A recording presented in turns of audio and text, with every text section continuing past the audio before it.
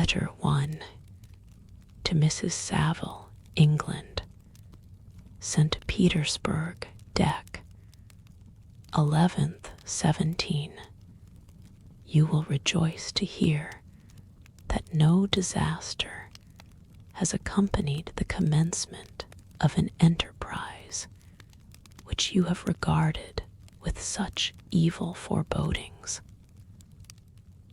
I arrived here yesterday, and my first task is to assure my dear sister of my welfare and increasing confidence in the success of my undertaking.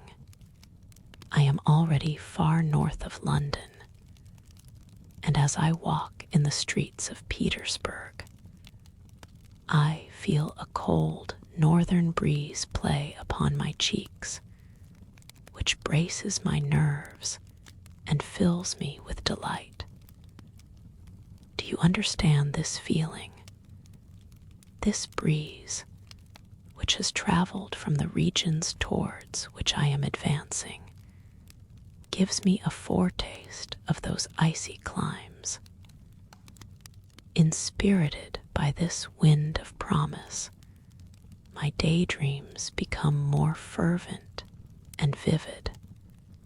I try in vain to be persuaded that the pole is the seat of frost and desolation. It ever presents itself to my imagination as the region of beauty and delight.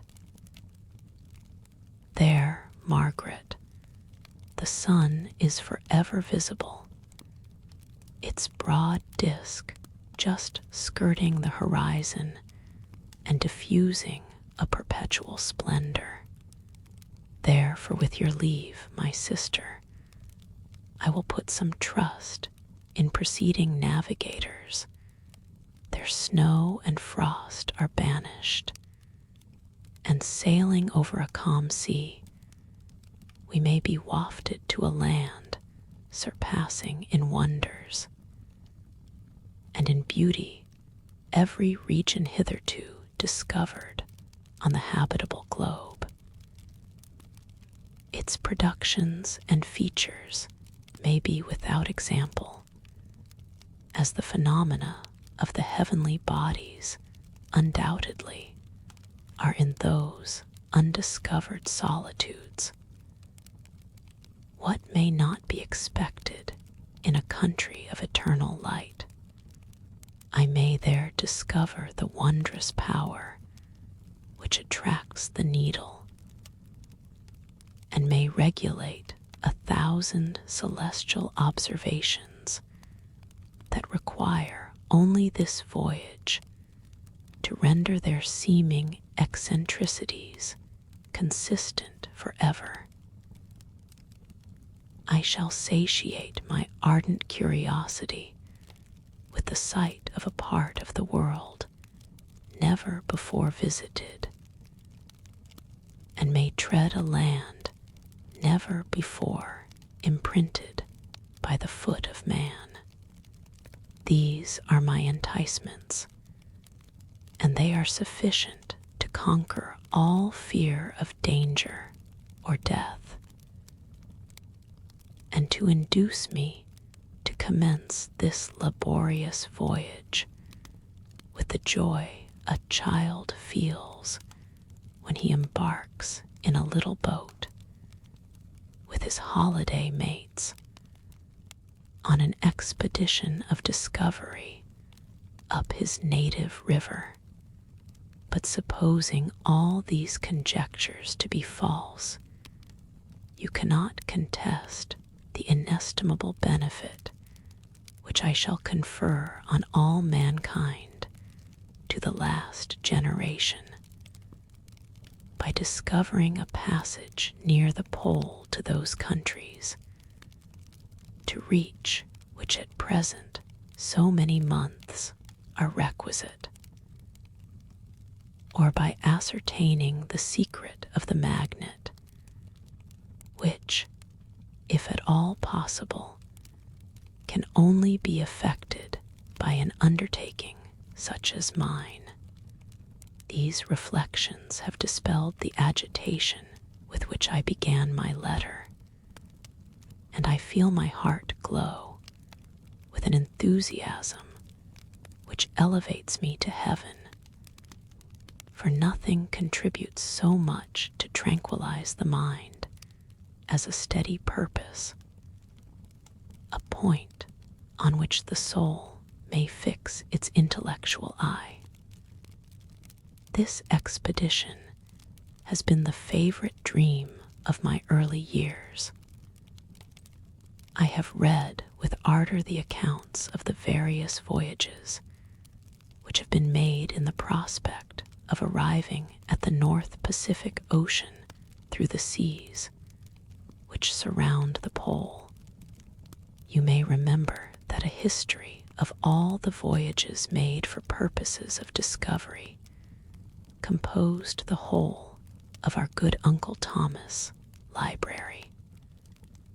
My education was neglected, yet I was passionately fond of reading.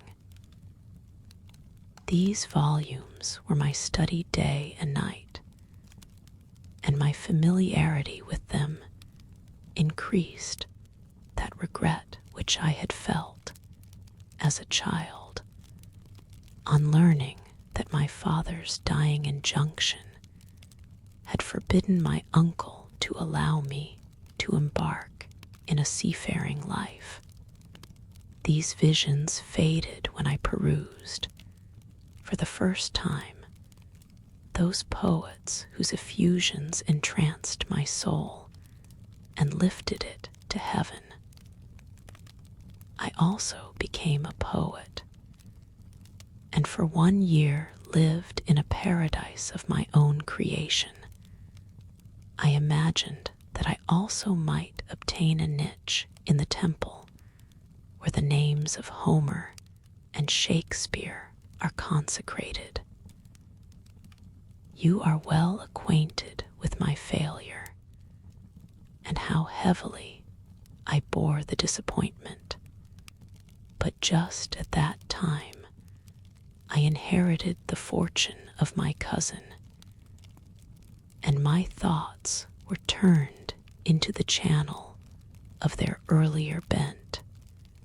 6 years have passed since I resolved on my present undertaking. I can, even now, remember the hour from which I dedicated myself to this great enterprise. I commenced by inuring my body to hardship. I accompanied the whale fishers on several expeditions to the North Sea. I voluntarily endured cold, famine, thirst, and want of sleep. I often worked harder than the common sailors during the day, and devoted my nights to the study of mathematics, the theory of medicine, and those branches of physical science from which a naval adventurer might derive the greatest practical advantage. Twice, I actually hired myself as an undermate in a Greenland whaler, and acquitted myself to admiration. I must own, I felt a little proud when my captain offered me the second dignity in the vessel, and entreated me to remain with the greatest earnestness. So valuable did he consider my services. And now, dear Margaret, do I not deserve to accomplish some great purpose? My life might have been passed in ease and luxury, but I preferred glory to every enticement that wealth placed in my path. Oh, that some encouraging voice would answer in the affirmative. My courage and my resolution is firm, but my hopes fluctuate, and my spirits are often depressed. I am about to proceed on a long and difficult voyage, the emergencies of which will demand all my fortitude. I am required not only to raise the spirits of others, but sometimes to sustain my own when theirs are failing. This is the most favorable period for traveling in Russia. They fly quickly over the snow in their sledges. The motion is pleasant, and, in my opinion, far more agreeable than that of an English stagecoach. The cold is not excessive if you are wrapped in furs, a dress which I have already adopted, for there is a great difference between walking the deck and remaining seated motionless for hours, when no exercise prevents the blood from actually freezing in your veins. I have no ambition to lose my life on the post road between St. Petersburg and Archangel. I shall depart for the latter town in a fortnight or 3 weeks, and my intention is to hire a ship there, which can easily be done by paying the insurance for the owner, and to engage as many sailors as I think necessary among those who are accustomed to the whale fishing. I do not intend to sail until the month of June. And when shall I return? Ah, dear sister, how can I answer this question? If I succeed, many, many months, perhaps years, will pass before you, and I may meet. If I fail, you will see me again soon, or never. Farewell, my dear, excellent Margaret. Heaven shower down blessings on you, and save me, that I may again and again testify my gratitude for all your love and kindness. Your affectionate brother, R. Walton. Letter 2. To Mrs. Saville, England. Archangel, 28th March, 17. How slowly the time passes here, encompassed as I am by frost and snow. Yet a second step is taken towards my enterprise. I have hired a vessel and am occupied in collecting my sailors. Those whom I have already engaged appear to be men on whom I can depend, and are certainly possessed of dauntless courage. But I have one want which I have never yet been able to satisfy, and the absence of the object of which I now feel as a most severe evil. I have no friend, Margaret. When I am glowing with the enthusiasm of success, there will be none to participate my joy. If I am assailed by disappointment, no one will endeavor to sustain me in dejection. I shall commit my thoughts to paper. It is true, but that is a poor medium for the communication of feeling. I desire the company of a man who could sympathize with me, whose eyes would reply to mine. You may deem me romantic, my dear sister, but I bitterly feel the want of a friend. I have no one near me, gentle yet courageous, possessed of a cultivated as well as of a capacious mind, whose tastes are like my own, to approve or amend my plans. How would such a friend repair the faults of your poor brother? I am too ardent in execution and too impatient of difficulties, but it is a still greater evil to me that I am self-educated. For the first 14 years of my life, I ran wild on a common and read nothing but our Uncle Thomas books of voyages.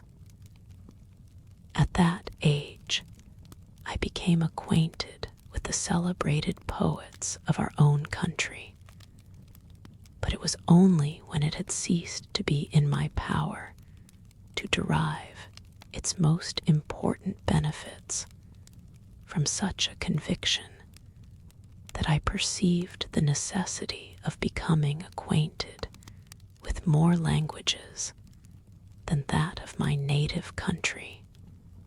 Now I am 28 and am in reality more illiterate than many schoolboys of 15. It is true that I have thought more, and that my daydreams are more extended and magnificent, but they want, as the painters call it, keeping, and I greatly need a friend who would have sense enough not to despise me as romantic, and affection enough for me to endeavor to regulate my mind. Well, these are useless complaints. I shall certainly find no friend on the wide ocean, nor even here in Archangel, among merchants and seamen. Yet some feelings, unallied to the dross of human nature, beat even in these rugged bosoms. My lieutenant, for instance, is a man of wonderful courage and enterprise. He is madly desirous of glory, or rather, to word my phrase more characteristically, of advancement in his profession.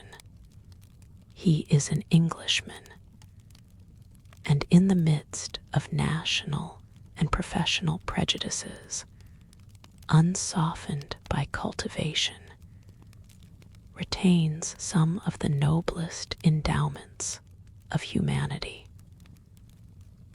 I first became acquainted with him on board a whale vessel. Finding that he was unemployed in this city, I easily engaged him to assist in my enterprise. The master is a person of an excellent disposition, and is remarkable in the ship for his gentleness and the mildness of his discipline. This circumstance, added to his well-known integrity and dauntless courage, made me very desirous to engage him.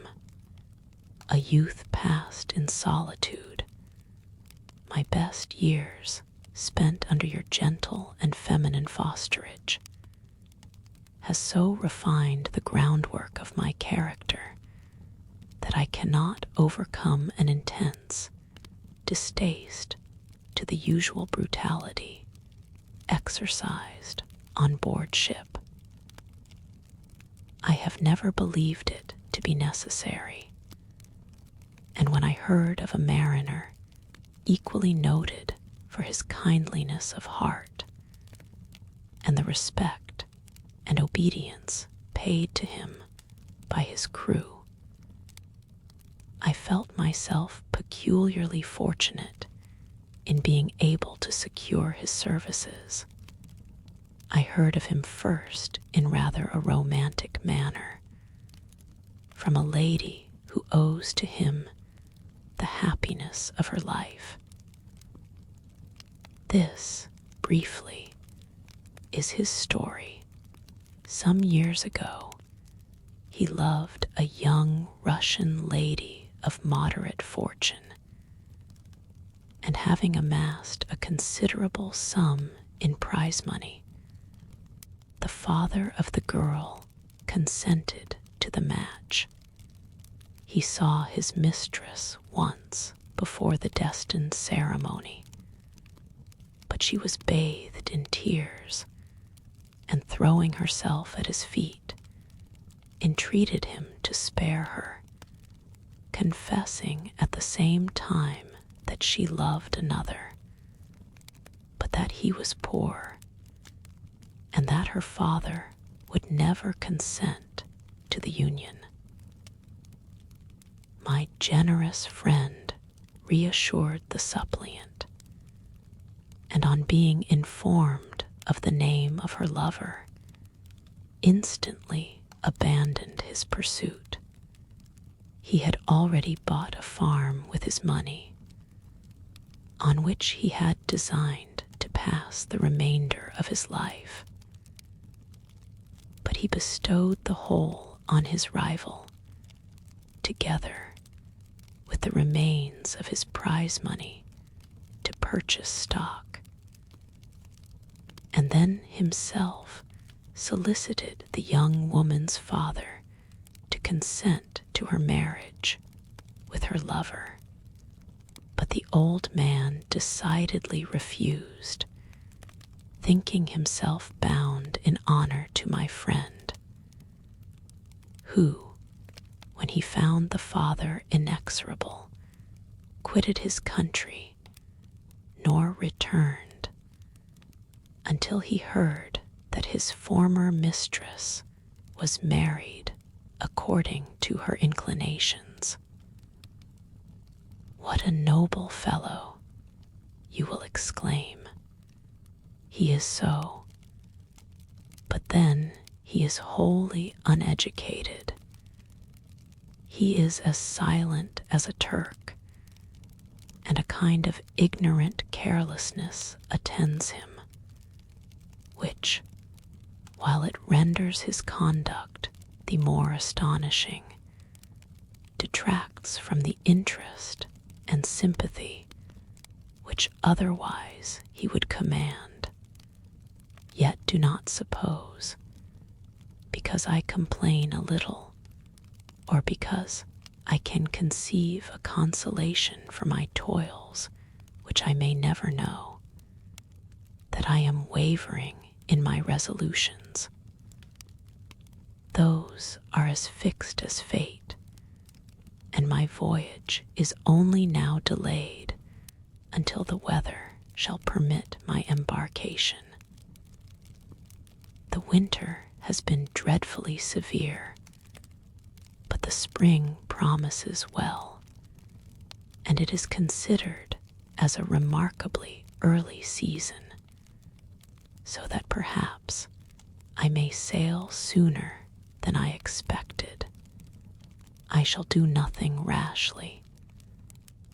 You know me sufficiently to confide in my prudence and considerateness. Whenever the safety of others is committed to my care, I cannot describe to you my sensations on the near prospect of my undertaking.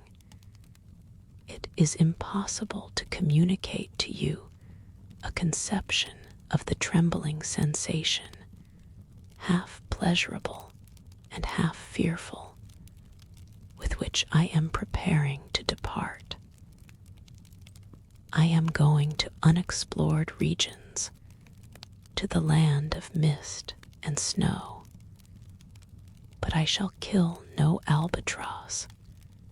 Therefore, do not be alarmed for my safety, or if I should come back to you as worn and woeful as the ancient mariner, you will smile at my illusion, but I will disclose a secret.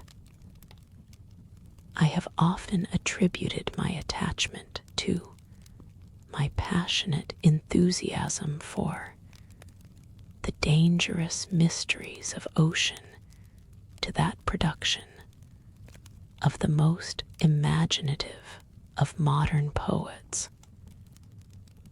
There is something at work in my soul which I do not understand.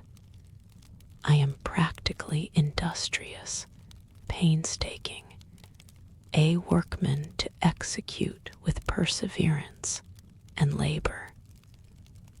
But besides this, there is a love for the marvelous, a belief in the marvelous, intertwined in all my projects, which hurries me out of the common pathways of men, even to the wild sea and unvisited regions I am about to explore.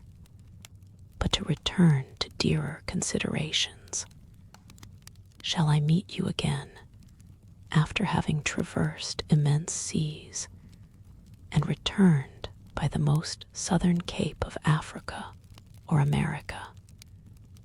I dare not expect such success, yet I cannot bear to look on the reverse of the picture. Continue for the present to write to me by every opportunity. I may receive your letters on some occasions when I need them most to support my spirits. I love you very tenderly. Remember me with affection should you never hear from me again. Your affectionate brother, Robert Walton. Letter 3. To Mrs. Saville, England, July 7th, 17.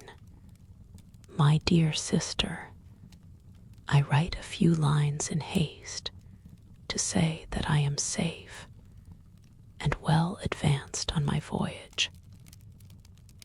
This letter will reach England by a merchantman now on its homeward voyage from Archangel, more fortunate than I, who may not see my native land, perhaps, for many years. I am, however, in good spirits. My men are bold and apparently firm of purpose, nor do the floating sheets of ice that continually pass us, indicating the dangers of the region towards which we are advancing, appear to dismay them. We have already reached a very high latitude, but it is the height of summer, and although not so warm as in England, the southern gales, which blow us speedily towards those shores which I so ardently desire to attain, breathe a degree of renovating warmth which I had not expected. No incidents have hitherto befallen us that would make a figure in a letter. 1 or 2 stiff gales and the springing of a leak are accidents which experienced navigators scarcely remember to record, and I shall be well content if nothing worse happen to us during our voyage. Adieu, my dear Margaret. Be assured that for my own sake, as well as yours, I will not rashly encounter danger. I will be cool, persevering, and prudent, but success shall crown my endeavors. Wherefore not? Thus far I have gone, tracing a secure way over the pathless seas, the very stars themselves being witnesses and testimonies of my triumph. Why not still proceed over the untamed yet obedient element? What can stop the determined heart and resolved will of man? My swelling heart involuntarily pours itself out thus. But I must finish. Heaven bless my beloved sister. R.W. Letter 4 to Mrs. Saville, England, August 5th, 17. So strange an accident has happened to us that I cannot forbear recording it, although it is very probable that you will see me before these papers can come into your possession. Last Monday, July 31st, we were nearly surrounded by ice, which closed in the ship on all sides, scarcely leaving her the sea room in which she floated. Our situation was somewhat dangerous, especially as we were compassed round by a very thick fog. We accordingly lay to, hoping that some change would take place in the atmosphere and weather. About 2 o'clock the mist cleared away, and we beheld, stretched out in every direction, vast and irregular plains of ice, which seemed to have no end. Some of my comrades groaned, and my own mind began to grow watchful with anxious thoughts, when a strange sight suddenly attracted our attention and diverted our solicitude from our own situation. We perceived a low carriage, fixed on a sledge and drawn by dogs, pass on towards the north. At the distance of half a mile, a being which had the shape of a man, but apparently of gigantic stature, sat in the sledge and guided the dogs. We watched the rapid progress of the traveler with our telescopes until he was lost among the distant inequalities of the ice. This appearance excited our unqualified wonder. We were, as we believed, many hundred miles from any land, but this apparition seemed to denote that it was not, in reality, so distant as we had supposed. Shut in, however, by ice, it was impossible to follow his track, which we had observed with the greatest attention. About 2 hours after this occurrence, we heard the ground sea, and before night the ice broke and freed our ship. We, however, lay to until the morning, fearing to encounter in the dark those large loose masses which float about after the breaking up of the ice. I profited of this time to rest for a few hours. In the morning, however, as soon as it was light, I went upon deck and found all the sailors busy on one side of the vessel, apparently talking to someone in the sea. It was, in fact, a sledge like that we had seen before, which had drifted towards us in the night on a large fragment of ice. Only one dog remained alive, but there was a human being within it whom the sailors were persuading to enter the vessel. He was not, as the other travelers seemed to be, a savage inhabitant of some undiscovered island, but a European. When I appeared on deck, the master said, "Here is our captain, and he will not allow you to perish on the open sea." On perceiving me, the stranger addressed me in English, although with a foreign accent.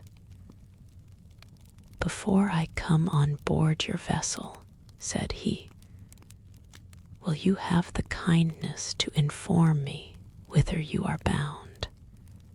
You may conceive my astonishment on hearing such a question addressed to me from a man on the brink of destruction,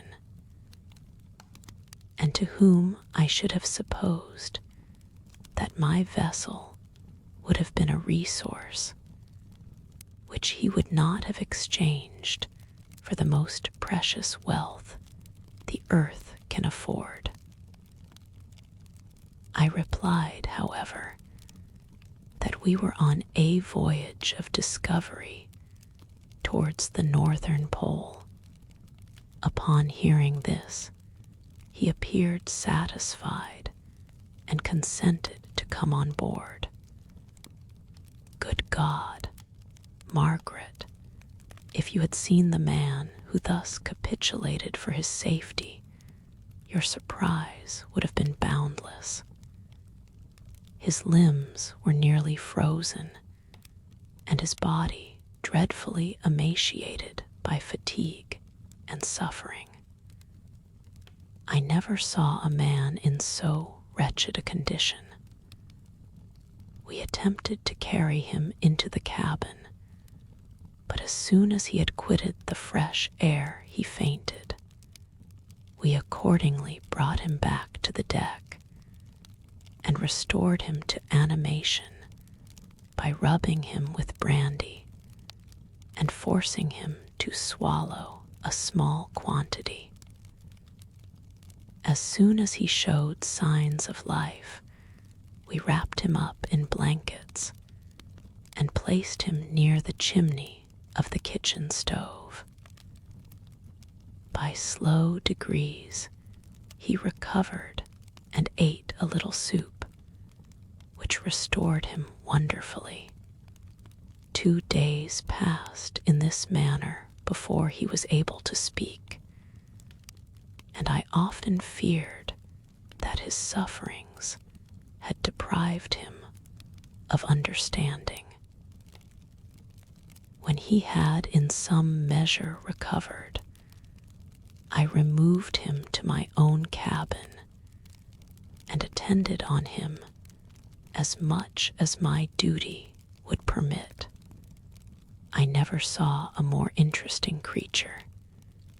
His eyes have generally an expression of wildness and even madness, but there are moments when, if anyone performs an act of kindness towards him or does him any the most trifling service, his whole countenance is lighted up, as it were, with a beam of benevolence and sweetness that I never saw equaled.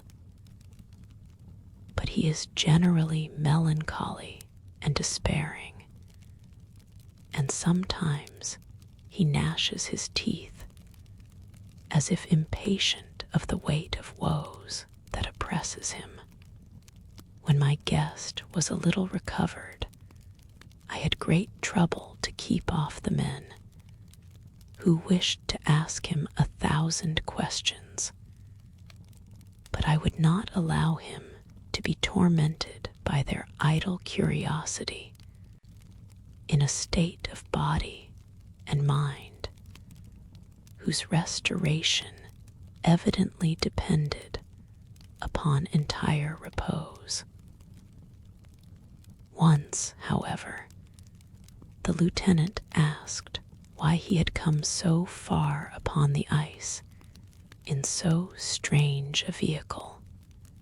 His countenance instantly assumed an aspect of the deepest gloom, and he replied, "To seek one who fled from me, and did the man whom you pursued travel in the same fashion?"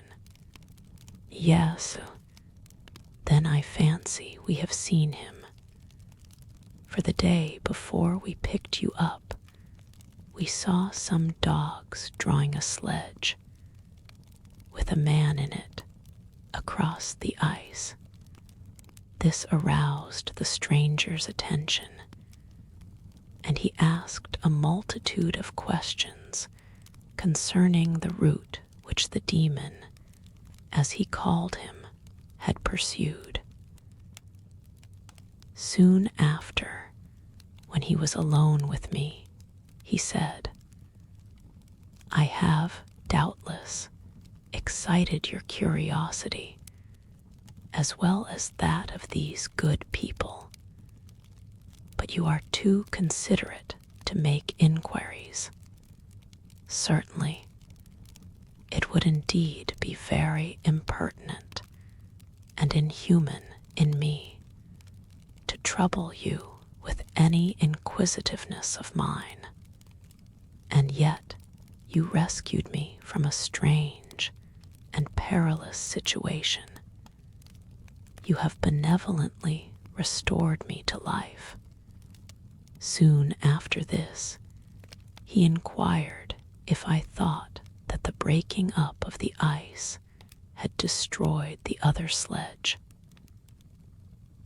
I replied that I could not answer with any degree of certainty, for the ice had not broken until near midnight, and the traveler might have arrived at a place of safety before that time. But of this I could not judge. From this time, a new spirit of life animated the decaying frame of the stranger. He manifested the greatest eagerness to be upon deck to watch for the sledge which had before appeared. But I have persuaded him to remain in the cabin, for he is far too weak to sustain the rawness of the atmosphere. I have promised that someone should watch for him and give him instant notice if any new object should appear in sight. Such is my journal of what relates to this strange occurrence up to the present day. The stranger has gradually improved in health, but is very silent and appears uneasy when anyone except myself enters his cabin. Yet his manners are so conciliating and gentle that the sailors are all interested in him, although they have had very little communication with him. For my own part, I begin to love him as a brother, and his constant and deep grief fills me with sympathy and compassion. He must have been a noble creature in his better days, being even now in wreck so attractive and amiable. I said in one of my letters, my dear Margaret, that I should find no friend on the wide ocean. Yet I have found a man who, before his spirit had been broken by misery, I should have been happy to have possessed as the brother of my heart. I shall continue my journal concerning the stranger at intervals. Should I have any fresh incidents to record. August 13th, 17. my affection for my guest increases every day. He excites at once my admiration and my pity to an astonishing degree. How can I see so noble a creature destroyed by misery without feeling the most poignant grief?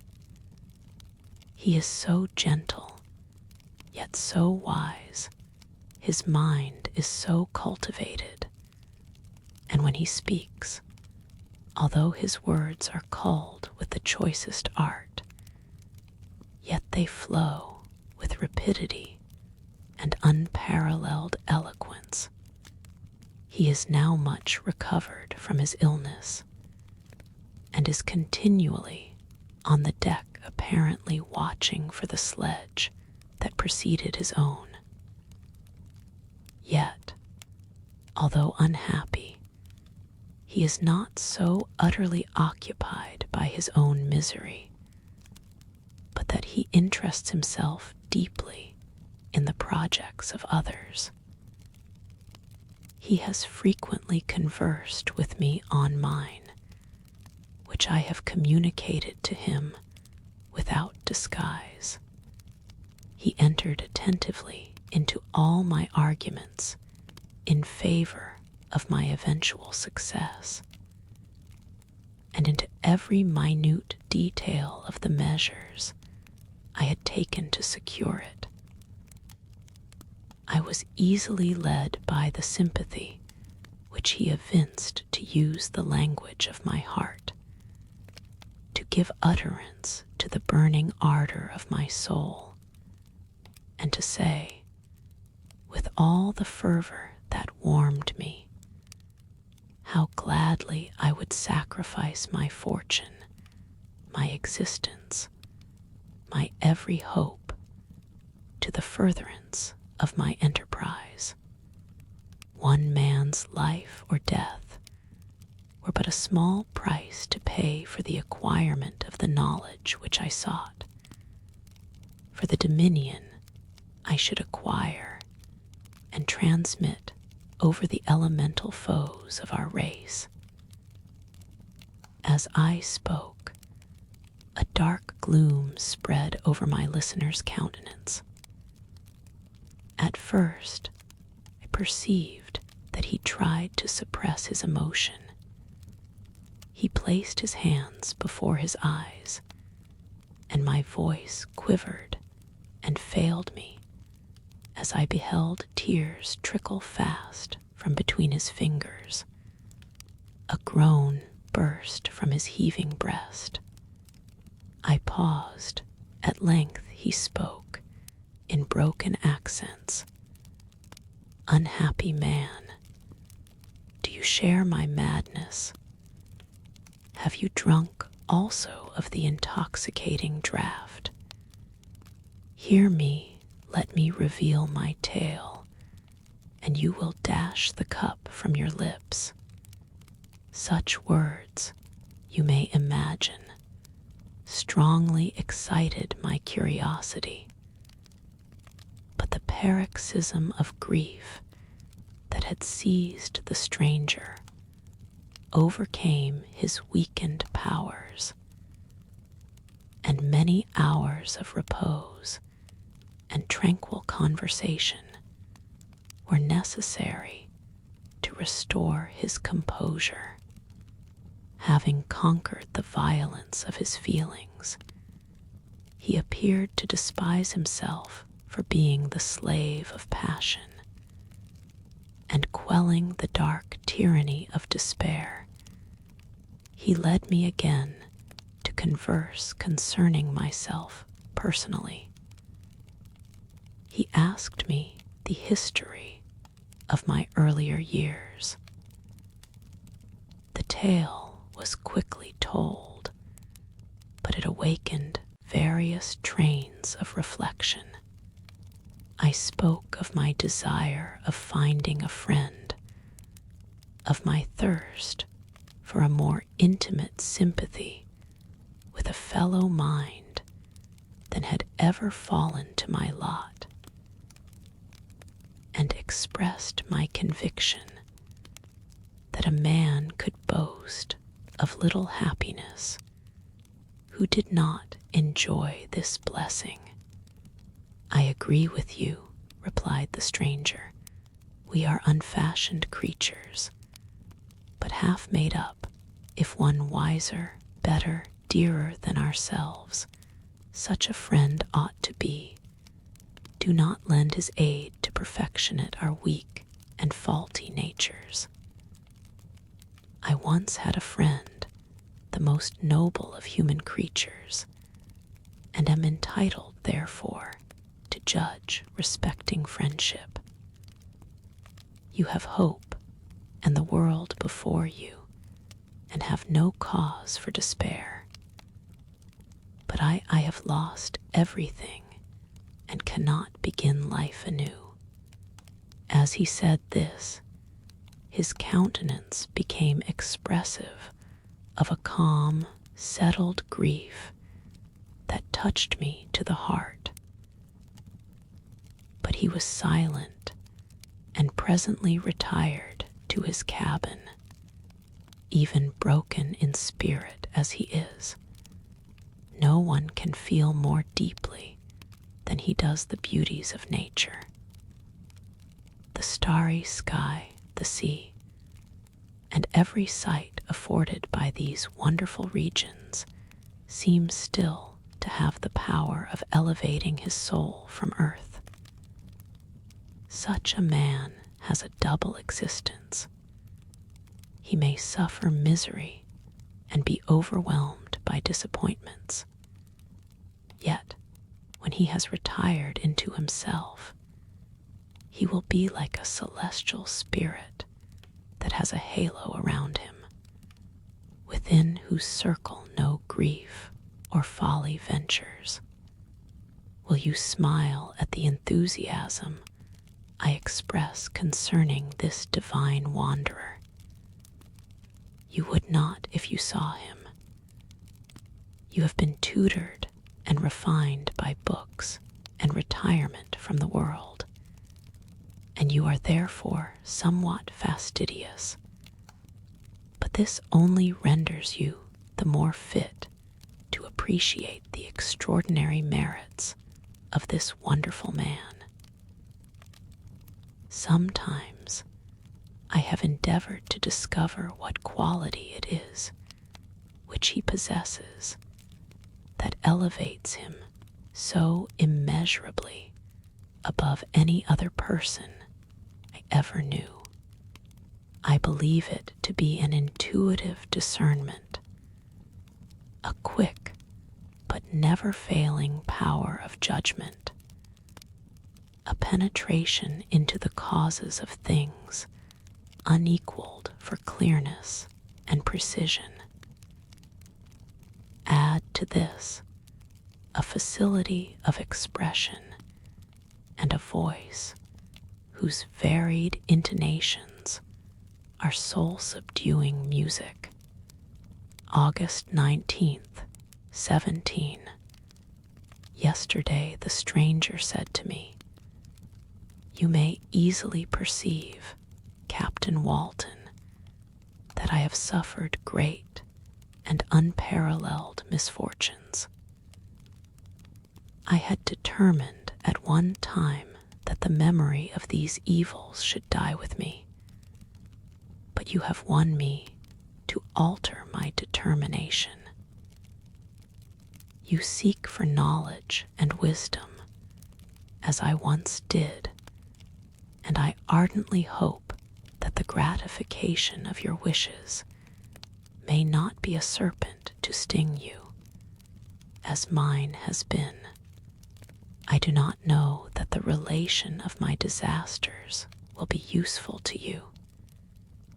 Yet, when I reflect that you are pursuing the same course, exposing yourself to the same dangers which have rendered me what I am, I imagine that you may deduce an apt moral from my tale, one that may direct you if you succeed in your undertaking. and console you in case of failure. Prepare to hear of occurrences which are usually deemed marvelous. Were we among the tamer scenes of nature, I might fear to encounter your unbelief, perhaps your ridicule.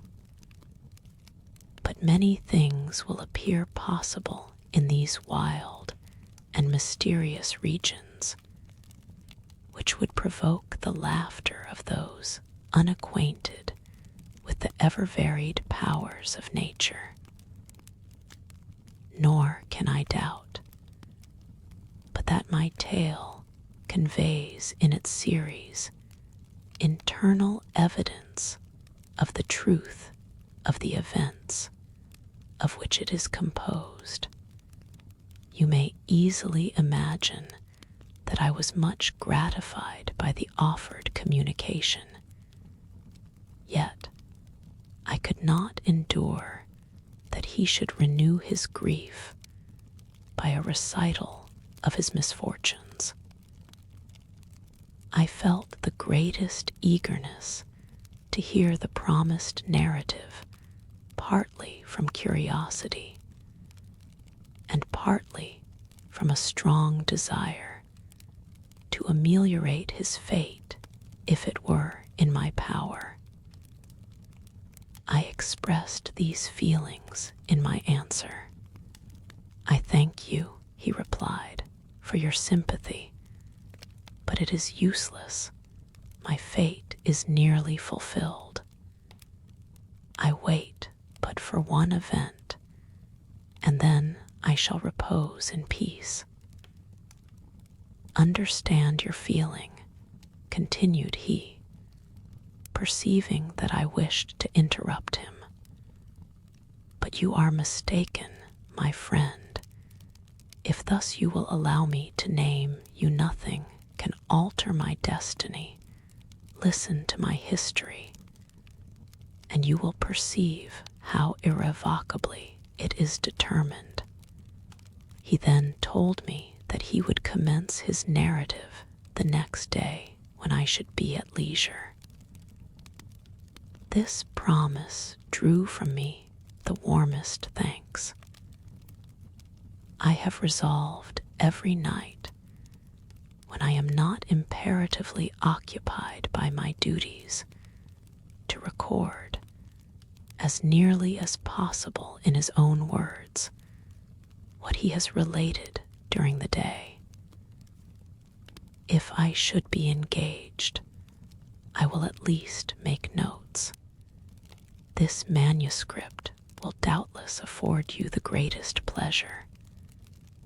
But to me, who know him, and who hear it from his own lips, with what interest and sympathy shall I read it in some future day?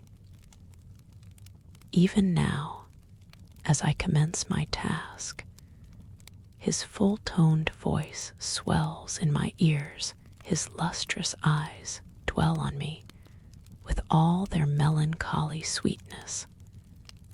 I see his thin hand raised in animation, while the lineaments of his face are irradiated by the soul within. Strange and harrowing must be his story. Frightful the storm which embraced the gallant vessel on its course, and wrecked it thus. Chapter 1.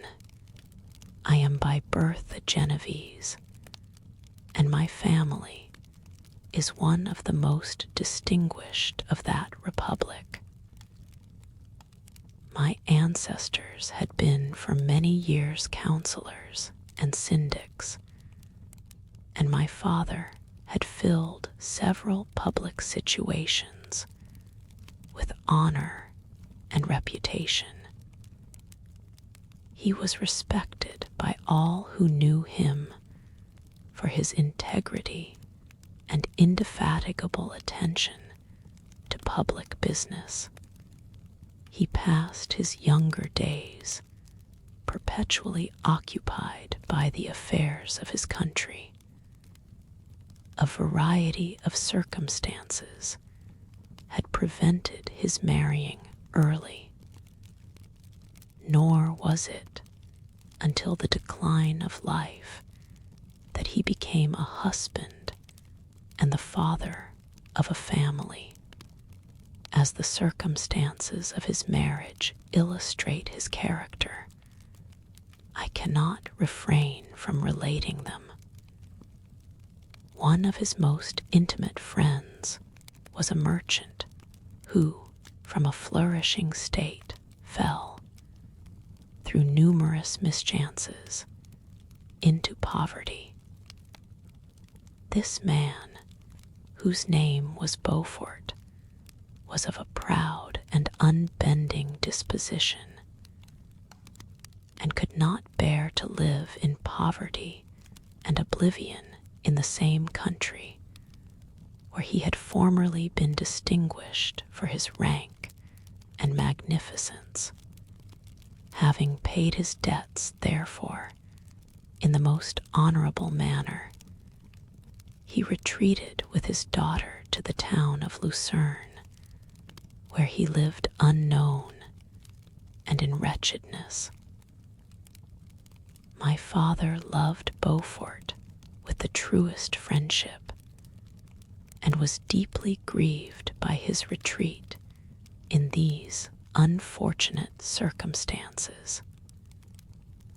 He bitterly deplored the false pride which led his friend to a conduct so little worthy of the affection that united them. He lost no time in endeavoring to seek him out, with the hope of persuading him to begin the world again through his credit and assistance. Beaufort had taken effectual measures to conceal himself, and it was 10 months before my father discovered his abode. Overjoyed at this discovery, he hastened to the house, which was situated in a mean street near the Ruse. But when he entered, misery and despair alone welcomed him. Beaufort had saved but a very small sum of money from the wreck of his fortunes, but it was sufficient to provide him with sustenance for some months, and in the meantime he hoped to procure some respectable employment in a merchant's house. The interval was consequently spent in inaction. His grief only became more deep and rankling when he had leisure for reflection,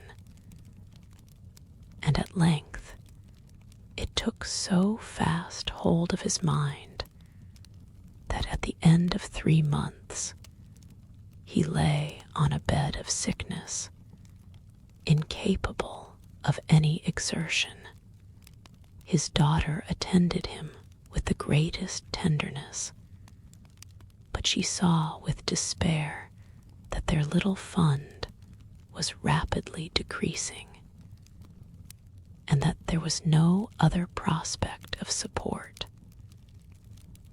But Caroline Beaufort possessed a mind of an uncommon mold, and her courage rose to support her in her adversity. She procured plain work, she plaited straw, and by various means contrived to earn a pittance scarcely sufficient to support life. Several months passed in this manner. Her father grew worse. Her time was more entirely occupied in attending him. Her means of subsistence decreased, and in the 10th month her father died in her arms, leaving her an orphan and a beggar. This last blow overcame her, and she knelt by Beaufort's coffin weeping bitterly when my father entered the chamber. He came like a protecting spirit to the poor girl, who committed herself to his care, and after the interment of his friend, he conducted her to Geneva and placed her under the protection of a relation. 2 years after this event, Caroline became his wife. There was a considerable difference between the ages of my parents, but this circumstance seemed to unite them only closer in bonds of devoted affection. There was a sense of justice in my father's upright mind, which rendered it necessary that he should approve highly to love strongly. Perhaps during former years he had suffered from the late discovered unworthiness of one beloved, and so was disposed to set a greater value on tried worth. There was a show of gratitude and worship in his attachment to my mother, differing wholly from the doting fondness of age, for it was inspired by reverence for her virtues and a desire to be the means of, in some degree, recompensing her for the sorrows she had endured, but which gave inexpressible grace to his behavior to her. Everything was made to yield to her wishes and her convenience. He strove to shelter her, as a fair exotic is sheltered by the gardener from every rougher wind, and to surround her with all that could tend to excite pleasurable emotion in her soft and benevolent mind. Her health, and even the tranquility of her hitherto constant spirit, had been shaken by what she had gone through during the 2 years that had elapsed previous to their marriage. My father had gradually relinquished all his public functions, and immediately after their union they sought the pleasant climate of Italy and the change of scene and interest attendant on a tour through that land of wonders, as a restorative for her weakened frame. From Italy they visited Germany and France. I, their eldest child, was born at Naples, and as an infant accompanied them in their rambles. I remained for several years their only child. Much as they were attached to each other, they seemed to draw inexhaustible stores of affection from a very mine of love to bestow them upon me. My mother's tender caresses and my father's smile of benevolent pleasure while regarding me are my first recollections. I was their plaything and their idol, and something better their child, the innocent and helpless creature bestowed on them by heaven, whom to bring up to good, and whose future lot it was in their hands to direct to happiness or misery, according as they fulfilled their duties towards me. with this deep consciousness of what they owed towards the being to which they had given life, added to the active spirit of tenderness that animated both. It may be imagined that while during every hour of my infant life I received a lesson of patience, of charity, and of self-control, I was so guided by a silken cord that all seemed but one train of enjoyment to me. For a long time I was their only care. My mother had much desired to have a daughter, but I continued their single offspring. When I was about 5 years old, while making an excursion beyond the frontiers of Italy, they passed a week on the shores of the Lake of Como. Their benevolent disposition often made them enter the cottages of the poor. This, to my mother, was more than a duty, it was a necessity, a passion, remembering what she had suffered, and how she had been relieved for her to act in her turn the guardian angel to the afflicted.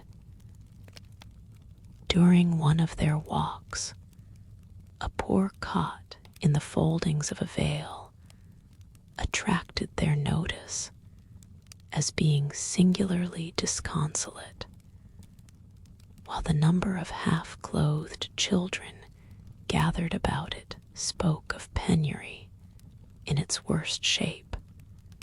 One day, when my father had gone by himself to Milan, my mother, accompanied by me, visited this abode. She found a peasant and his wife, hard working, bent down by care and labor, distributing a scanty meal to 5 hungry babes.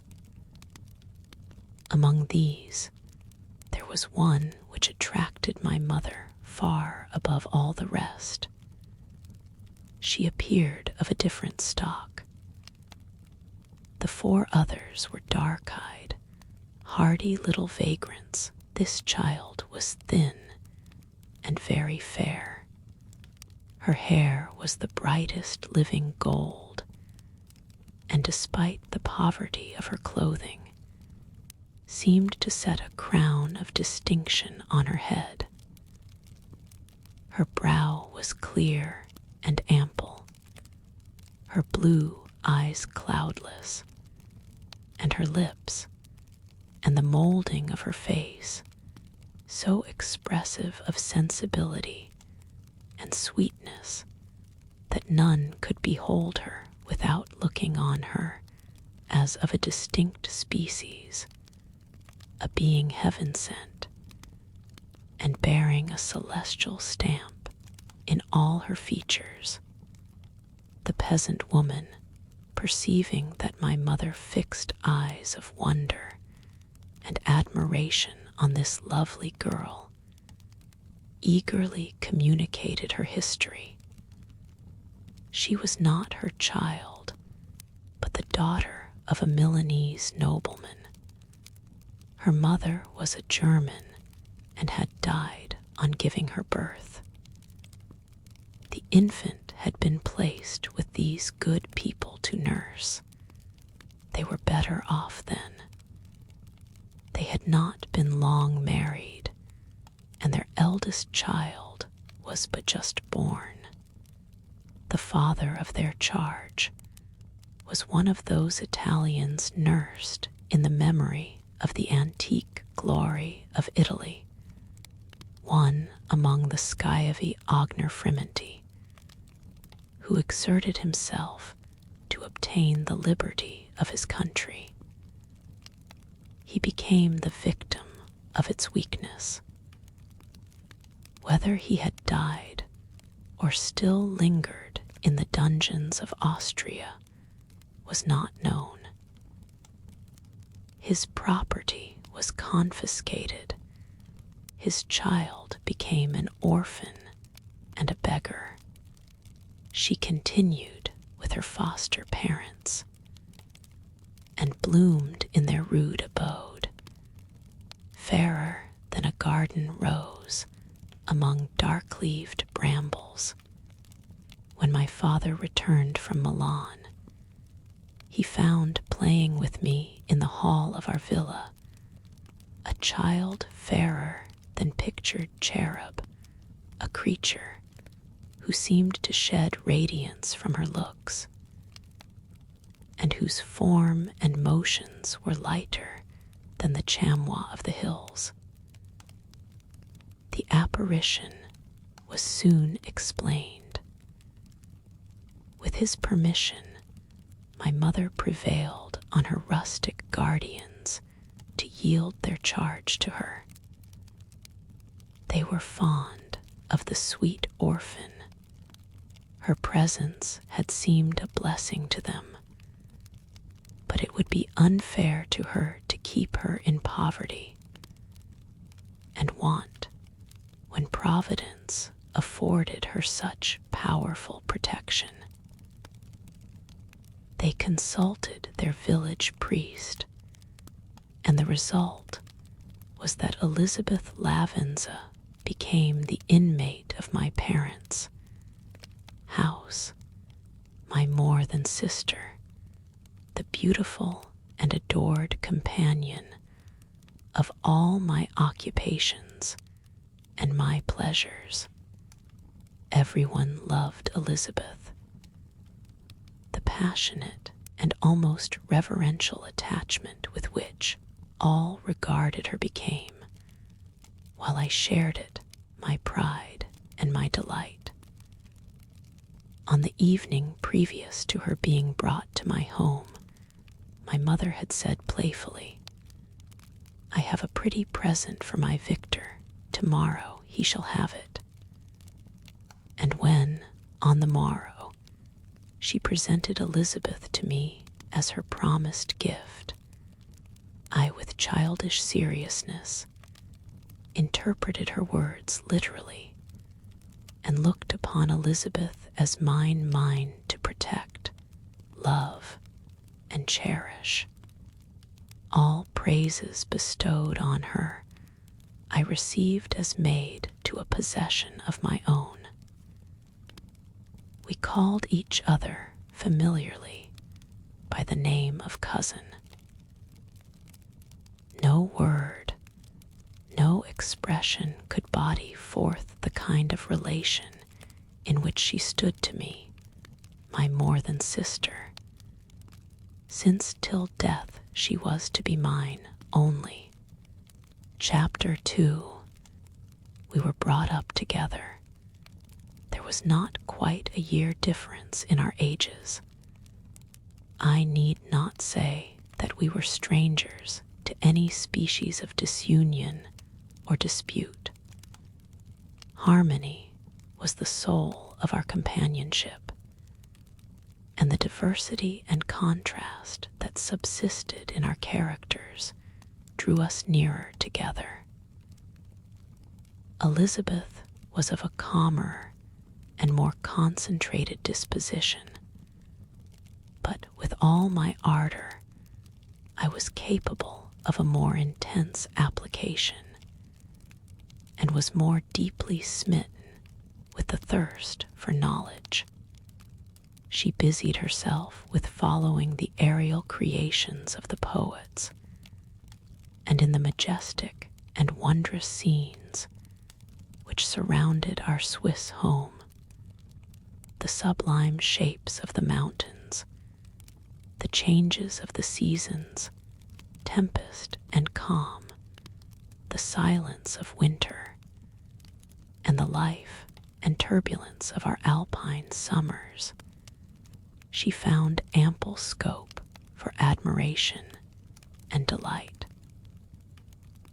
While my companion contemplated with a serious and satisfied spirit the magnificent appearances of things, delighted in investigating their causes. The world was to me a secret which I desired to divine. Curiosity, earnest research to learn the hidden laws of nature, gladness akin to rapture, as they were unfolded to me, are among the earliest sensations I can remember.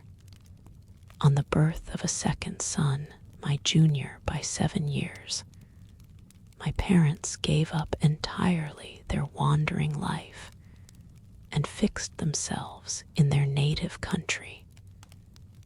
We possessed a house in Geneva and a campagne on Belrive, the eastern shore of the lake, at the distance of rather more than a league from the city. We resided principally in the latter, and the lives of my parents were passed in considerable seclusion. It was my temper to avoid a crowd and to attach myself fervently to a few. I was indifferent, therefore, to my schoolfellows in general, but I united myself in the bonds of the closest friendship to one among them. Henry Clerval was the son of a merchant of Geneva. He was a boy of singular talent and fancy. He loved enterprise, hardship, and even danger for its own sake. He was deeply read in books of chivalry and romance. He composed heroic songs and began to write many a tale of enchantment and knightly adventure. He tried to make us act plays and to enter into masquerades in which the characters were drawn from the heroes of Roncesvalles, of the Round Table of King Arthur, and the chivalrous train who shed their blood to redeem the Holy Sepulchre from the hands of the infidels. No human being could have passed a happier childhood than myself. My parents were possessed by the very spirit of kindness and indulgence. We felt that they were not the tyrants to rule our lot according to their caprice, but the agents and creators of all the many delights which we enjoyed. When I mingled with other families, I distinctly discerned how peculiarly fortunate my lot was, and gratitude assisted the development of filial love. My temper was sometimes violent, and my passions vehement, but by some law in my temperature, they were turned not towards childish pursuits, but to an eager desire to learn, and not to learn all things indiscriminately. I confess that neither the structure of languages, nor the code of governments, nor the politics of various states possessed attractions for me. It was the secrets of heaven and earth that I desired to learn, and whether it was the outward substance of things or the inner spirit of nature and the mysterious soul of man that occupied me, still my inquiries were directed to the metaphysical, or, in its highest sense, the physical secrets of the world. Meanwhile, Clerval occupied himself, so to speak, with the moral relations of things.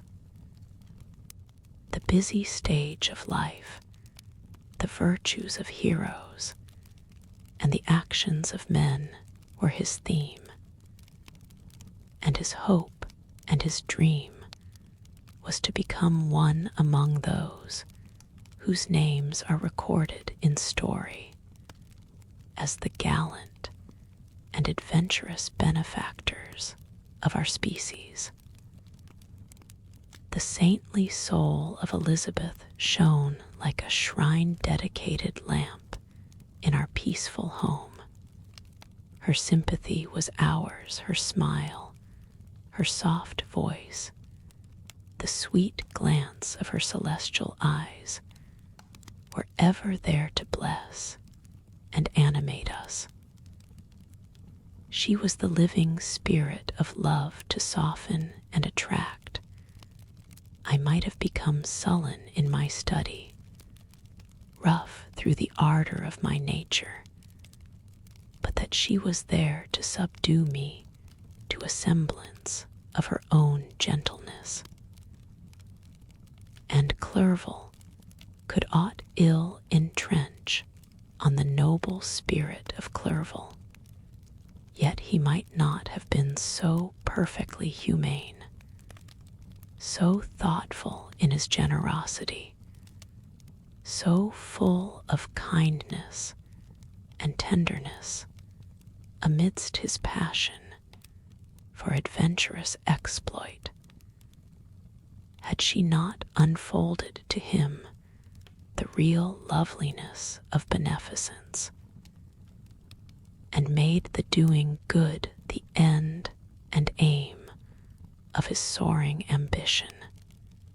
I feel exquisite pleasure in dwelling on the recollections of childhood, before misfortune had tainted my mind and changed its bright visions of extensive usefulness into gloomy and narrow reflections upon self. Besides, in drawing the picture of my early days, I also record those events which led, by insensible steps, to my after tale of misery. For when I would account to myself for the birth of that passion which afterwards ruled my destiny, I find it arise, like a mountain river, from ignoble and almost forgotten sources, but swelling as it proceeded, it became the torrent which, in its course, has swept away all my hopes and joys. Natural philosophy is the genius that has regulated my fate. I desire, therefore, in this narration, to state those facts which led to my predilection for that science. When I was 13 years of age, we all went on a party of pleasure to the baths near Thonon. The inclemency of the weather obliged us to remain a day confined to the inn. In this house, I chanced to find a volume of the works of Cornelius Agrippa. I opened it with apathy. The theory which he attempts to demonstrate and the wonderful facts which he relates soon changed this feeling into enthusiasm. A new light seemed to dawn upon my mind, and bounding with joy, I communicated my discovery to my father. My father looked carelessly at the title page of my book and said, "Ah, Cornelius Agrippa, my dear Victor, do not waste your time upon this. It is sad trash." If instead of this remark, my father had taken the pains to explain to me that the principles of Agrippa had been entirely exploded, and that a modern system of science had been introduced which possessed much greater powers than the ancient, because the powers of the latter were chimerical, while those of the former were real and practical. Under such circumstances, I should certainly have thrown Agrippa aside and have contented my imagination, warmed as it was, by returning with greater ardor to my former studies. It is even possible that the train of my ideas would never have received the fatal impulse that led to my ruin. But the cursory glance my father had taken of my volume by no means assured me that he was acquainted with its contents, and I continued to read with the greatest avidity.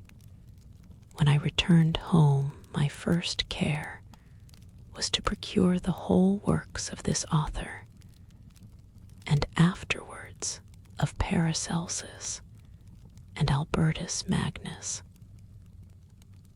I read and studied the wild fancies of these writers with delight. They appeared to me treasures known to few besides myself. I have described myself as always having been imbued with a fervent longing to penetrate the secrets of nature, in spite of the intense labor and wonderful discoveries of modern philosophers. I always came from my studies discontented and unsatisfied. Sir Isaac Newton is said to have avowed that he felt like a child picking up shells beside the great and unexplored ocean of truth. Those of his successors in each branch of natural philosophy with whom I was acquainted appeared even to my boy's apprehensions as tyros engaged in the same pursuit. The untaught peasant beheld the elements around him and was acquainted with their practical uses. The most learned philosopher knew little more. He had partially unveiled the face of nature, but her immortal lineaments were still a wonder and a mystery. He might dissect, anatomize, and give names, but not to speak of a final cause. Causes in their secondary and tertiary grades were utterly unknown to him. I had gazed upon the fortifications and impediments that seemed to keep human beings from entering the citadel of nature, and rashly and ignorantly I had repined. But here were books, and here were men who had penetrated deeper and knew more. I took their word for all that they averred, and I became their disciple. It may appear strange that such should arise in the 18th century, but while I followed the routine of education in the schools of Geneva, I was, to a great degree, self-taught with regard to my favorite studies. My father was not scientific, and I was left to struggle with a child's blindness, added to a student's thirst for knowledge.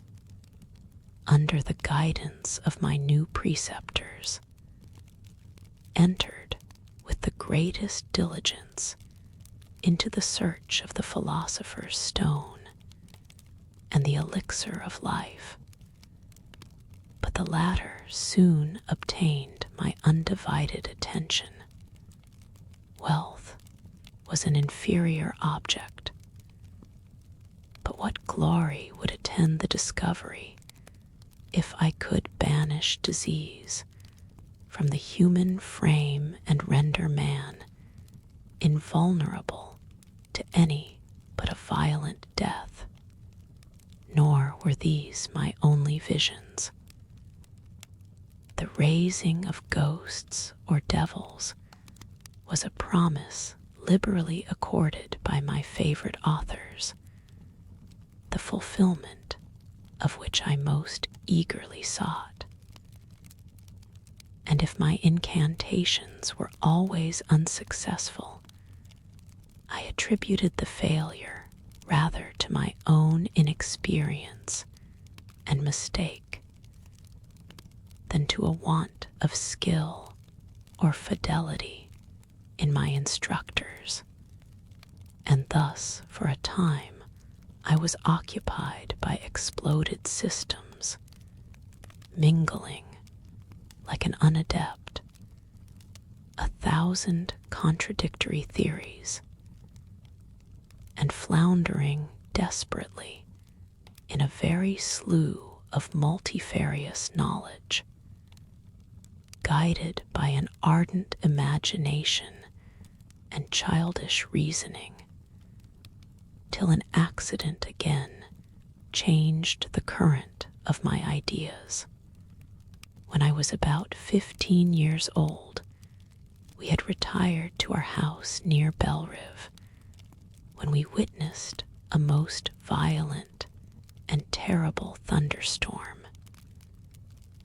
It advanced from behind the mountains of Jura, and the thunder burst at once with frightful loudness from various quarters of the heavens.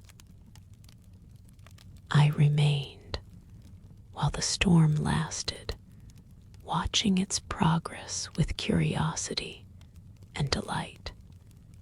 As I stood at the door, on a sudden I beheld a stream of fire issue from an old and beautiful oak which stood about 20 yards from our house. And so soon as the dazzling light vanished, the oak had disappeared, and nothing remained but a blasted stump. When we visited it the next morning, we found the tree shattered in a singular manner. It was not splintered by the shock, but entirely reduced to thin ribbons of wood. I never beheld anything so utterly destroyed. Before this, I was not unacquainted with the more obvious laws of electricity. On this occasion, a man of great research in natural philosophy was with us, and excited by this catastrophe, he entered on the explanation of a theory which he had formed on the subject of electricity and galvanism, which was at once new and astonishing to me. All that he said threw greatly into the shade Cornelius Agrippa, Albertus Magnus, and Paracelsus, the lords of my imagination. But by some fatality, the overthrow of these men disinclined me to pursue my accustomed studies. It seemed to me as if nothing would or could ever be known. All that had so long engaged my attention suddenly grew despicable by one of those caprices of the mind which we are perhaps most subject to in early youth. I at at once gave up my former occupations, set down natural history and all its progeny as a deformed and abortive creation, and entertained the greatest disdain for a would-be science which could never even step within the threshold of real knowledge. In this mood of mind, I betook myself to the mathematics and the branches of study appertaining to that science, as being built upon secure foundations, and so worthy of my consideration. Thus strangely are our souls constructed, and by such slight ligaments are we bound to prosperity or ruin. When I look back, it seems to me as if this almost miraculous change of inclination and will was the immediate suggestion of the guardian angel of my life, the last effort made by the spirit of preservation to avert the storm that was even then hanging in the stars and ready to envelop me. Her victory was announced by an unusual tranquility and gladness of soul which followed the relinquishing of my ancient and latterly tormenting studies. It was thus that I was to be taught to associate evil with their prosecution, happiness with their disregard. It was a strong effort of the spirit of good, but it was ineffectual. Destiny was too potent, and her immutable laws had decreed my utter and terrible destruction. Chapter 3. When I had attained the age of 17, my parents resolved that I should become a student at the University of Ingolstadt. I had hitherto attended the schools of Geneva, but my father thought it necessary for the completion of my education that I should be made acquainted with other customs than those of my native country. My departure was therefore fixed at an early date, but before the day resolved upon could arrive, the first misfortune of my life occurred, an omen, as it were, of my future misery. Elizabeth had caught the scarlet fever. Her illness was severe, and she was in the greatest danger. During her illness, many arguments had been urged to persuade my mother to refrain from attending upon her. She had at first yielded to our entreaties, but when she heard that the life of her favorite was menaced, she could no longer control her anxiety. She attended her sickbed. Her watchful attentions triumphed over the malignity of the distemper. Elizabeth was saved, but the consequences of this imprudence were fatal to her preserver. On the third day my mother sickened. Her fever was accompanied by the most alarming symptoms, and the looks of her medical attendants prognosticated the worst event. On her deathbed, the fortitude and benignity of this best of women did not desert her. She joined the hands of Elizabeth and myself. My children she said. My firmest hopes of future happiness were placed on the prospect of your union. This expectation will now be the consolation of your father. Elizabeth, my love, you must supply my place to my younger children. Alas, I regret that I am taken from you, and happy and beloved as I have been, is it not hard to quit you all? But these are not thoughts befitting me. I will endeavor to resign myself cheerfully to death, and will indulge a hope of meeting you in another world. She died calmly, and her countenance expressed affection even in death.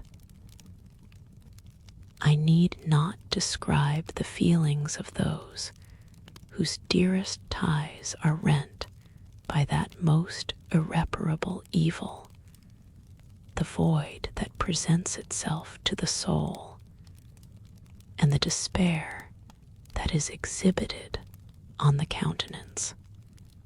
It is so long before the mind can persuade itself that she whom we saw every day, and whose very existence appeared a part of our own, can have departed forever, that the brightness of a beloved eye can have been extinguished, and the sound of a voice so familiar and dear to the ear can be hushed, never more to be heard. These are the reflections of the first days, but when the lapse of time proves the reality of the evil, then the actual bitterness of grief commences. Yet from whom has not that rude hand rent away some dear connection? And why should I describe a sorrow which all have felt and must feel?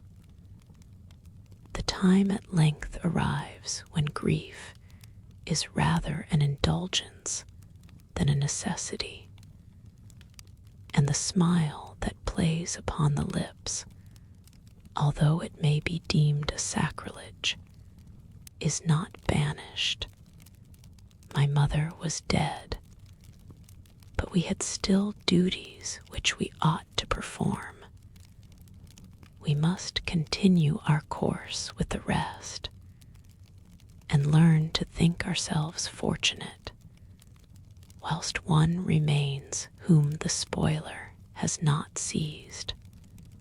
My departure for Ingolstadt, which had been deferred by these events, was now again determined upon. I obtained from my father a respite of some weeks.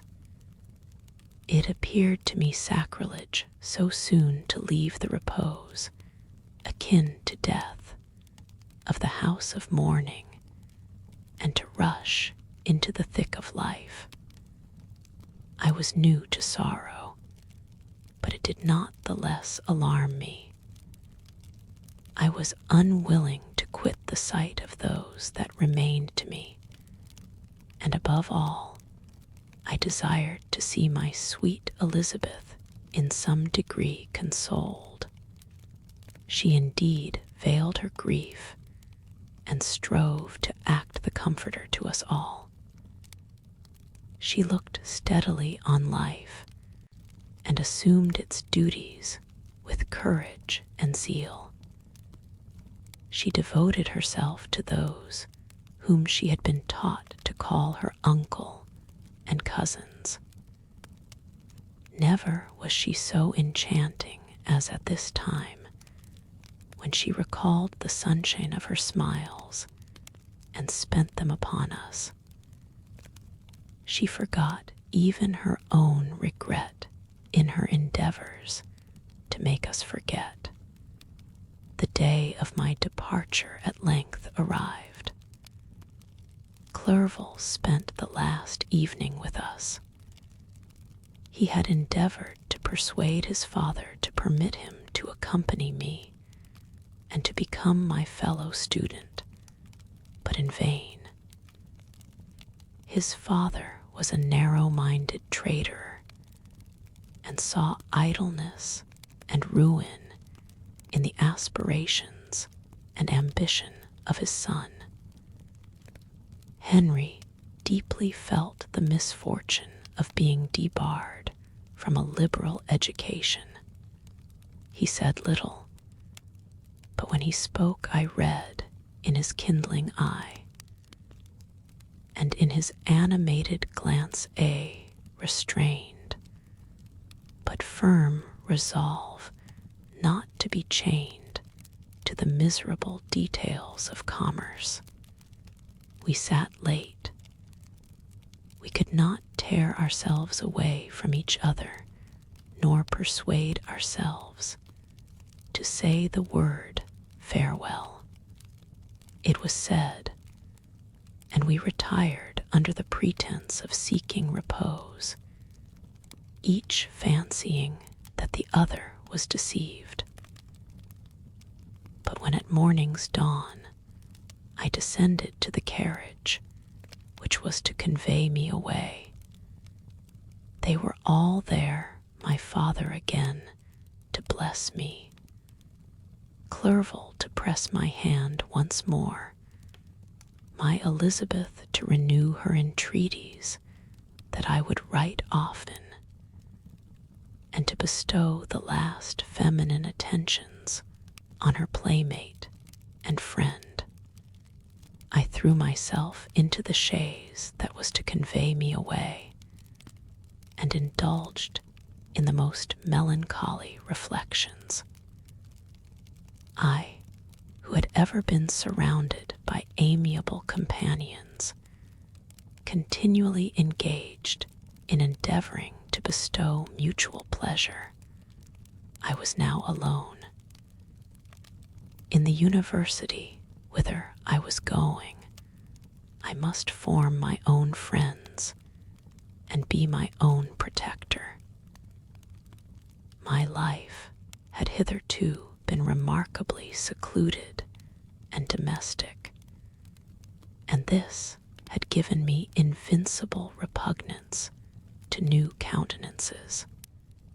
I loved my brothers, Elizabeth and Clerval.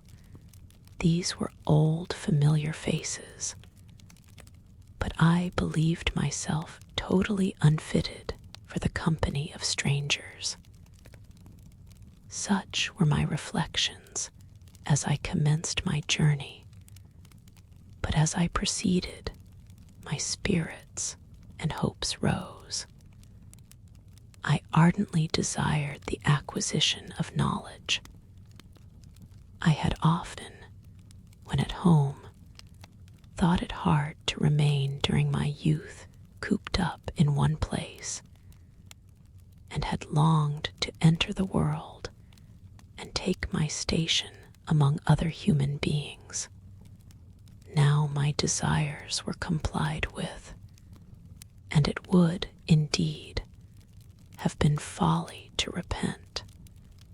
I had sufficient leisure for these, and many other reflections during my journey to Ingolstadt, which was long and fatiguing. At length, the high white steeple of the town met my eyes. I alighted and was conducted to my solitary apartment to spend the evening as I pleased. The next morning, I delivered my letters of introduction and paid a visit to some of the principal professors. Chance, or rather the evil influence, the angel of destruction, which asserted omnipotent sway over me from the moment, turned my reluctant steps from my father's door, led me first to M. Krempe, professor of natural philosophy. He was an uncouth man, but deeply imbued in the secrets of his science. He asked me several questions concerning my progress in the different branches of science, pertaining to natural philosophy.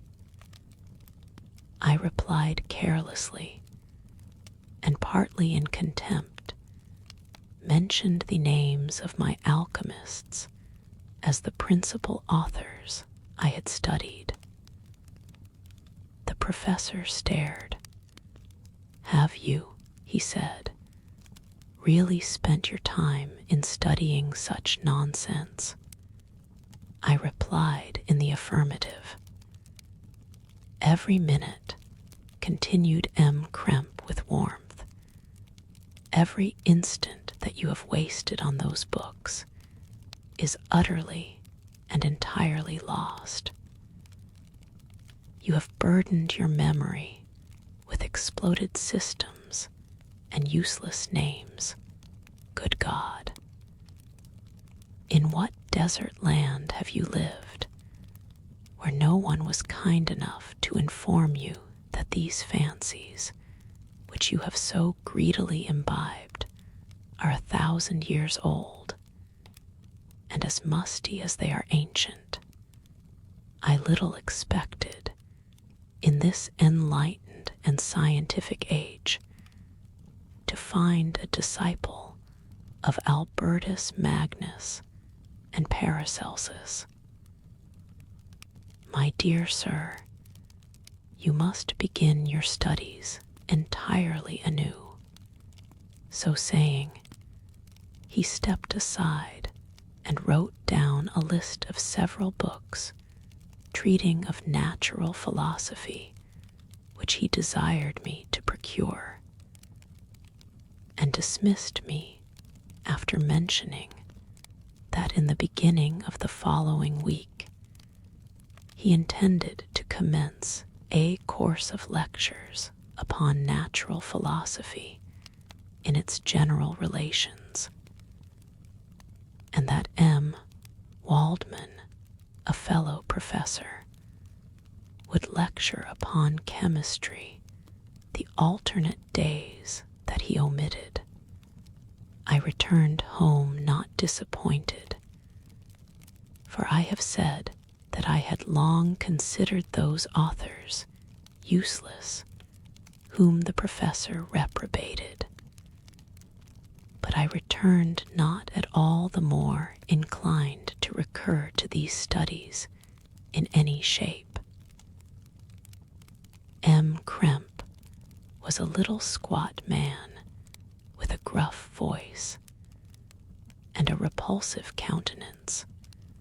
The teacher, therefore, did not prepossess me in favor of his pursuits, in rather a too philosophical and connected a strain, perhaps.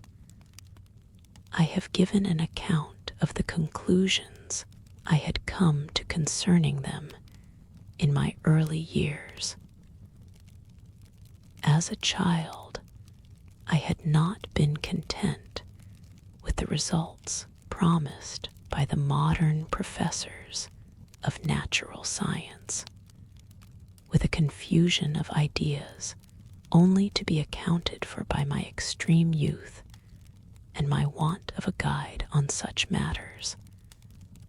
I had retrod the steps of knowledge along the paths of time, and exchanged the discoveries of recent inquirers for the dreams of forgotten alchemists. Besides, I had a contempt for the uses of modern natural philosophy. It was very different when the masters of the science sought immortality and power. Such views, although futile, were grand. But now the scene was changed. The ambition of the inquirer seemed to limit itself to the annihilation of those visions on which my interest in science was chiefly founded. I was required to exchange chimeras of boundless grandeur for realities of little worth. Such were my reflections during the first 2 or 3 days of my residence at Ingolstadt, which were chiefly spent in becoming acquainted with the localities and the principal residents in my new abode. But as the ensuing week commenced, I thought of the information which M. Kremp had given me concerning the lectures, and although I could not consent to go and hear that little conceited fellow deliver sentences out of a pulpit, I recollected what he had said of M. Waldman, whom I had never seen, as he had hitherto been out of town, partly from curiosity and partly from idleness. I went into the lecturing room, which M. Waldman entered shortly after. This professor was very unlike his colleague. He appeared about 50 years of age, but with an aspect expressive of the greatest benevolence. A few gray hairs covered his temples, but those at the back of his head were nearly black. His person was short, but remarkably erect, and his voice the sweetest I had ever heard. He began his lecture by a recapitulation of the history of chemistry and the various improvements made by different men of learning, pronouncing with fervor the names of the most distinguished discoverers. He then took a cursory view of the present state of the science and explained many of its elementary terms. After having made a few preparatory experiments, he concluded with a panegyric upon modern chemistry, the terms of which I shall never forget. The ancient teachers of this science, said he, promised impossibilities and performed nothing. The modern masters promise very little. They know that metals cannot be transmuted, and that the elixir of life is a chimera, but these philosophers, whose hands seem only made to dabble in dirt, and their eyes to pore over the microscope or crucible, have indeed performed miracles. They penetrate into the recesses of nature and show how she works in her hiding places. They ascend into the heavens. They have discovered how the blood circulates and the nature of the air we breathe. They have acquired new and almost unlimited powers.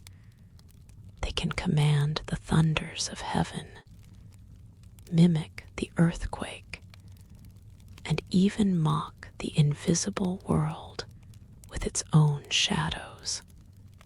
Such were the professor's words. Rather let me say such the words of the fate announced to destroy me.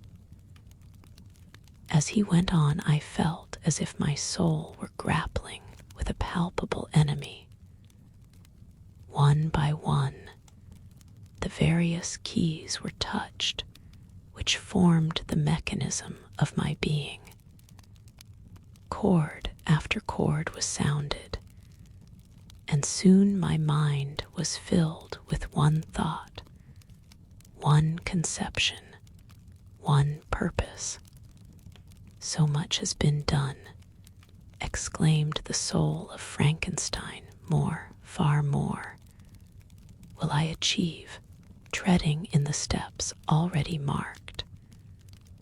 I will pioneer a new way, explore unknown powers, and unfold to the world the deepest mysteries of creation. I closed not my eyes that night. My internal being was in a state of insurrection and turmoil. I felt that order would thence arise, but I had no power to produce it. By degrees, after the morning's dawn, sleep came. I awoke, and my yesternight's thoughts were as a dream. There only remained a resolution to return to my ancient studies and to devote myself to a science for which believed myself to possess a natural talent. On the same day, I paid M. Waldman a visit. His manners in private were even more mild and attractive than in public, for there was a certain dignity in his mien during his lecture, which in his own house was replaced by the greatest affability and kindness. I gave him pretty nearly the same account of my former pursuits as I had given to his fellow professor.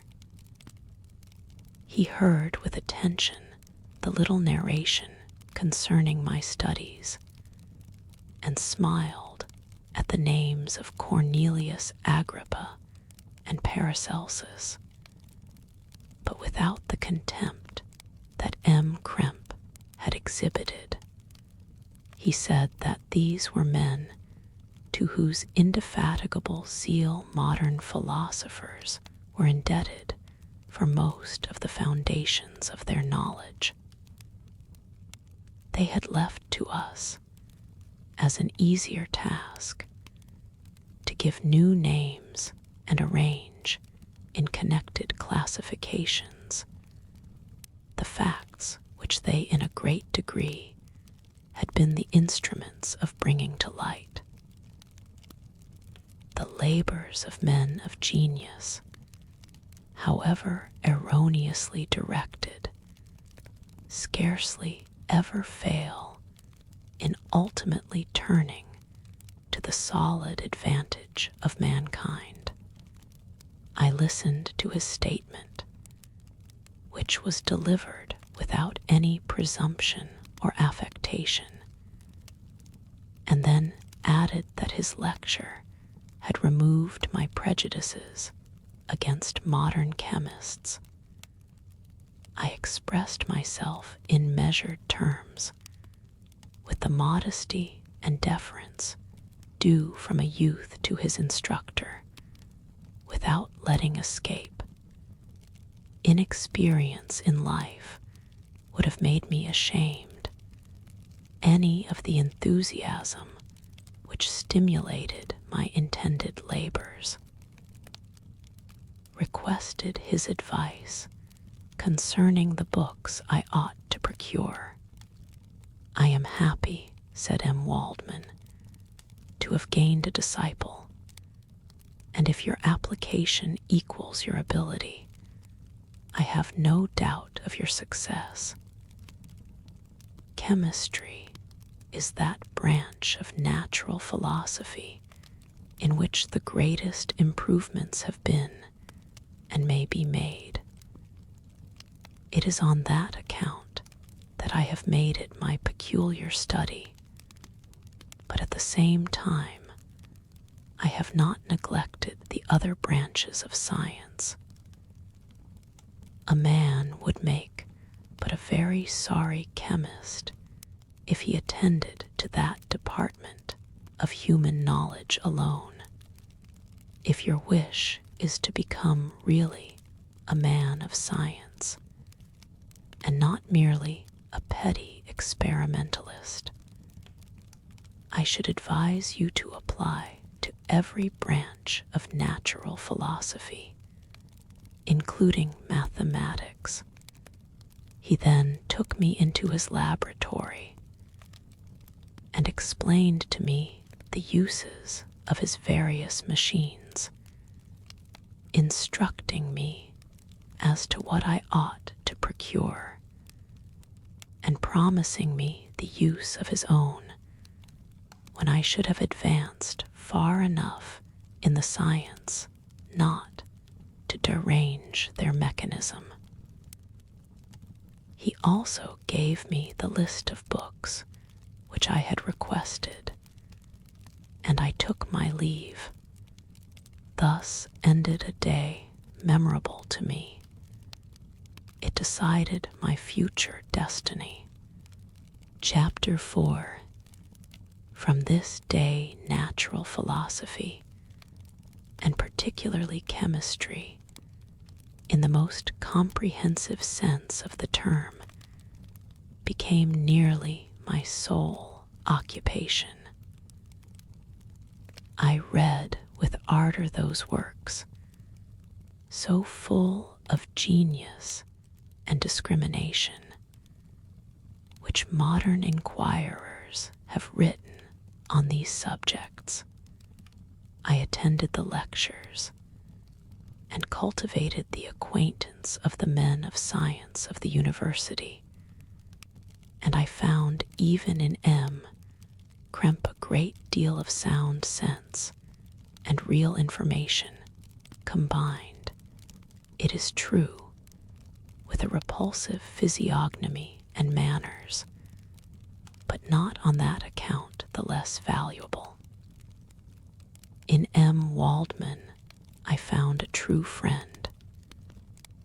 His gentleness was never tinged by dogmatism, and his instructions were given with an air of frankness and good nature that banished every idea of pedantry.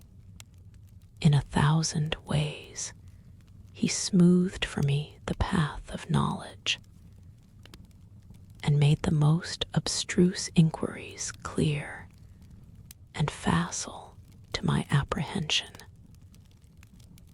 My application was at first fluctuating and uncertain. It gained strength as I proceeded, and soon became so ardent and eager that the stars often disappeared in the light of morning, whilst I was yet engaged in my laboratory. As I applied so closely, it may be easily conceived that my progress was rapid. My ardor was indeed the astonishment of the students, and my proficiency that of the masters. Professor Krempe often asked me, with a sly smile, how Cornelius Agrippa went on, whilst M. Waldman expressed the most heartfelt exultation in my progress. 2 years passed in this manner, during which I paid no visit to Geneva, but was engaged, heart and soul, in the pursuit of some discoveries which I hoped to make. None but those who have experienced them can conceive of the enticements of science. In other studies, you go as far as others have gone before you, and there is nothing more to know. But in a scientific pursuit, there is continual food for discovery and wonder. A mind of moderate capacity, which closely pursues one study, must infallibly arrive at great proficiency in that study. And I, who continually sought the attainment of one object of pursuit, and was solely wrapped up in this, improved so rapidly that at the end of 2 years I made some discoveries in the improvement of some chemical instruments, which procured me great esteem and admiration at the university when I had arrived at this point, and had become as well acquainted with the theory and practice of natural philosophy as depended on the lessons of any of the professors at Ingolstadt. My residence there being no longer conducive to my improvements, I thought of returning to my friends and my native town, when an incident happened that protracted my stay. One of the phenomena which had peculiarly attracted my attention was the structure of the human frame, and indeed any animal endued with life, whence I often asked myself, did the principle of life proceed? It was a bold question, and one which has ever been considered as a mystery. Yet, with how many things are we upon the brink of becoming acquainted, if cowardice or carelessness did not restrain our inquiries.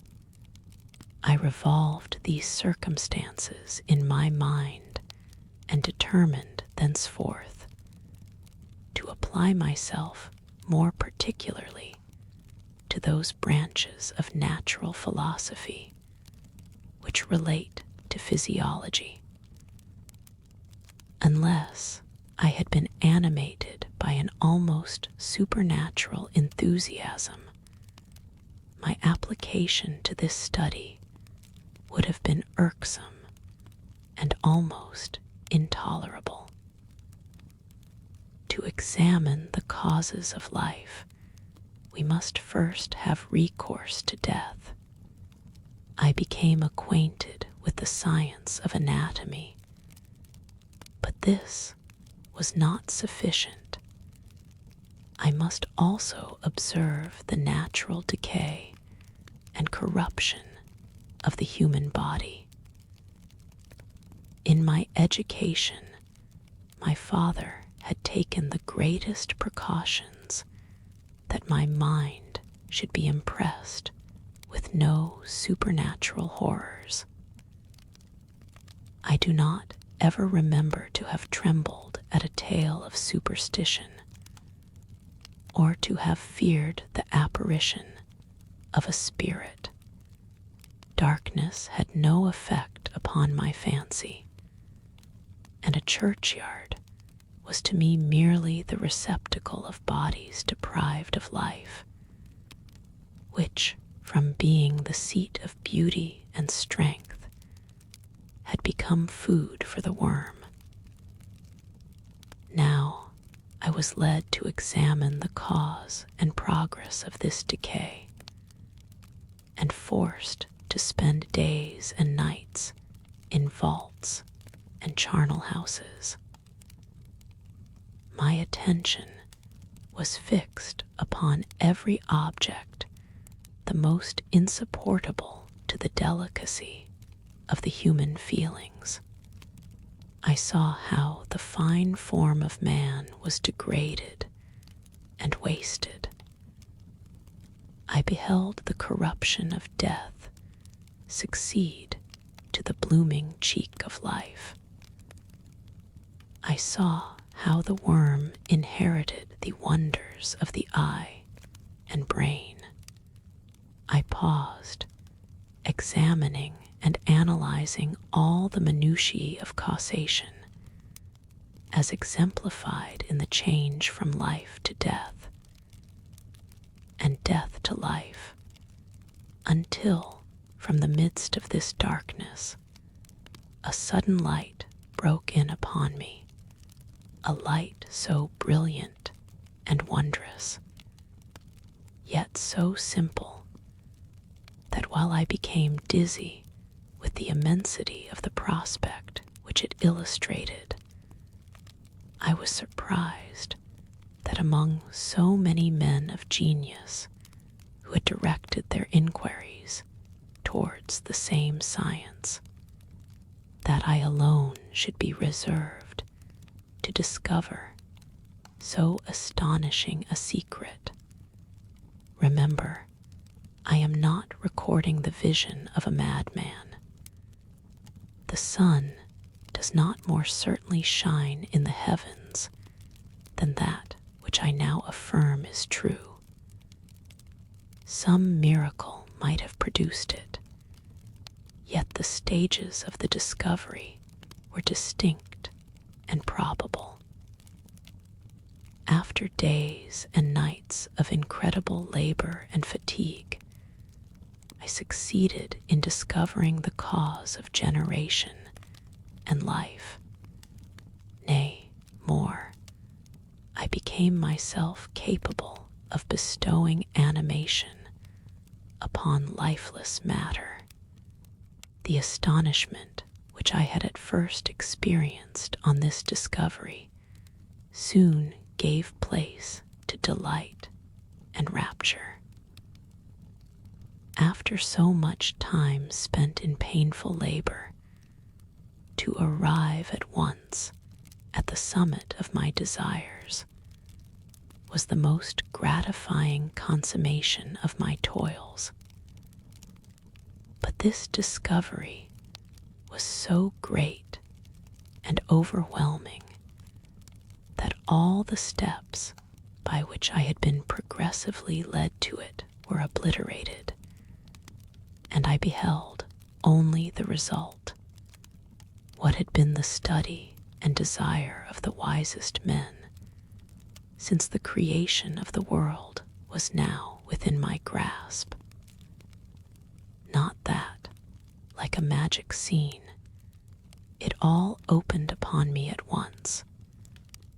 The information I had obtained was of a nature rather to direct my endeavors so soon as I should point them towards the object of my search, than to exhibit that object already accomplished.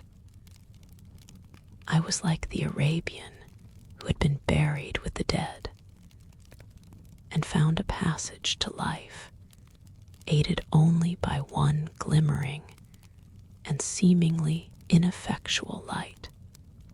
I see by your eagerness and the wonder and hope which your eyes express, my friend, that you expect to be informed of the secret with which I am acquainted. That cannot be. Listen patiently until the end of my story, and you will easily perceive why I am reserved upon that subject.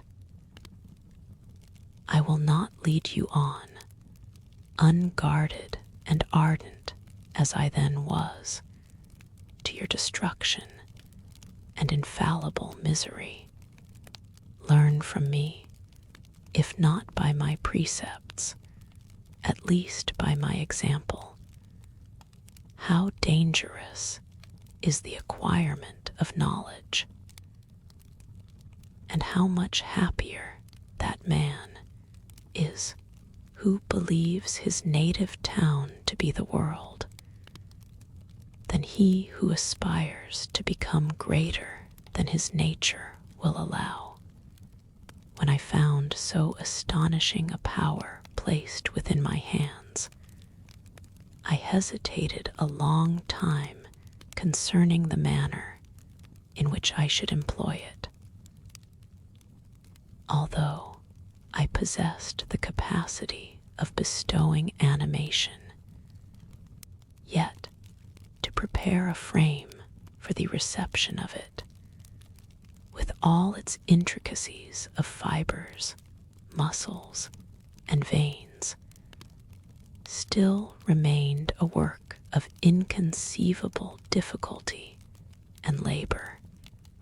I doubted at first whether I should attempt the creation of a being like myself, or one of simpler organization, but my imagination was too much exalted by my first success to permit me to doubt of my ability to give life to an animal as complex and wonderful as man. The materials at present within my command hardly appeared adequate to so arduous an undertaking, but I doubted not that I should ultimately succeed. I prepared myself for a multitude of reverses. My operations might be incessantly baffled, and at last my work be imperfect. Yet, when I considered the improvement which every day takes place in science and mechanics, I was encouraged to hope my present attempts would at least lay the foundations of future success. Nor could I consider the magnitude and complexity of my plan as any argument of its impracticability. It was with these feelings that I began the creation of a human being. As the minuteness of the parts formed a great hindrance to my speed, I resolved, contrary to my first intention, to make the being of a gigantic stature, that is to say, about 8 feet in height and proportionably large. After having formed this determination, and having spent some months in successfully collecting and arranging my materials, I began. No one can conceive the variety of feelings which bore me onwards like a hurricane in the first enthusiasm of success. Life and death appeared to me ideal bounds, which I should first break through and pour a torrent of light into our dark world. A new species would bless me as its creator and source. Many happy and excellent natures would owe their being to me. No father could claim the gratitude of his child so completely as I should deserve theirs. Pursuing these reflections, I thought that if I could bestow animation upon lifeless matter, I might, in process of time, although I now found it impossible, renew life where death had apparently devoted the body to corruption. These thoughts supported my spirits, while I pursued my undertaking with unremitting ardor. My cheek had grown pale with study, and my person had become emaciated with confinement. Sometimes, on the very brink of certainty, I failed, yet still I clung to the hope which the next day or the next hour might realize.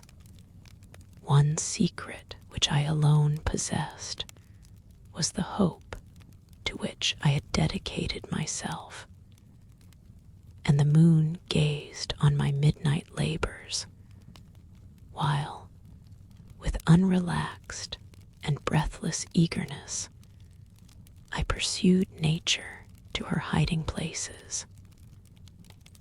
Who shall conceive the horrors of my secret toil as I dabbled among the unhallowed damps of the grave, or tortured the living animal to animate the lifeless clay? My limbs now tremble, and my eyes swim with the remembrance. But then a resistless and almost frantic impulse urged me forward. I seemed to have lost all soul or sensation, but for this one pursuit. It was indeed but a passing trance that only made me feel with renewed acuteness so soon as, the unnatural stimulus ceasing to operate, I had returned to my old habits. I collected bones from charnel houses and disturbed, with profane fingers, the tremendous secrets of the human frame. In a solitary chamber, or rather cell, at the top of the house, and separated from all the other apartments by a gallery and staircase, I kept my workshop of filthy creation.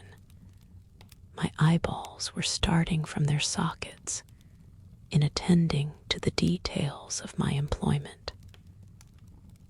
The dissecting room and the slaughterhouse furnished many of my materials, and often did my human nature turn with loathing from my occupation, whilst, still urged on by an eagerness which perpetually increased, I brought my work near to a conclusion.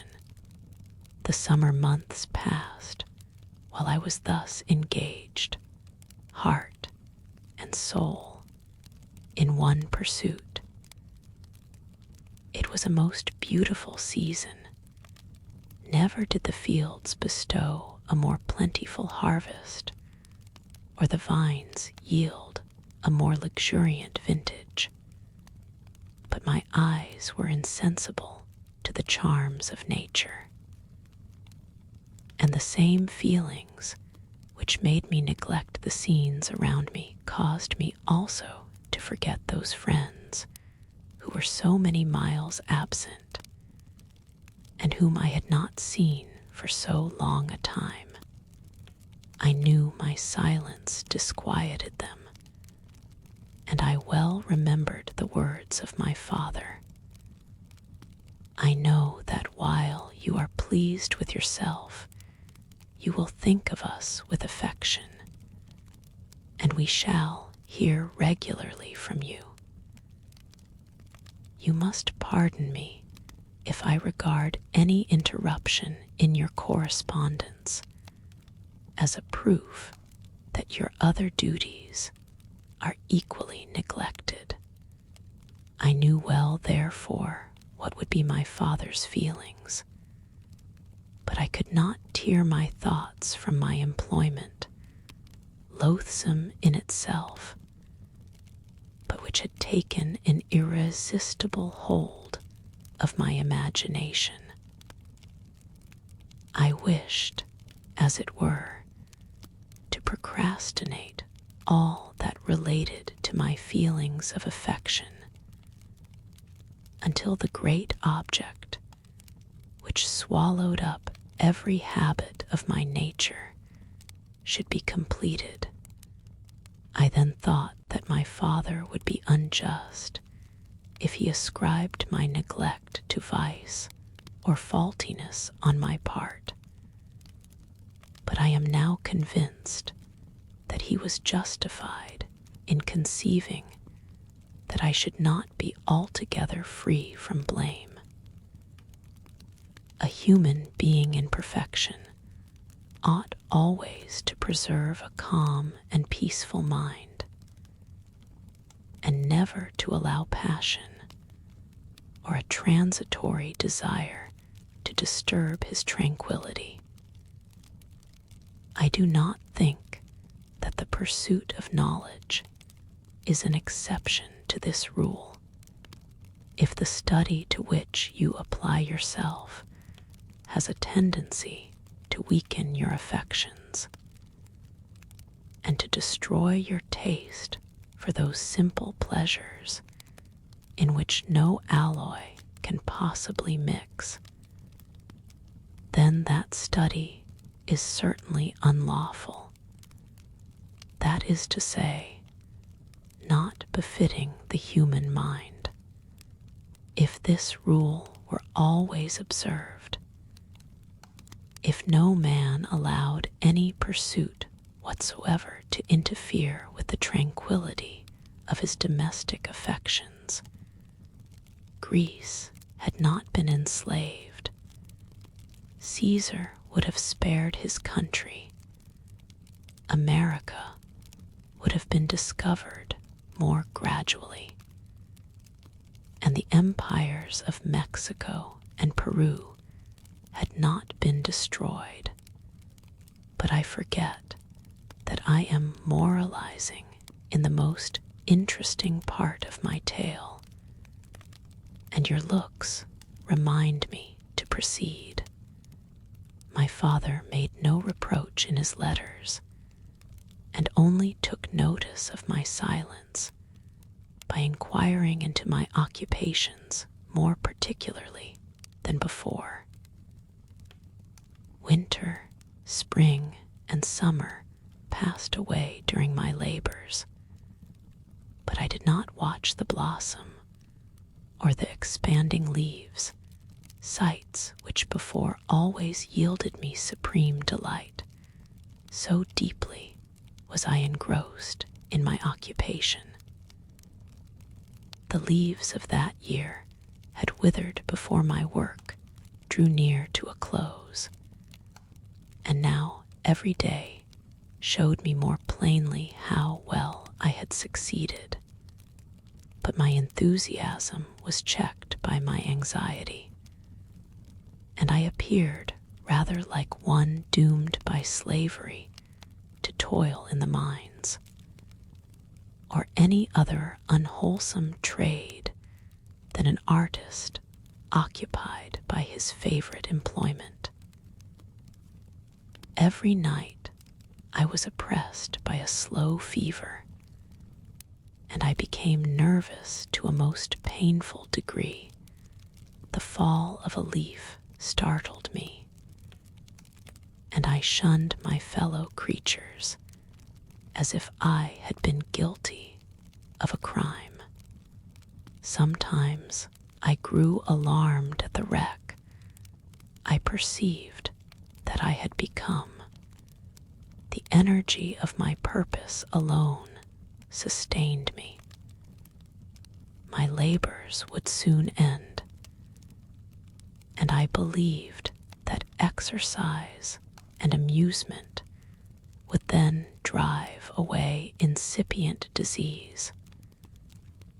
And I promised myself both of these when my creation should be complete. Chapter 5. It was on a dreary night of November that I beheld the accomplishment of my toils.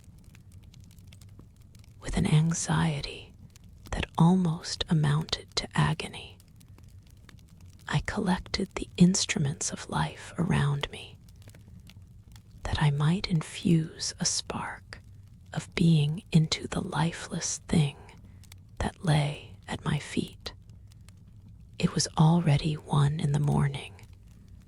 The rain pattered dismally against the panes, and my candle was nearly burnt out, when by the glimmer of the half-extinguished light, I saw the dull yellow eye of the creature open. It breathed hard, and a convulsive motion agitated its limbs. How can I describe my emotions at this catastrophe, or how delineate the wretch whom, with such infinite pains and care, I had endeavored to form? His limbs were in proportion, and I had selected his features as beautiful. Beautiful, great God! His yellow skin scarcely covered the work of muscles and arteries beneath. His hair was of a lustrous black and flowing, his teeth of a pearly whiteness. But these luxuriances only formed a more horrid contrast with his watery eyes that seemed almost of the same color as the dun-white sockets in which they were set. His shriveled complexion and straight black lips, the different accidents of life, are not so changeable as the feelings of human nature. I had worked hard for nearly 2 years for the sole purpose of infusing life into an inanimate body. For this, I had deprived myself of rest and health. I had desired it with an ardor that far exceeded moderation. But now that I had finished, the beauty of the dream vanished, and breathless horror and disgust filled my heart. Unable to endure the aspect of the being I had created, I rushed out of the room and continued a long time traversing my bedchamber, unable to compose my mind to sleep. At length, lassitude succeeded to the tumult I had before endured, and I threw myself on the bed in my clothes, endeavoring to seek a few moments of forgetfulness. But it was in vain. I slept indeed, but I was disturbed by the wildest dreams. I thought I saw Elizabeth, in the bloom of health, walking in the streets of Ingolstadt. Delighted and surprised, I embraced her. But as I imprinted the first kiss on her lips, they became livid with the hue of death. Her features appeared to change, and I thought that I held the corpse of my dead mother in my arms. A shroud enveloped her form, and I saw the grave worms crawling in the folds of the flannel. I started from my sleep with horror. A cold dew covered my forehead, my teeth chattered, and every limb became convulsed. When, by the dim and yellow light of the moon, as it forced its way through the window shutters, I beheld the wretch, the miserable monster whom I had created. He held up the curtain of the bed, and his eyes, if eyes they may be called, were fixed on me. His jaws opened, and he muttered some inarticulate sounds, while a grin wrinkled his cheeks.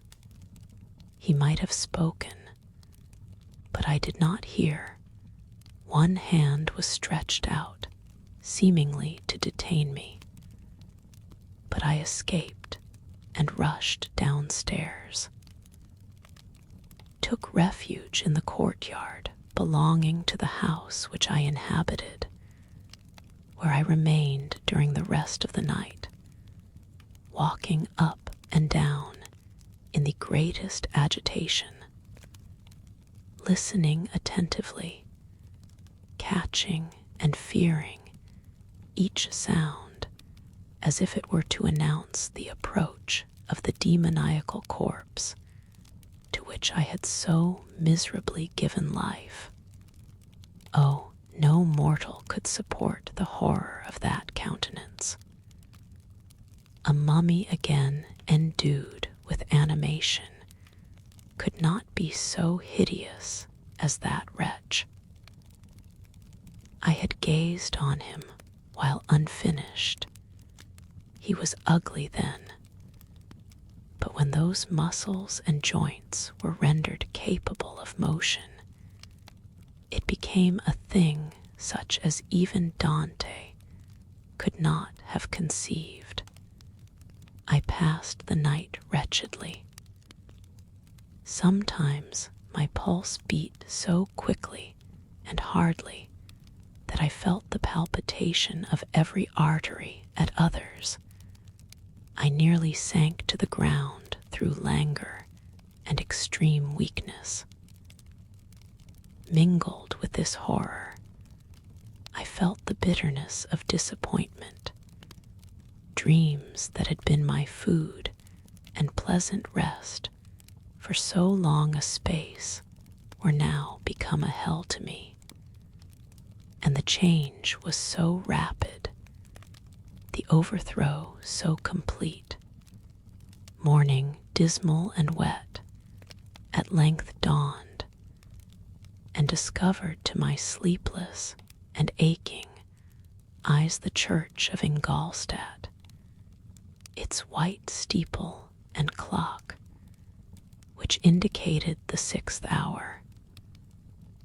The porter opened the gates of the court, which had that night been my asylum, and I issued into the streets, pacing them with quick steps, as if I sought to avoid the wretch whom I feared every turning of the street would present to my view.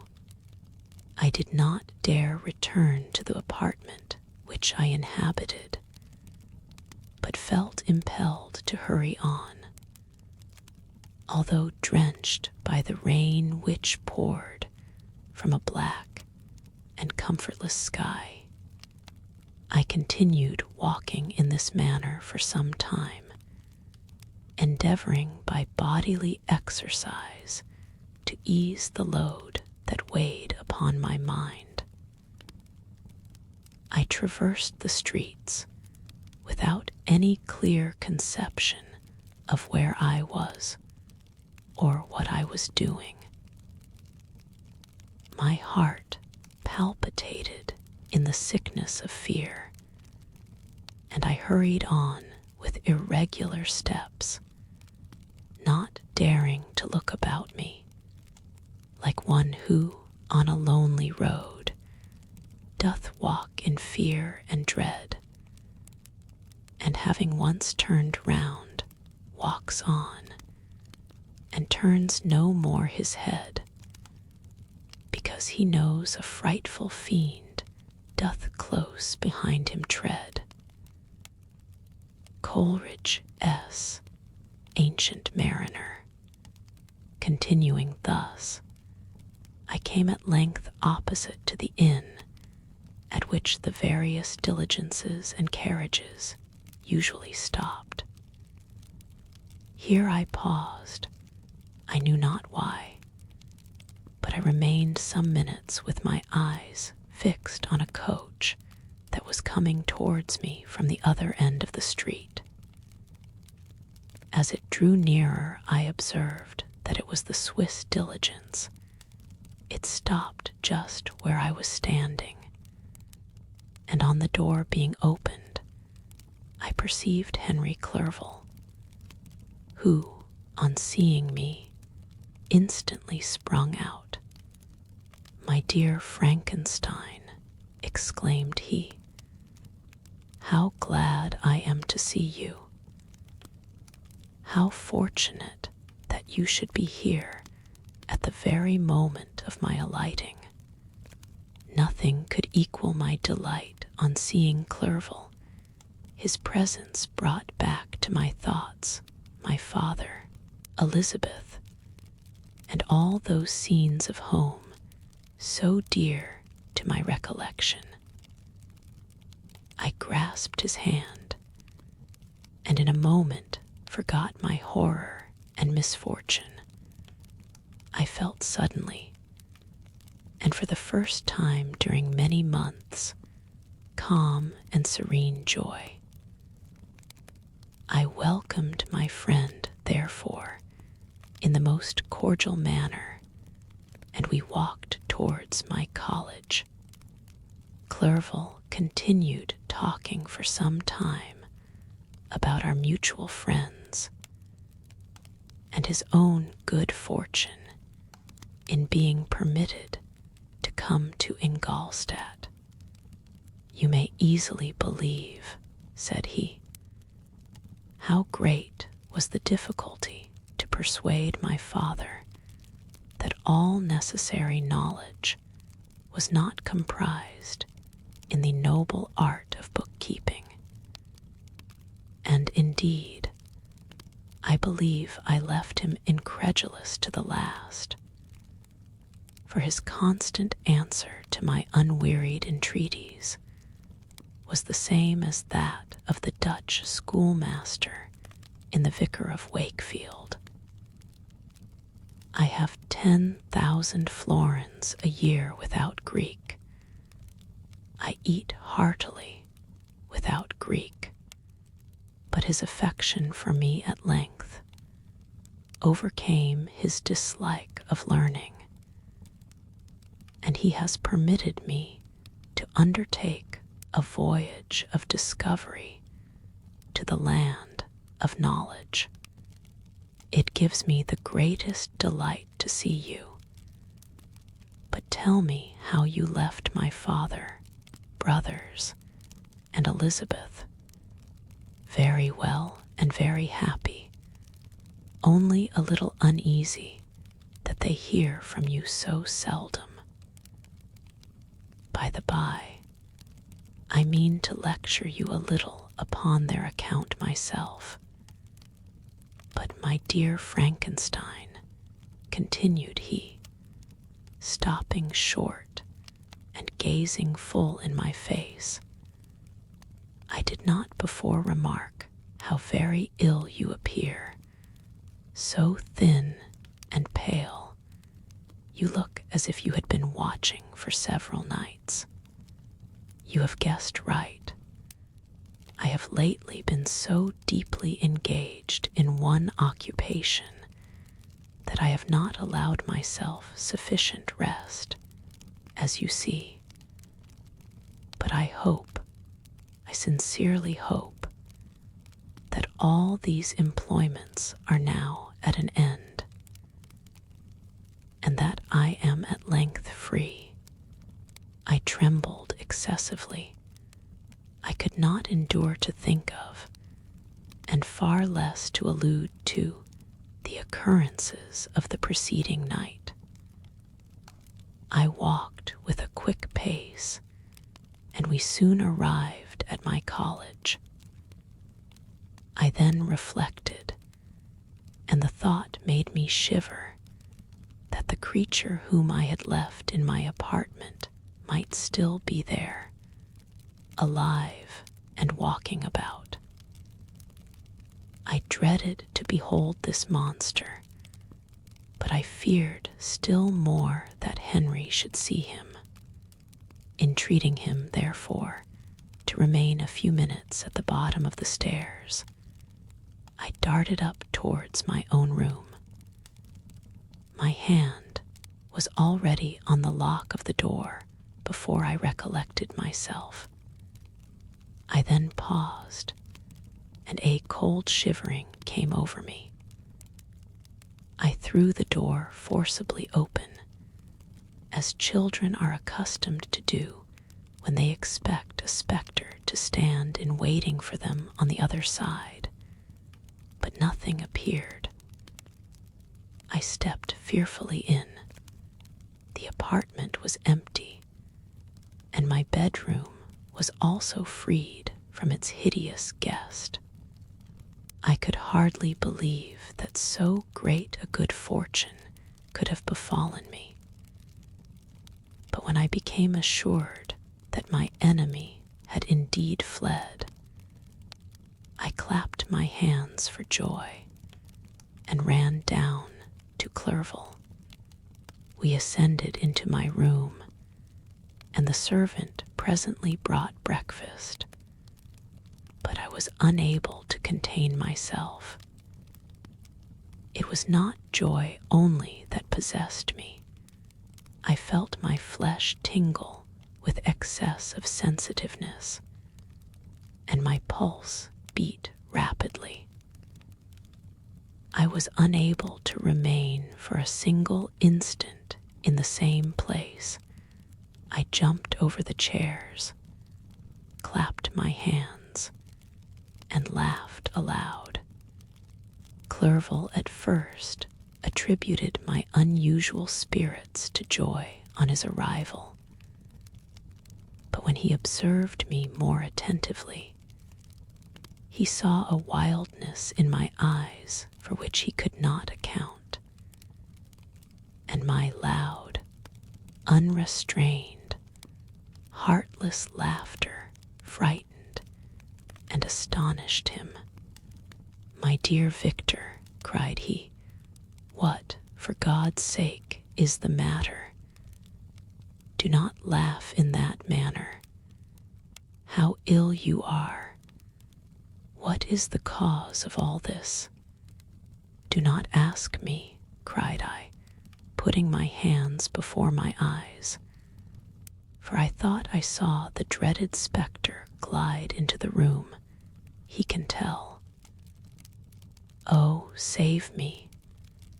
Save me!" I imagined that the monster seized me. I struggled furiously and fell down in a fit. Poor Clerval! What must have been his feelings?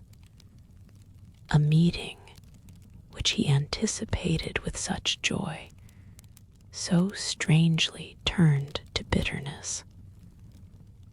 But I was not the witness of his grief, for I was lifeless and did not recover my senses for a long, long time. This was the commencement of a nervous fever which confined me for several months. During all that time, Henry was my only nurse. I afterwards learned that, knowing my father's advanced age and unfitness for so long a journey, and how wretched my sickness would make Elizabeth, he spared them this grief by concealing the extent of my disorder. He knew that I could not have a more kind and attentive nurse than himself, and firm in the hope he felt of my recovery, he did not doubt that, instead of doing harm, he performed the kindest action that he could towards them. But I was in reality very ill, and surely nothing but the unbounded and unremitting attentions of my friend could have restored me to life. The form of the monster on whom I had bestowed existence was forever before my eyes, and I raved incessantly concerning him. Doubtless my words surprised Henry. He at first believed them to be the wanderings of my disturbed imagination, but the pertinacity with which I continually recurred to the same subject persuaded him that my disorder indeed owed its origin to some uncommon and terrible event. By very slow degrees, and with frequent relapses that alarmed and grieved my friend, I recovered. I remember the first time I became capable of observing outward objects with any kind of pleasure. I perceived that the fallen leaves had disappeared, and that the young buds were shooting forth from the trees that shaded my window. It was a divine spring, and the season contributed greatly to my convalescence. I felt also sentiments of joy and affection revive in my bosom. My gloom disappeared, and in a short time I became as cheerful as before I was attacked by the fatal passion.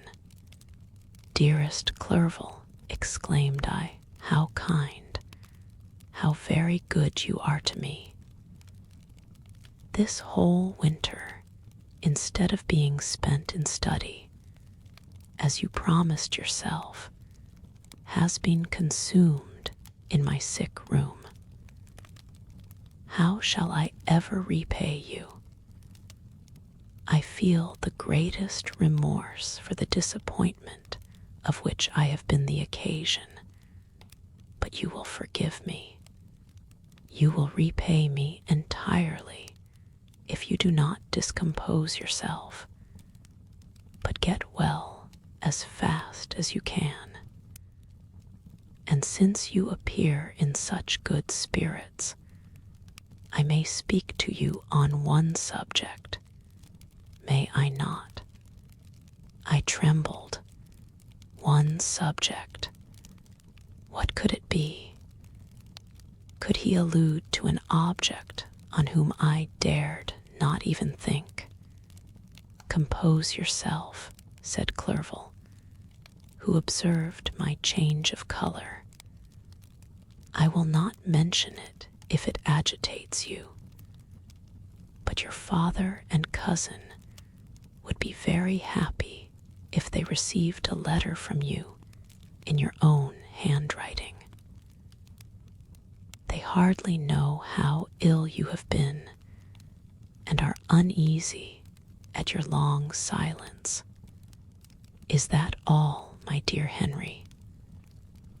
How could you suppose that my first thought would not fly towards those dear, dear friends whom I love and who are so deserving of my love?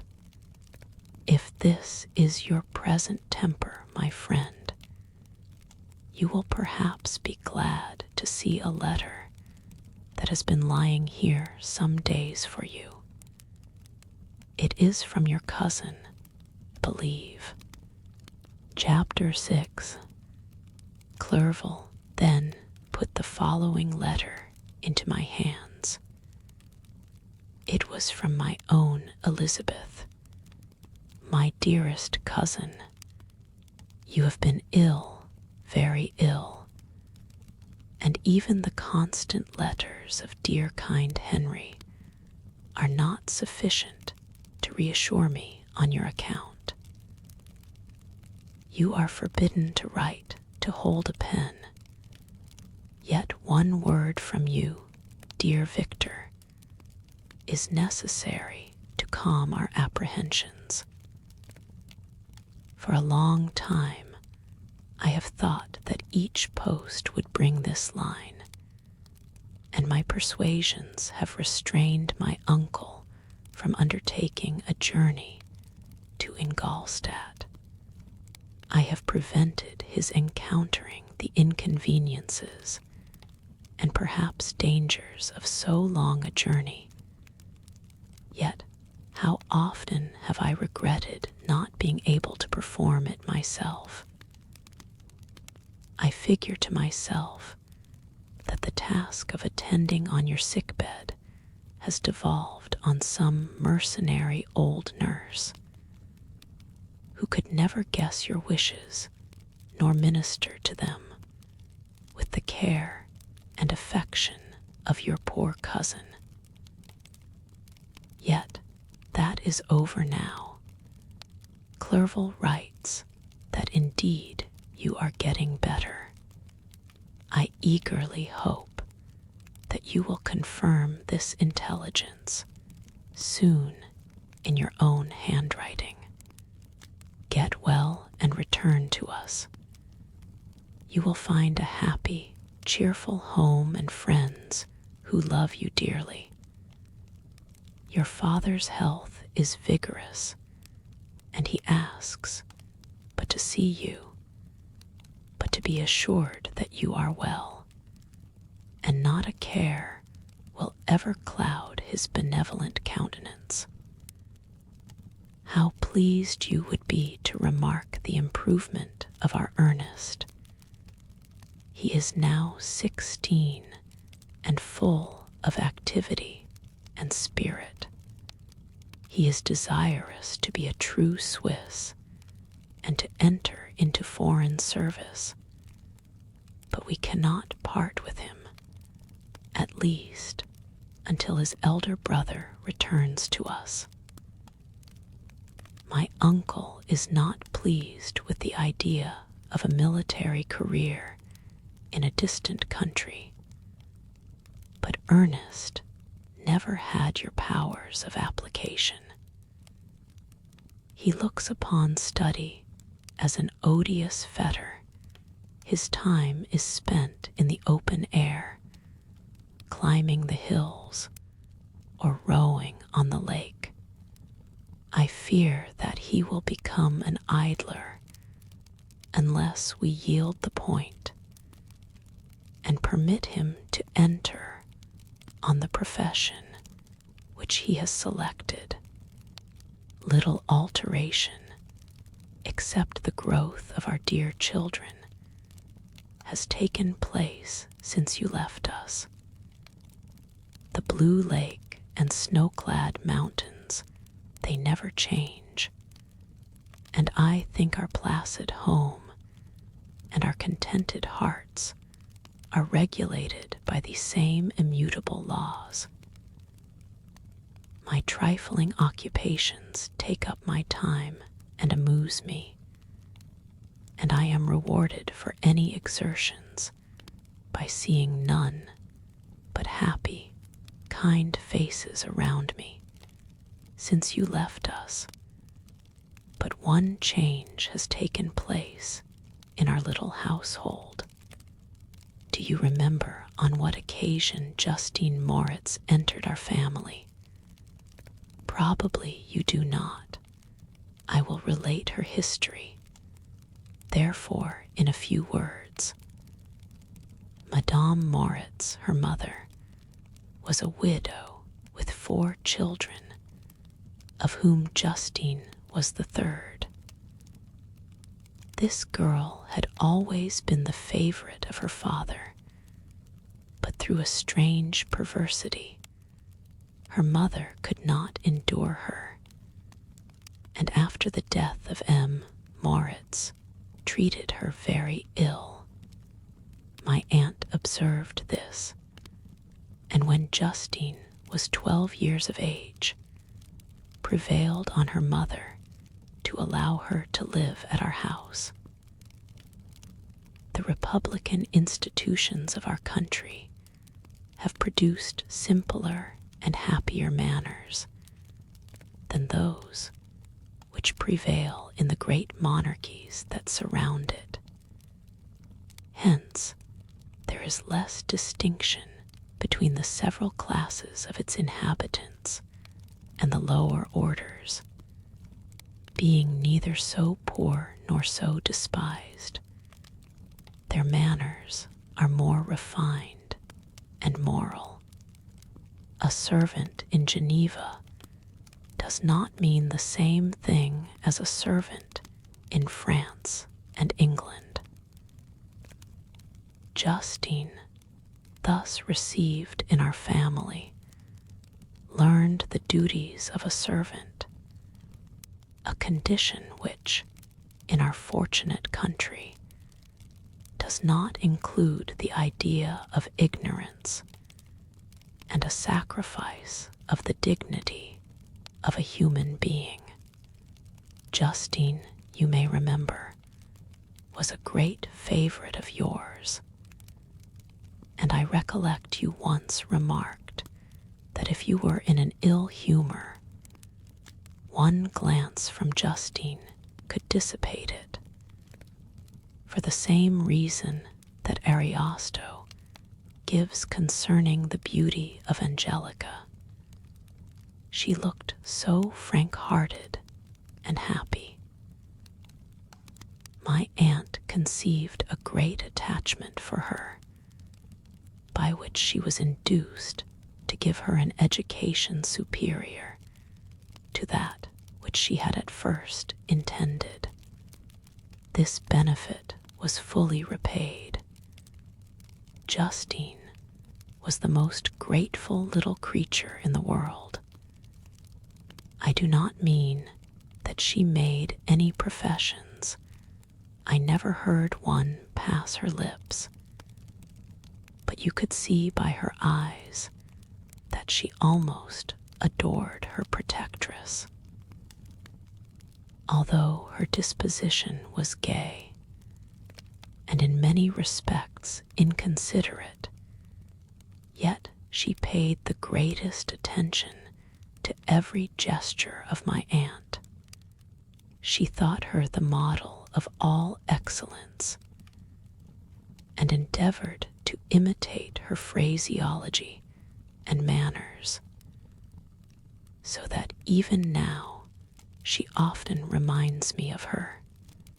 When my dearest aunt died, everyone was too much occupied in their own grief to notice poor Justine, who had attended her during her illness with the most anxious affection. Poor Justine was very ill, but other trials were reserved for her.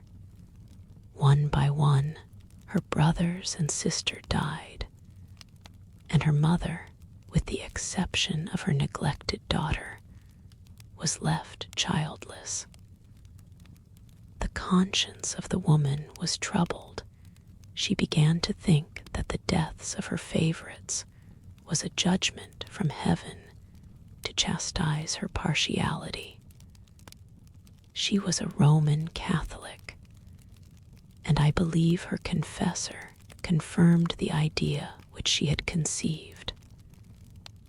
Accordingly, a few months after your departure for Ingolstadt, Justine was called home by her repentant mother. Poor girl, she wept when she quitted our house. She was much altered since the death of my aunt. Grief had given softness and a winning mildness to her manners, which had before been remarkable for vivacity. Nor was her residence at her mother's house of a nature to restore her gaiety. The poor woman was very vacillating in her repentance. She sometimes begged Justine to forgive her unkindness, but much oftener accused her of having caused the deaths of her brothers and sister. Perpetual fretting at length threw Madame Moritz into a decline, which at first increased her irritability, but she is now at peace forever. She died on the first approach of cold weather at the beginning of this last winter. Justine has just returned to us, and I assure you I love her tenderly. She is very clever and gentle, and extremely pretty, as I mentioned before. Her mien and her expression continually remind me of my dear aunt. I must say also a few words to you, my dear cousin, of little darling William. I wish you could see him. He is very tall of his age, with sweet, laughing blue eyes, dark eyelashes, and curling hair. When he smiles, 2 little dimples appear on each cheek, which are rosy with health. He has already had 1 or 2 little wives, but Louisa Byron is his favorite, a pretty little girl of 5 years of age. Now, dear Victor, I dare say you wish to be indulged in a little gossip concerning the good people of Geneva. The pretty Miss Mansfield has already received the congratulatory visits on her approaching marriage with a young Englishman, John Melbourne, esque. Her ugly sister, Manon, married M. Duviat, the rich banker, last autumn. Your favorite schoolfellow, Louis Manoir, has suffered several misfortunes since the departure of Clerval from Geneva, but he has already recovered his spirits and is reported to be on the point of marrying a lively, pretty Frenchwoman, Madame Tavernier. She is a widow and much older than Manoir, but she is very much admired and a favorite with everybody. I have written myself into better spirits, dear cousin, but my anxiety returns upon me as I conclude. Write, dearest Victor. One line, one word will be a blessing to us. 10,000 thanks to Henry for his kindness, his affection, and his many letters. We are sincerely grateful. Adieu. My cousin, take care of yourself, and I entreat you, write. Elizabeth Lavenza, Geneva, March 18th, 17. Dear, dear Elizabeth, I exclaimed when I had read her letter. I will write instantly and relieve them from the anxiety they must feel. I wrote, and this exertion greatly fatigued me, but my convalescence had commenced and proceeded regularly. In another fortnight, I was able to leave my chamber. One of my first duties on my recovery was to introduce Clerval to the several professors of the university. In doing this, I underwent a kind of rough usage, ill befitting the wounds that my mind had sustained. Ever since the fatal night, the end of my labors, and the beginning of my misfortunes, I had conceived a violent antipathy even to the name of natural philosophy. When I was otherwise quite restored to health, the sight of a chemical instrument would renew all the agony of my nervous symptoms. Henry saw this and had removed all my apparatus from my view. He had also changed my apartment, for he perceived that I had acquired a dislike for the room, which had previously been my laboratory. But these cares of Clerval were made of no avail when I visited the professors. M. Waldman inflicted torture when he praised, with kindness and warmth, the astonishing progress I had made in the sciences.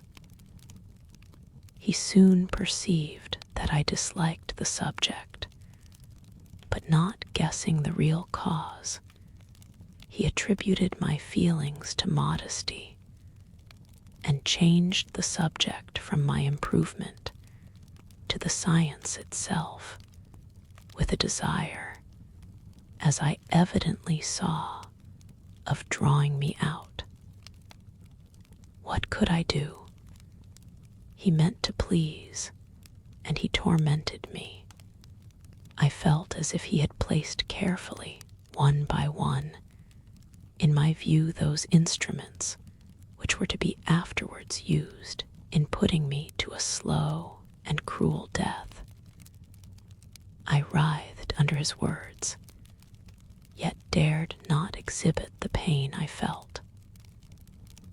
Clerval, whose eyes and feelings were always quick in discerning the sensations of others, declined the subject, alleging in excuse his total ignorance, and the conversation took a more general turn. I thanked my friend from my heart, but I did not speak. I saw plainly that he was surprised, but he never attempted to draw my secret from me. And although loved him with a mixture of affection and reverence that knew no bounds, yet I could never persuade myself to confide in him that event which was so often present to my recollection, but which I feared the detail to another would only impress more deeply. M. Krempe was not equally docile, and in my condition at that time of almost insupportable sensitiveness, his harsh, blunt encomiums gave me even more pain than the benevolent approbation of M. Waldman. D.N. the fellow, cried he. Why, M. Clerval, I assure you he has outstripped us all. I stare if you please, but it is nevertheless true. A youngster who, but a few years ago, believed in Cornelius Agrippa as firmly as in the gospel, has now set himself at the head of the university, and if he is not soon pulled down, we shall all be out of countenance. I, continued he, observing my face expressive of suffering, M. Frankenstein is modest, an excellent quality in a young man. Young men should be diffident of themselves. You know, M. Clerval, I was myself when young, but that wears out in a very short time. M. Krempe had now commenced an eulogy on himself, which happily turned the conversation from a subject that was so annoying to me. Clerval had never sympathized in my tastes for natural science, and his literary pursuits differed wholly from those which had occupied me. He came to the university with the design of making himself complete master of the Oriental languages, and thus he should open a field for the plan of life he had marked out for himself. Resolved to pursue no inglorious career, he turned his eyes toward the east as affording scope for his spirit of enterprise. The Persian, Arabic, and Sanskrit languages engaged his attention, and I was easily induced to enter on the same studies. Idleness had ever been irksome to me, and now that I wished to fly from reflection and hated my former studies, I felt great relief in being the fellow pupil with my friend, and found not only instruction but consolation in the works of the Orientalists. I did not, like him, attempt a critical knowledge of their dialects, for I did not contemplate making any other use of them than temporary amusement. I read merely to understand their meaning, and they well repaid my labors. Their melancholy is soothing, and their joy elevating to a degree I never experienced in studying the authors of any other country.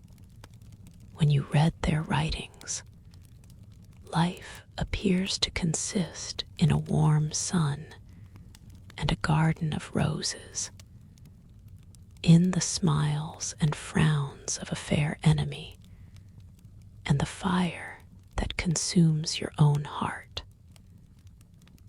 How different from the manly and heroical poetry of Greece and Rome. Summer passed away in these occupations, and my return to Geneva was fixed for the latter end of autumn. But being delayed by several accidents, winter and snow arrived. The roads were deemed impassable, and my journey was retarded until the ensuing spring. I felt this delay very bitterly, for I longed to see my native town and my beloved friends. My return had only been delayed so long from an unwillingness to leave Clerval in a strange place before he had become acquainted with any of its inhabitants. The winter, however, was spent cheerfully, and although the spring was uncommonly late, when it came its beauty compensated for its dilatoriness. The month of May had already commenced, and I expected the letter daily which was to fix the date of my departure, when Henry proposed a pedestrian tour in the environs of Ingolstadt, that I might bid a personal farewell to the country I had so long inhabited. I acceded with pleasure to this proposition. I was fond of exercise, and Clerval had always been my favorite companion in the ramble of this nature that I had taken among the scenes of my native country. We passed a fortnight in these perambulations. My health and spirits had long been restored, and they gained additional strength from the salubrious air breathed, the natural incidents of our progress, and the conversation of my friend. Study had before secluded me from the intercourse of my fellow creatures, and rendered me unsocial, but Clerval called forth the better feelings of my heart. He again taught me to love the aspect of nature and the cheerful faces of children.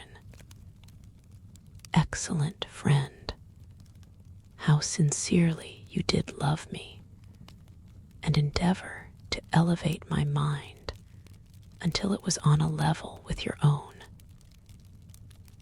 A selfish pursuit had cramped and narrowed me, until your gentleness and affection warmed and opened my senses.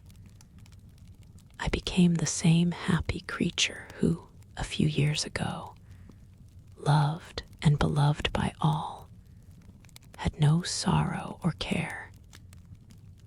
When happy, inanimate nature had the power of bestowing on me the most delightful sensations.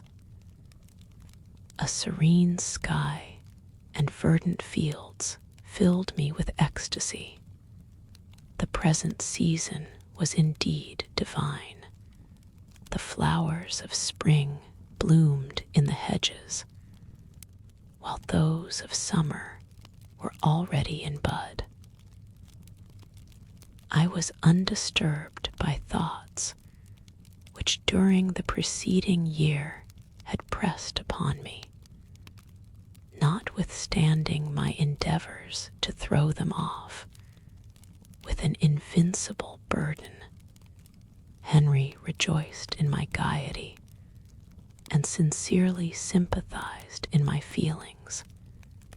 He exerted himself to amuse me, while he expressed the sensations that filled his soul. The resources of his mind on this occasion were truly astonishing. His conversation was full of imagination, and very often, in imitation of the Persian and Arabic writers, he invented tales of wonderful fancy and passion.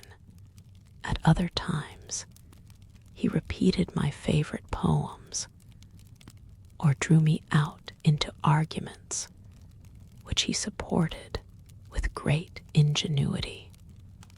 We returned to our college on a Sunday afternoon. The peasants were dancing, and everyone we met appeared gay and happy. My own spirits were high, and I bounded along with feelings of unbridled joy and hilarity. Chapter 7. On my return, I found the following letter from my father. My dear Victor, you have probably waited impatiently for a letter to fix the date of your return to us, and I was at first tempted to write only a few lines, merely mentioning the day on which I should expect you. But that would be a cruel kindness, and I dare not do it. What would be your surprise, my son, when you expected a happy and glad welcome, to behold, on the contrary, tears and wretchedness? And how, Victor, can I relate our misfortune? Absence cannot have rendered you callous to our joys and griefs. And how shall I inflict pain on my long-absent son? I wish to prepare you for the woeful news, but I know it is impossible. Even now, your eye skims over the page to seek the words which are to convey to you the horrible tidings.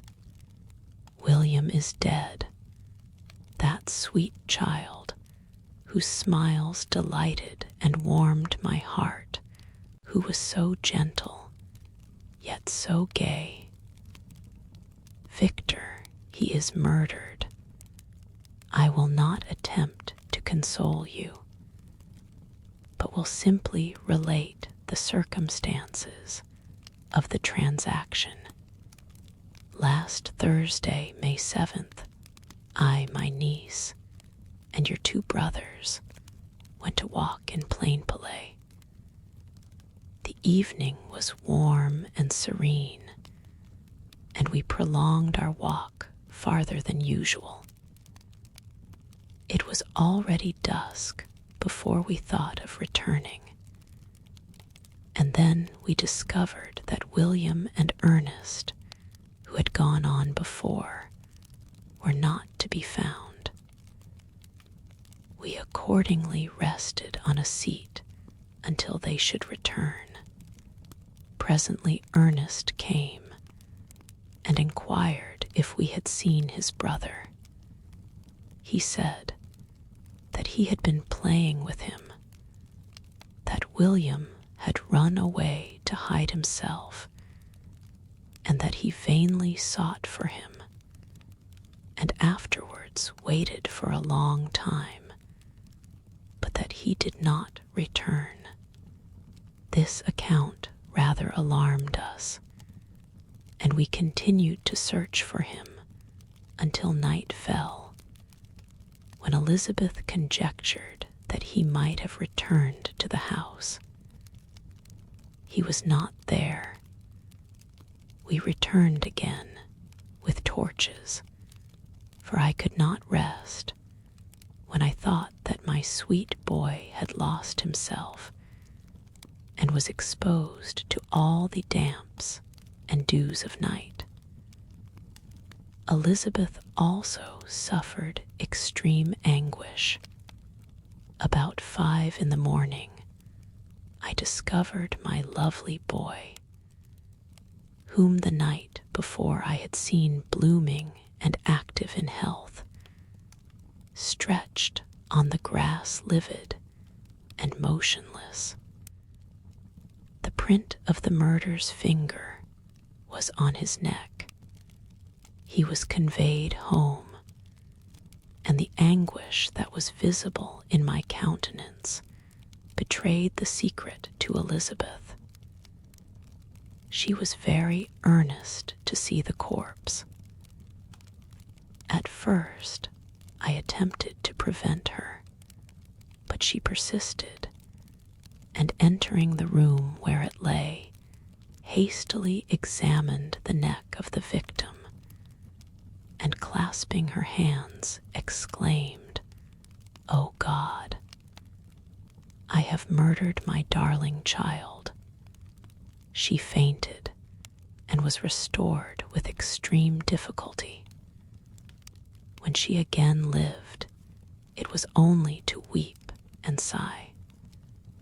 She told me that that same evening William had teased her to let him wear a very valuable miniature that she possessed of your mother.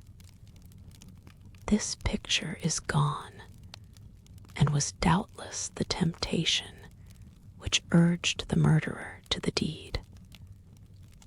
We have no trace of him at present, although our exertions to discover him are unremitted, but they will not restore my beloved William. Come, dearest Victor, you alone can console Elizabeth. She weeps continually and accuses herself unjustly as the cause of his death. Her words pierce my heart. We are all unhappy, but will not that be an additional motive for you, my son, to return and be our comforter? Your dear mother. Alas, Victor, I now say, thank God she did not live to witness the cruel, miserable death of her youngest darling. Come, Victor, not brooding thoughts of vengeance against the assassin, but with feelings of peace and gentleness that will heal, instead of festering, the wounds of our minds. Enter the house of mourning, my friend, but with kindness and affection for those who love you, and not with hatred for your enemies. Your affectionate and afflicted father, Alphonse Frankenstein.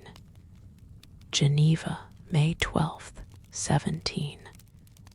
Clerval, who had watched my countenance as I read this letter, was surprised to observe the despair that succeeded the joy I at first expressed on receiving news from my friends. I threw the letter on the table and covered my face with my hands.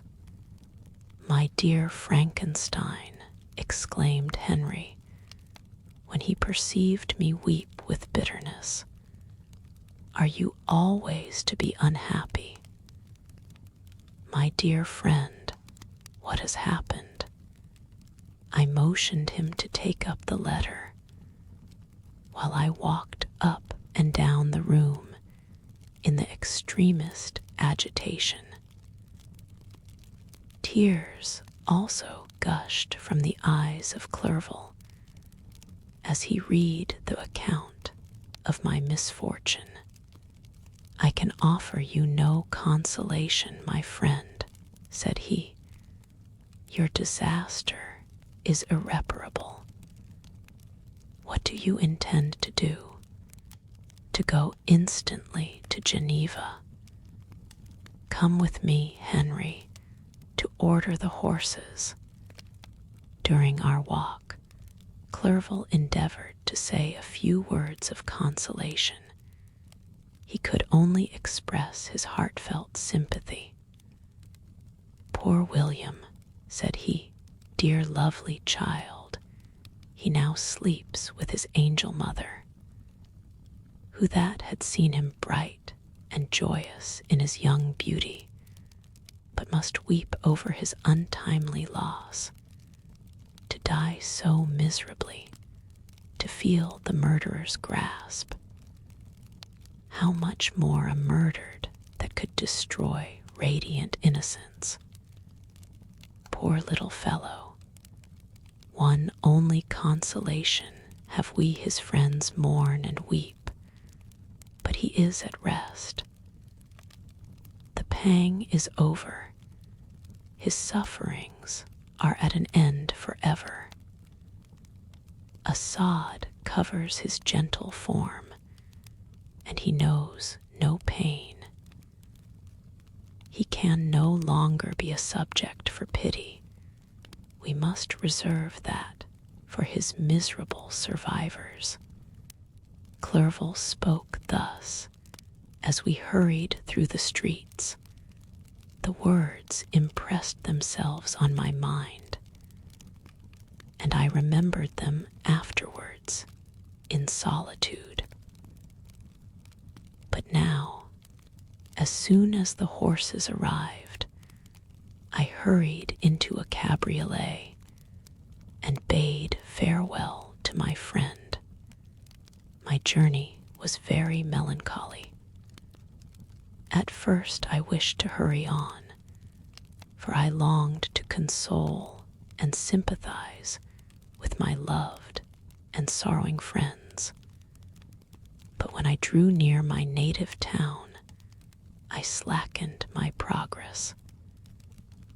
I could hardly sustain the multitude of feelings that crowded into my mind. I passed through scenes familiar to my youth, but which I had not seen for nearly 6 years. How altered everything might be during that time. One sudden and desolating change had taken place, but 1,000 little circumstances might have by degrees worked other alterations, which, although they were done more tranquilly, might not be the less decisive. Fear overcame me. I dared no advance, dreading 1,000 nameless evils that made me tremble, although I was unable to define them. I remained 2 days at Lausanne in this painful state of mind. I contemplated the lake. The waters were placid, all around was calm, and the snowy mountains, the palaces of nature, were not changed. By degrees, the calm and heavenly scene restored me, and I continued my journey towards Geneva. The road ran by the side of the lake, which became narrower as I approached my native town. I discovered more distinctly the black sides of Jura and the bright summit of Mont Blanc. I wept like a child. Dear mountains, my own beautiful lake, how do you welcome your wanderer? Your summits are clear, the sky and lake are blue and placid. Is this to prognosticate peace, or to mock at my unhappiness? I fear, my friend, that I shall render myself tedious by dwelling on these preliminary circumstances. But they were days of comparative happiness, and I think of them with pleasure. My country, my beloved country, who but a native can tell the delight I took in again, beholding thy streams, thy mountains, and more than all, thy lovely lake. Yet, as I drew nearer home, grief and fear again overcame me. Night also closed around, and when I could hardly see the dark mountains, I felt still more gloomily. The picture appeared a vast and dim scene of evil, and I foresaw obscurely that I was destined to become the most wretched of human beings. Alas, I prophesied truly, and failed only in one single circumstance, that in all the misery I imagined and dreaded, I did not conceive the 100th part of the anguish I was destined to endure. It was completely dark when I arrived in the environs of Geneva. The gates of the town were already shut, and I was obliged to pass the night at Secherin, a village at the distance of half a league from the city. The sky was serene and, as I was unable to rest, I resolved to visit the spot where my poor William had been murdered. As I could not pass through the town, I was obliged to cross the lake in a boat to arrive at Plainpalais. During this short voyage, I saw the lightning playing on the summit of Mont Blanc in the most beautiful figures. The storm appeared to approach rapidly, and on landing, I ascended a low hill that I might observe its progress. It advanced, the heavens were clouded, and I soon felt the rain coming slowly in large drops, but its violence quickly increased. I quitted my seat and walked on, although the darkness and storm increased every minute, and the thunder burst with a terrific crash over my head. It was echoed from Salers, the Juras, and the Alps of Savoy. Vivid flashes of lightning dazzled my eyes, illuminating the lake, making it appear like a vast sheet of fire. Then, for an instant, everything seemed of a pitchy darkness, until the eye recovered itself from the preceding flash. The storm, as is often the case in Switzerland, appeared at once in various parts of the heavens. The most violent storm hung exactly north of the town, over the part of the lake which lies between the promontory of Bellerive and the village of Coppert. Another storm enlightened Jura with faint flashes, and another darkened and sometimes disclosed the mole, a peaked mountain to the east of the lake. While I watched the tempest, so beautiful yet terrific, I wandered on with a hasty step. This noble war in the sky elevated my spirits, I clasped my hands and exclaimed aloud, "William, dear angel, this is thy funeral, this thy dirge." As I said these words, I perceived in the gloom a figure which stole from behind a clump of trees near me. I stood fixed, gazing intently. I could not be mistaken. A flash of lightning illuminated the object and discovered its shape plainly to me, its gigantic stature, and the deformity of its aspect more hideous than belongs to humanity, instantly informed me that it was the wretch, the filthy demon, to whom I had given life. What did he there? Could he be, I shuddered at the conception, the murderer of my brother?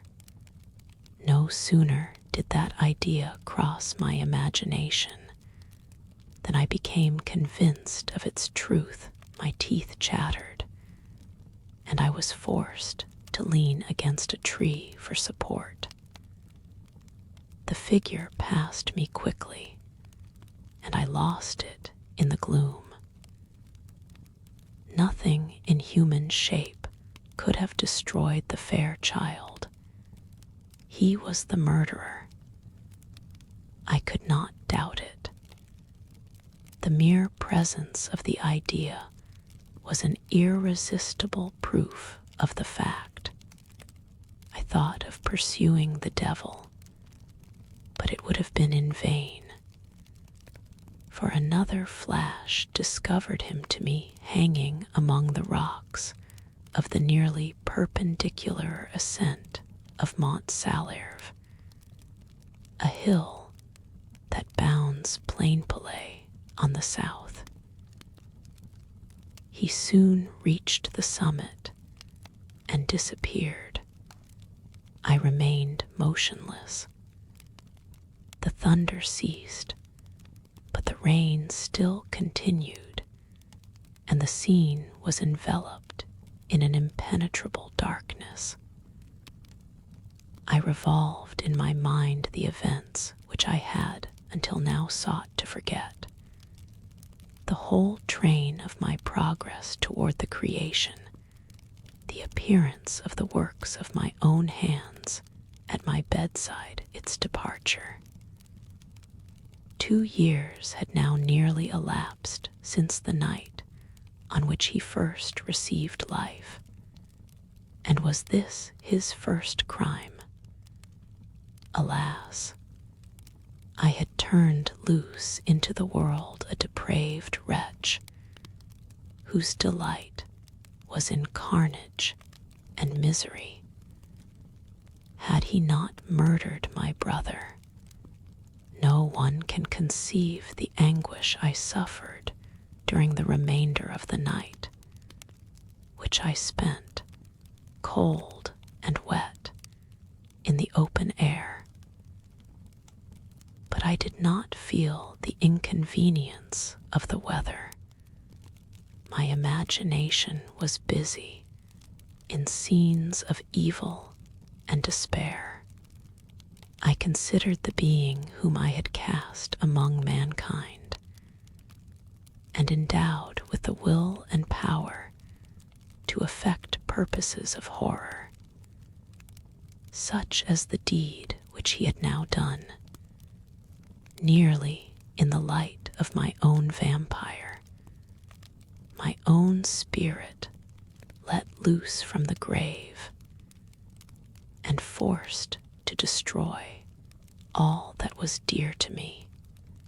Day dawned, and I directed my steps towards the town. The gates were open, and I hastened to my father's house. My first thought was to discover what I knew of the murderer and cause instant pursuit to be made. But I paused when I reflected on the story that I had to tell. A being whom I myself had formed and endued with life had met me at midnight among the precipices of an inaccessible mountain. I remembered also the nervous fever with which I had been seized just at the time that I dated my creation, and which would give an air of delirium to a tale otherwise so utterly improbable. I well knew that if any other had communicated such a relation to me, I should have looked upon it as the ravings of insanity. Besides, the strange nature of the animal would elude all pursuit, even if I were so far credited as to persuade my relatives to commence it. And then of what use would be pursuit? Who could arrest a creature capable of scaling the overhanging sides of Mont Salérve? These reflections determined me, and I resolved to remain silent. It was about 5 in the morning when I entered my father's house. I told the servants not to disturb the family, and went into the library to attend their usual hour of rising.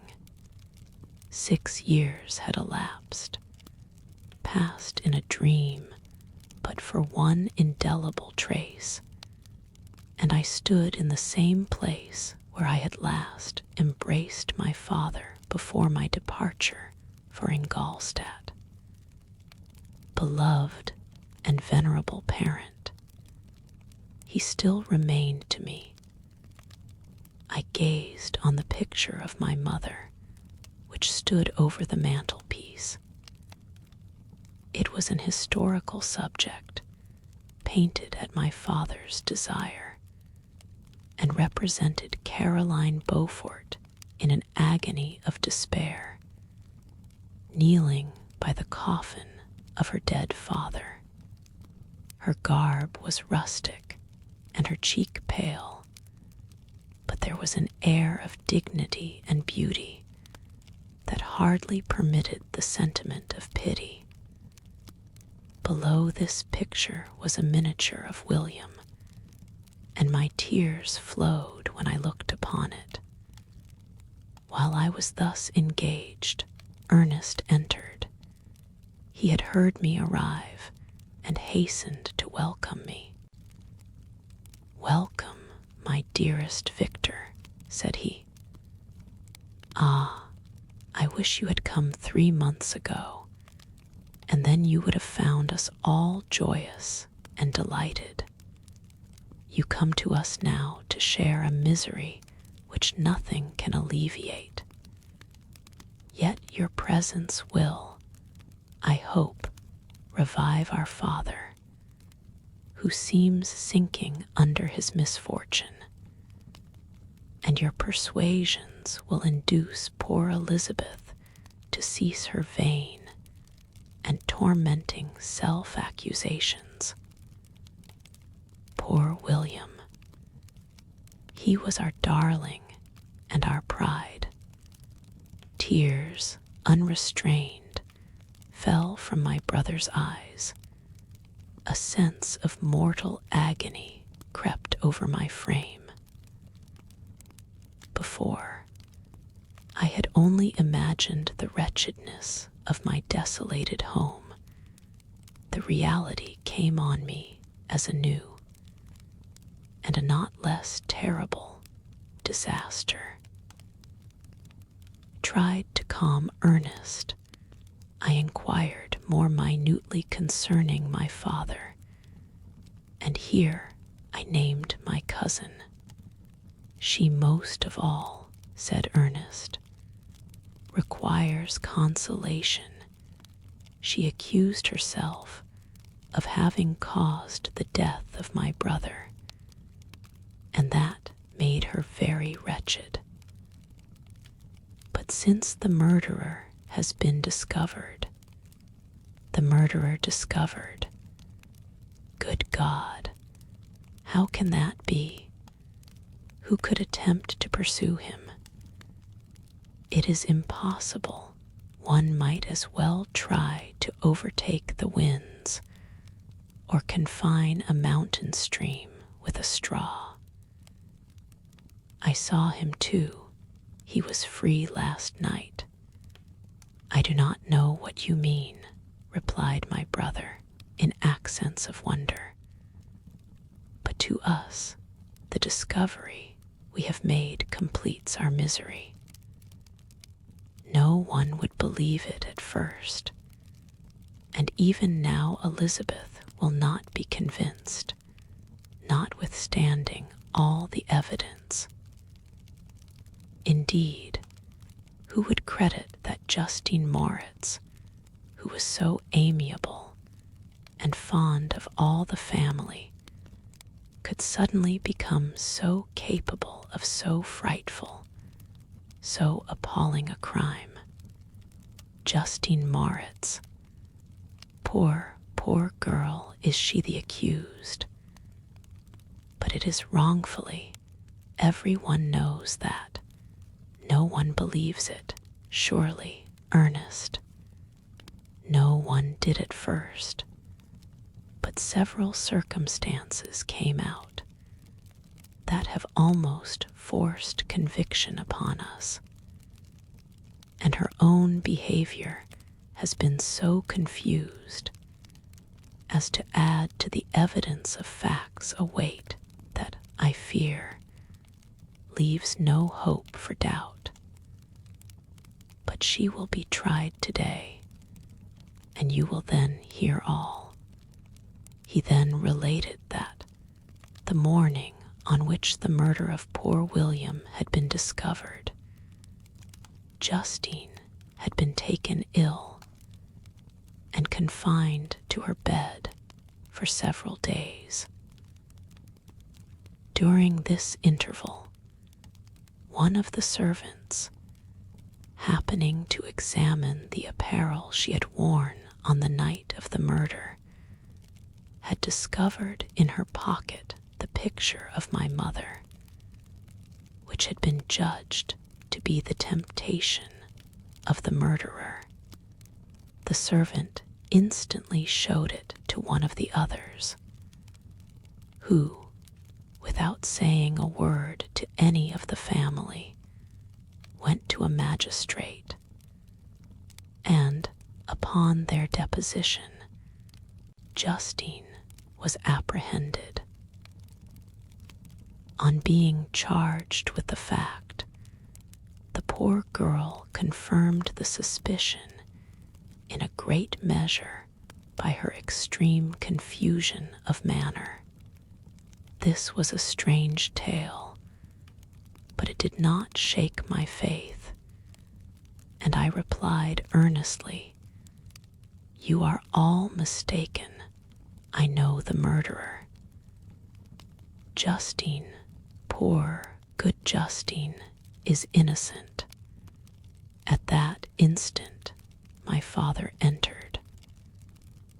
I saw unhappiness deeply impressed on his countenance, but he endeavored to welcome me cheerfully, and after we had exchanged our mournful greeting, would have introduced some other topic than that of our disaster, had not Ernest exclaimed, "Good God, Papa!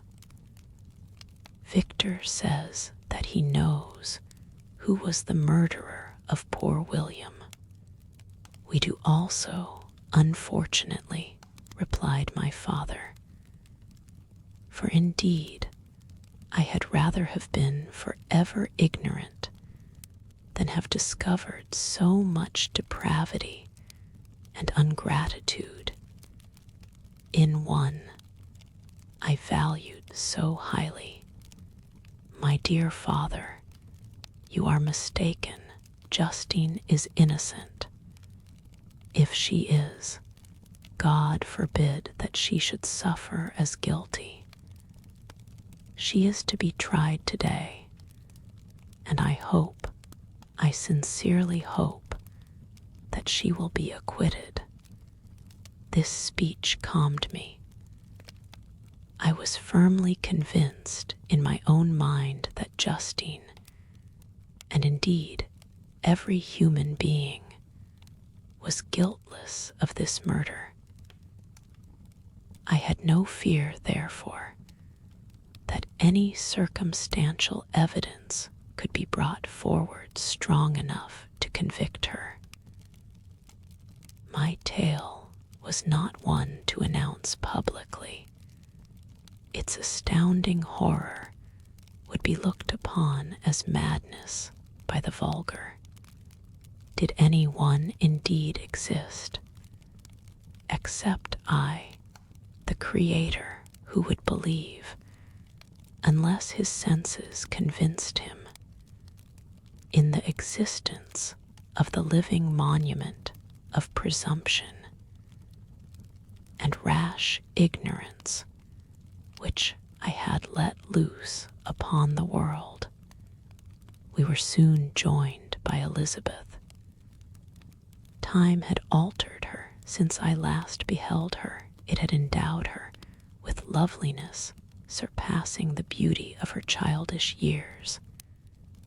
There was the same candor, the same vivacity, but it was allied to an expression more full of sensibility and intellect. She welcomed me with the greatest affection. "Your arrival, my dear cousin," said she, "fills me with hope. You perhaps will find some means to justify my poor, guiltless Justine. Alas, who is safe if she be convicted of crime? I rely on her innocence as certainly as I do upon my own.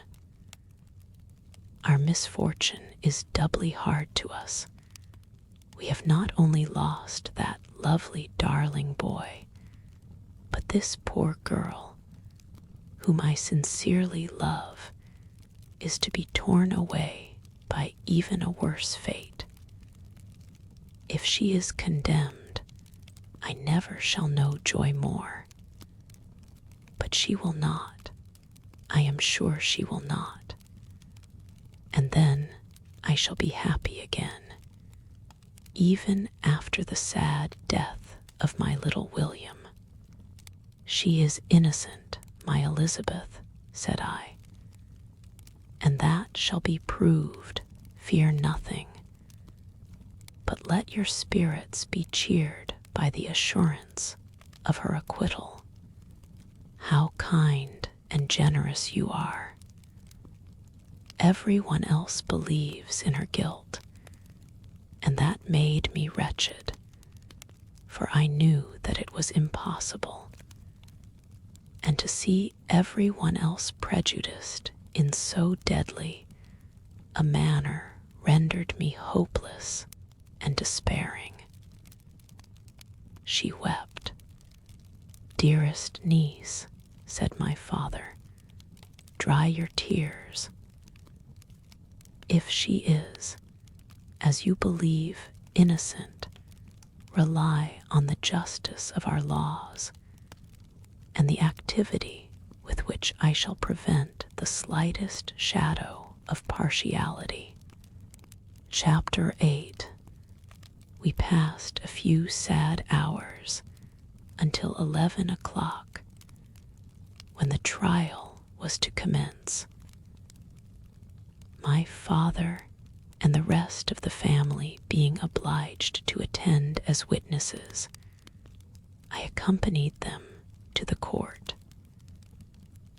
During the whole of this wretched mockery of justice, I suffered living torture. It was to be decided whether the result of my curiosity and lawless devices would cause the death of two of my fellow beings. one a smiling babe full of innocence and joy, the other far more dreadfully murdered, with every aggravation of infamy that could make the murder memorable in horror. Justine also was a girl of merit and possessed qualities which promised to render her life happy. Now all was to be obliterated in an ignominious grave, and I the cause. 1,000 times rather would I have confessed myself guilty of the crime ascribed to Justine. But I was absent when it was committed, and such a declaration would have been considered as the ravings of a madman, and would not have exculpated her who suffered through me. The appearance of Justine was calm. She was dressed in mourning, and her countenance, always engaging, was rendered, by the solemnity of her feelings, exquisitely beautiful. Yet she appeared confident in innocence, and did not tremble, although gazed on and execrated by thousands, for all the kindness which her beauty might otherwise have excited was obliterated in the minds of the spectators by the imagination of the enormity she was supposed to have committed. She was tranquil, yet her tranquillity was evidently constrained, and as her confusion had before been adduced as a proof of her guilt, she worked up her mind to an appearance of courage. When she entered the court, she threw her eyes round it, and quickly discovered where we were seated. A tear seemed to dim her eye when she saw us, but she quickly recovered herself, and a look of sorrowful affection seemed to attest her utter guiltlessness. The trial began, and after the advocate against her had stated the charge, several witnesses were called. Several strange facts combined against her, which might have staggered anyone who had not such proof of her innocence as I had. She had been out the whole of the night on which the murder had been committed, and towards morning had been perceived by a market woman not far from the spot where the body of the murdered child had been afterwards found. The woman asked her what she did there, but she looked very strangely, and only returned a confused and unintelligible answer.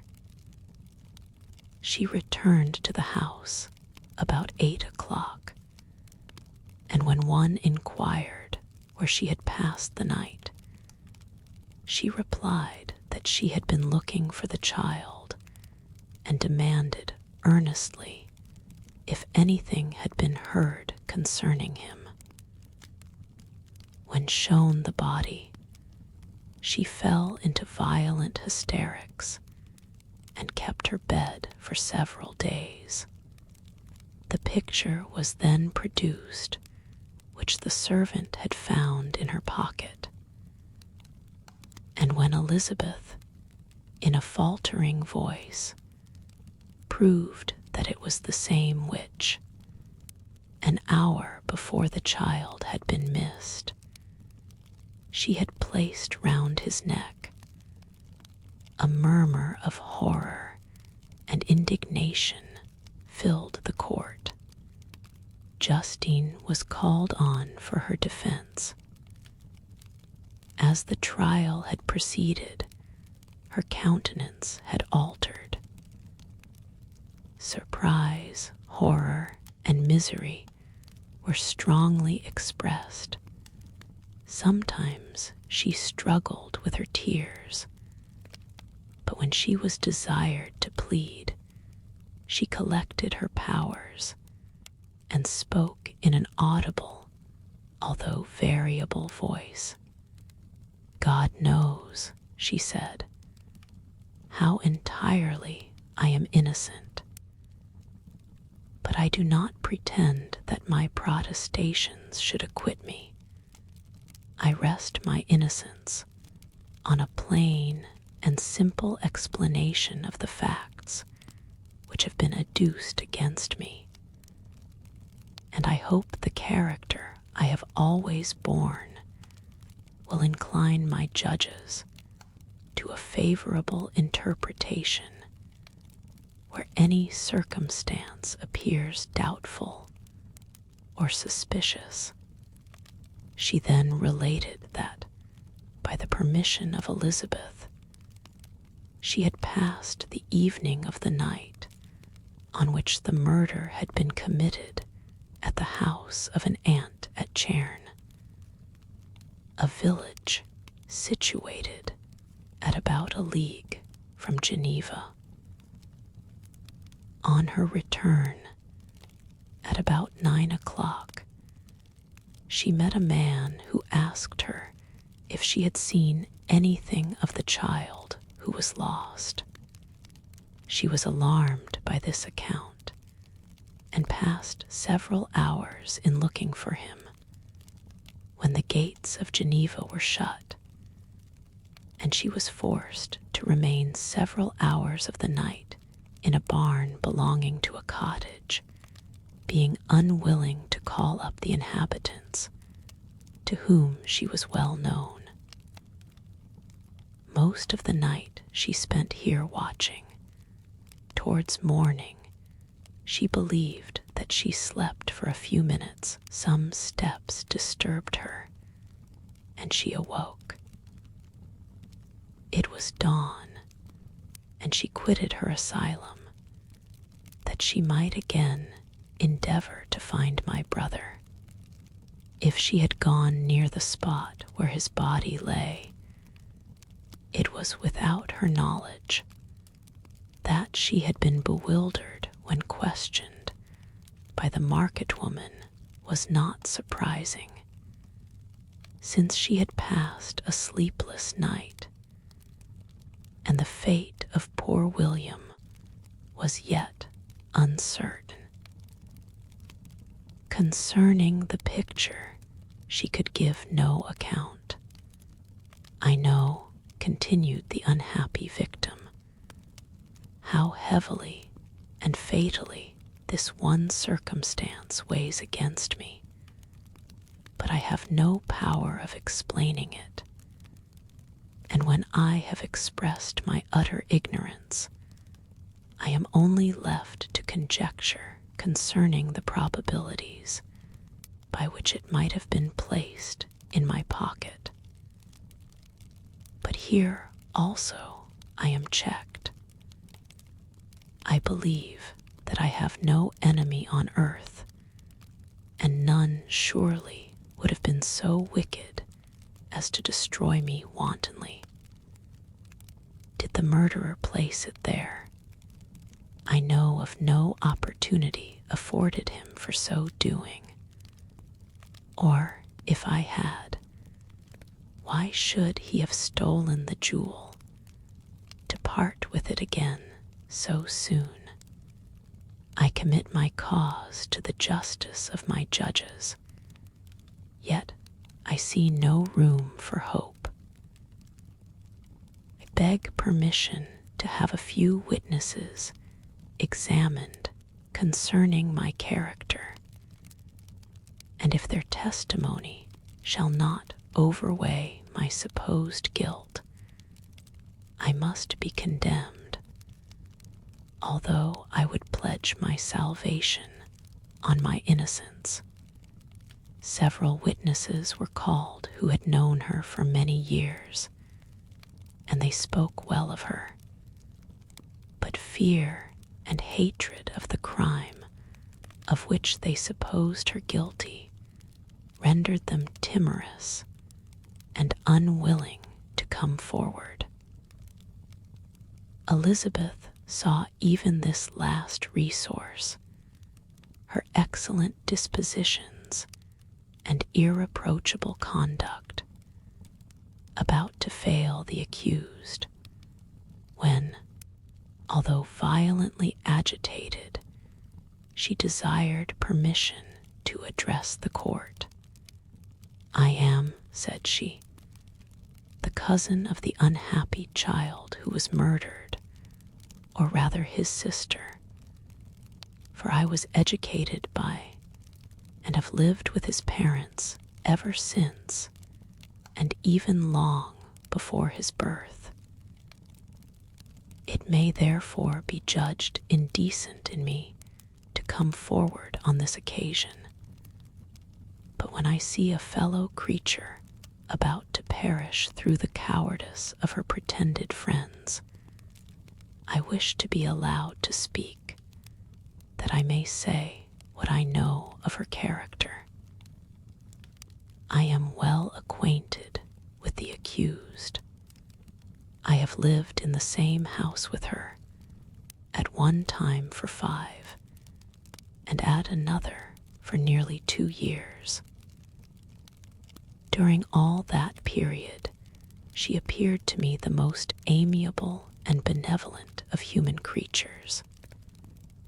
She nursed Madame Frankenstein, my aunt, in her last illness, with the greatest affection and care, and afterwards attended her own mother during a tedious illness in a manner that excited the admiration of all who knew her. After which she again lived in my uncle's house, where she was beloved by all the family. She was warmly attached to the child who is now dead, and acted towards him like a most affectionate mother. For my own part, I do not hesitate to say that, notwithstanding all the evidence produced against her, I believe and rely on her perfect innocence. She had no temptation for such an action. As to the bauble on which the chief proof rests, if she had earnestly desired it, I should have willingly given it to her. So much do I esteem and value her. A murmur of approbation followed Elizabeth's simple and powerful appeal, but it was excited by her generous interference, and not in favor of poor Justine, on whom the public indignation was turned with renewed violence, charging her with the blackest ingratitude. She herself wept as Elizabeth spoke, but she did not answer. My own agitation and anguish was extreme during the whole trial. Believed in her innocence, I knew it. Could the demon who had, I did not for a minute doubt, murdered my brother also in his hellish sport, have betrayed the innocent to death and ignominy? I could not sustain the horror of my situation, and when I perceived that the popular voice and the countenances of the judges had already condemned my unhappy victim, I rushed out of the court in agony. The tortures of the accused did not equal mine. She was sustained by innocence, but the fangs of remorse tore my bosom and would not forego their hold. I passed a night of unmingled wretchedness. In the morning, I went to the court, my lips and throat were parched. I dared not ask the fatal question, but I was known, and the officer guessed the cause of my visit. The ballots had been thrown, they were all black, and Justine was condemned. I cannot pretend to describe what I then felt. I had before experienced sensations of horror, and I have endeavored to bestow upon them adequate expressions, but words cannot convey an idea of the heart-sickening despair that I then endured. The person to whom I addressed myself added that Justine had already confessed her guilt. That evidence, he observed, was hardly required in so glaring a case, but I am glad of it, and indeed, none of our judges like to condemn a criminal upon circumstantial evidence, be it ever so decisive. This was strange and unexpected intelligence. What could it mean? Had my eyes deceived me? And was I really as mad as the whole world would believe me to be if I disclosed the object of my suspicions? I hastened to return home, and Elizabeth eagerly demanded the result. "My cousin," replied I, "it is decided as you may have expected. All judges had rather that 10 innocent should suffer than that one guilty should escape. But she has confessed."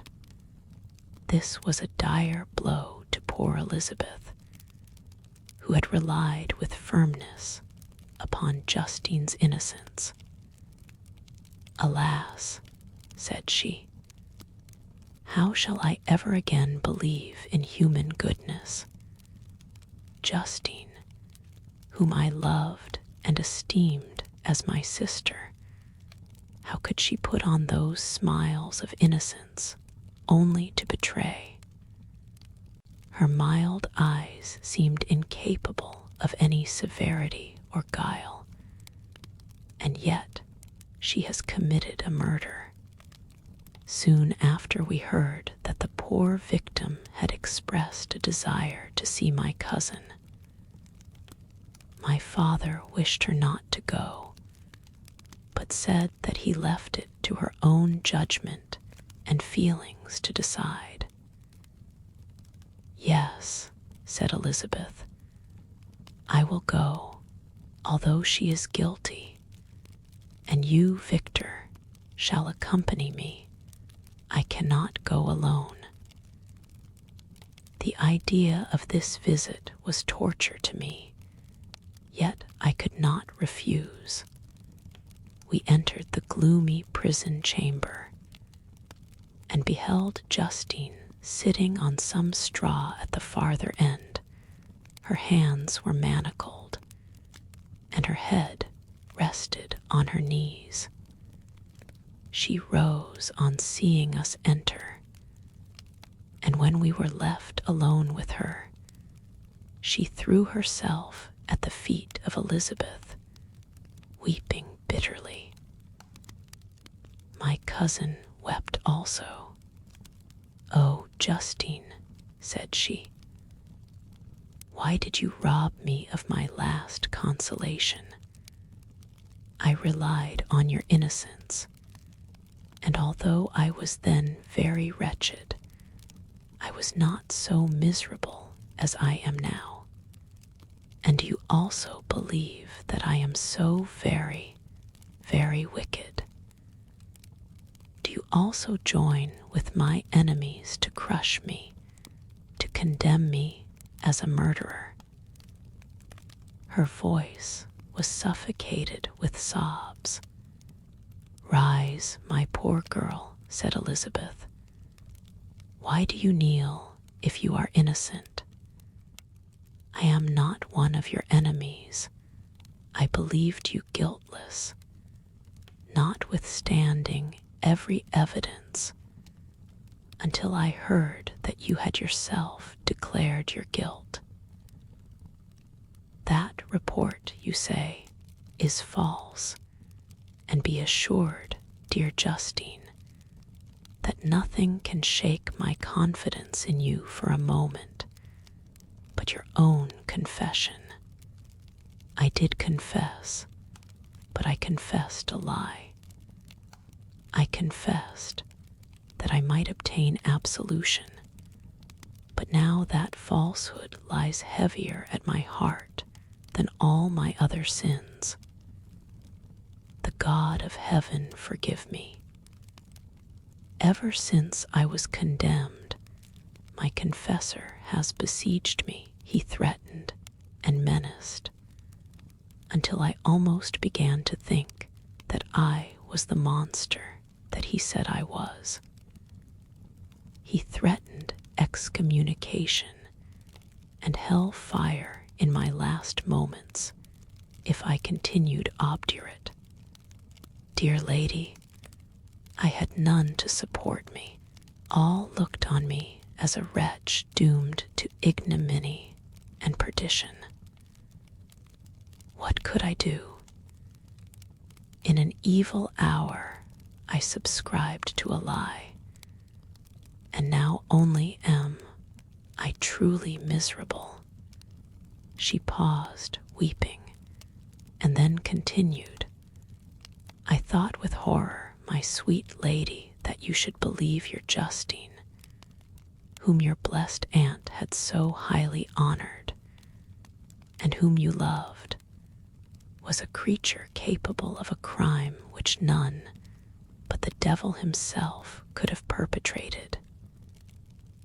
Dear William, dearest blessed child, I soon shall see you again in heaven, where we shall all be happy, and that consoles me, going as I am to suffer ignominy and death. Oh, Justine, forgive me for having for one moment distrusted you. Why did you confess? But do not mourn, dear girl. Do not fear. I will proclaim. I will prove your innocence. I will melt the stony hearts of your enemies by my tears and prayers. You shall not die. You, my playfellow, my companion, my sister, perish on the scaffold. No, no, I never could survive so horrible a misfortune. Justine shook her head mournfully. I do not fear to die, she said. That pang is past. God raises my weakness and gives me courage to endure the worst. Leave a sad and bitter world, and if you remember me and think of me as of one unjustly condemned, I am resigned to the fate awaiting me. Learn from me, dear lady, to submit in patience to the will of heaven. During this conversation, I had retired to a corner of the prison room, where I could conceal the horrid anguish that possessed me. Despair. Who dared talk of that? The poor victim, who on the morrow was to pass the awful boundary between life and death, felt not, as I did, such deep and bitter agony. I gnashed my teeth and ground them together, uttering a groan that came from my inmost soul. Justine started when she saw who it was, she approached me and said, "Dear sir, you are very kind to visit me. You, I hope, do not believe that I am guilty." I could not answer. "No, Justine," said Elizabeth. "He is more convinced of your innocence than I was. For even when he heard that you had confessed, he did not credit it. I truly thank him. In these last moments, I feel the sincerest gratitude towards those who think of me with kindness. How sweet is the affection of others to such a wretch as I am. It removes more than half my misfortune, and I feel as if I could die in peace now that my innocence is acknowledged by you, dear lady, and your cousin." Thus the poor sufferer tried to comfort others and herself. She indeed gained the resignation she desired. But I, the true murderer, felt the never-dying worm alive in my bosom, which allowed of no hope or consolation. Elizabeth also wept and was unhappy, but hers also was the misery of innocence, which, like a cloud that passes over the fair moon, for a while hides, but cannot tarnish its brightness. Anguish and despair had penetrated into the core of my heart, bore a hell within me which nothing could extinguish. We stayed several hours with Justine, and it was with great difficulty that Elizabeth could tear herself away. "I wish," cried she, "that I were to die with you. I cannot live in this world of misery." Justine assumed an air of cheerfulness, while she with difficulty repressed her bitter tears. She embraced Elizabeth and said in a voice of half-suppressed emotion, "Farewell, sweet lady, dearest Elizabeth, my beloved and only friend. May heaven, in its bounty, bless and preserve you. May this be the last misfortune that you will ever suffer. Live and be happy, and make others so." And on the morrow Justine died. Elizabeth's heartrending eloquence failed to move the judges from their settled conviction in the criminality of the saintly sufferer. My passionate and indignant appeals were lost upon them, and when I received their cold answers and heard the harsh, unfeeling reasoning of these men, my purposed avowal died away on my lips. Thus I might proclaim myself a madman, but not revoke the sentence passed upon my wretched victim. She perished on the scaffold as a murderess. From the tortures of my own heart, I turned to contemplate the deep and voiceless grief of my Elizabeth. This also was my doing, and my father's woe, and the desolation of that late so smiling home all, was the work of my thrice accursed hands. Ye weep, unhappy ones, but these are not your last tears. Again shall you raise the funeral wail, and the sound of your lamentations shall again and again be heard. Frankenstein, your son, your kinsman, your early, much-loved friend, he who would spend each vital drop of blood for your sakes, who has no thought nor sense of joy, except as it is mirrored also in your dear countenances, who would fill the air with blessings and spend his life in serving you. He bids you weep, to shed countless tears, happy beyond his hopes, if thus inexorable fate be satisfied, and if the destruction pause before the peace of the grave have succeeded to your sad torments. Thus spoke my prophetic soul, as, torn by remorse, horror, and despair, beheld those I loved spend vain sorrow upon the graves of William and Justine, the first hapless victims to my unhallowed arts. Chapter 9. Nothing is more painful to the human mind than, after the feelings have been worked up by a quick succession of events, the dead calmness of inaction and certainty, which follows and deprives the soul both of hope and fear. Justine died, she rested, and I was alive. The blood flowed freely in my veins, but a weight of despair and remorse pressed on my heart, which nothing could remove. Sleep fled from my eyes.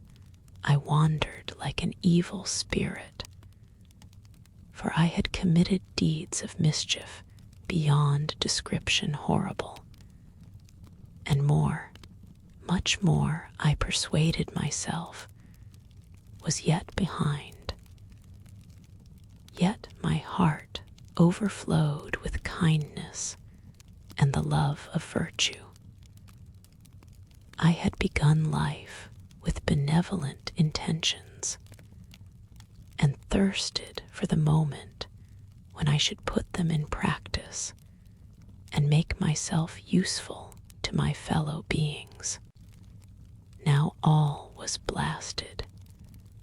Instead of that serenity of conscience which allowed me to look back upon the past with self-satisfaction, and from thence to gather promise of new hopes, I was seized by remorse and the sense of guilt, which hurried me away to a hell of intense tortures, such as no language can describe. This state of mind preyed upon my health, which had perhaps never entirely recovered from the first shock it had sustained. I shunned the face of man. All sound of joy or complacency was torture to me. Solitude was my only consolation, deep, dark, death-like solitude.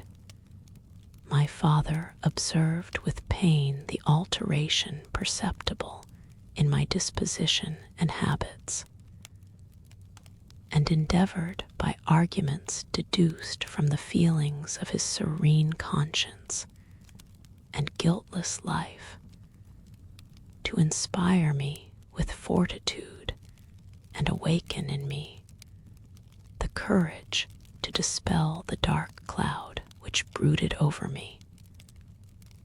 "Do you think, Victor," said he, "that I do not suffer also? No one could love a child more than I loved your brother." Tears came into his eyes as he spoke. But is it not a duty to the survivors that we should refrain from augmenting their unhappiness by an appearance of immoderate grief. It is also a duty owed to yourself, for excessive sorrow prevents improvement or enjoyment, or even the discharge of daily usefulness, without which no man is fit for society.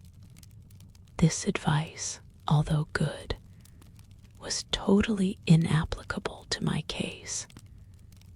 I should have been the first to hide my grief and console my friends if remorse had not mingled its bitterness, and terror its alarm, with my other sensations. Now, I could only answer my father with a look of despair and endeavor to hide myself from his view. About this time, we retired to our house at Belrive. This change was particularly agreeable to me. The shutting of the gates regularly at 10 o'clock, and the impossibility of remaining on the lake after that hour had rendered our residence within the walls of Geneva very irksome to me. I was now free. Often, after the rest of the family had retired for the night, I took the boat and passed many hours upon the water. Sometimes, with my sails set, I was carried by the wind, and sometimes, after rowing into the middle of the lake, I left the boat to pursue its own course and gave way to my own miserable reflections. I was often tempted, when all was at peace around me, and I the only unquiet thing that wandered restless in a scene so beautiful and heavenly, if I except some bat, or the frogs, whose harsh and interrupted croaking was heard only when I approached the shore. Often, I say, I was tempted to plunge into the silent lake, that the waters might close over me and my calamities forever. But I was restrained when I thought of the heroic and suffering Elizabeth, whom I tenderly loved, and whose existence was bound up in mine. I thought also of my father and surviving brother. Should I, by my base desertion, leave them exposed and unprotected to the malice of the fiend, whom I had let loose among them? At these moments, I wept bitterly, and wished that peace would revisit my mind, only that I might afford them consolation and happiness. But that could not be. Remorse extinguished every hope. I had been the author of unalterable evils, and I lived in daily fear lest the monster whom I had created should perpetrate some new wickedness. I had an obscure feeling that all was not over, and that he would still commit some signal crime, which by its enormity should almost efface the recollection of the past. There was always scope for fear so long as anything I loved remained behind. My abhorrence of this fiend cannot be conceived. When I thought of him, I gnashed my teeth. My eyes became inflamed, and I ardently wished to extinguish that life which I had so thoughtlessly bestowed. When I reflected on his crimes and malice, my hatred and revenge burst all bounds of moderation. I would have made a pilgrimage to the highest peak of the Andes, could I, when there, have precipitated him to their base. I wished to see him again, that I might wreak the utmost extent of abhorrence on his head, and avenge the deaths of William and Justine. Our house was the house of mourning. My father's health was deeply shaken by the horror of the recent events. Elizabeth was sad and desponding. She no longer took delight in her ordinary occupations. All pleasure seemed to her sacrilege toward the dead. Eternal woe and tears, she then thought, was the just tribute she should pay to innocence so blasted and destroyed. She was no longer that happy creature who in earlier youth wandered with me on the banks of the lake and talked with ecstasy of our future prospects. The first of those sorrows which are sent to wean us from the earth had visited her, and its dimming influence quenched her dearest smiles. When I reflect, my dear cousin, said she, on the miserable death of Justine Moritz, I no longer see the world and its works as they before appeared to me before. I looked upon the accounts of vice and injustice that I read in books or heard from others as tales of ancient days or imaginary evils. At least they were remote and more familiar to reason than to the imagination. But now misery has come home, and men appear to me as monsters thirsting for each other's blood. Yet I am certainly unjust. Everybody believed that poor girl to be guilty, and if she could have committed the crime for which she suffered, assuredly she would have been the most depraved of human creatures. For the sake of a few jewels, to have murdered the son of her benefactor and friend, a child whom she had nursed from its birth, and appeared to love as if it had been her own. I could not consent to the death of any human being, but certainly I should have thought such a creature unfit to remain in the society of men. But she was innocent.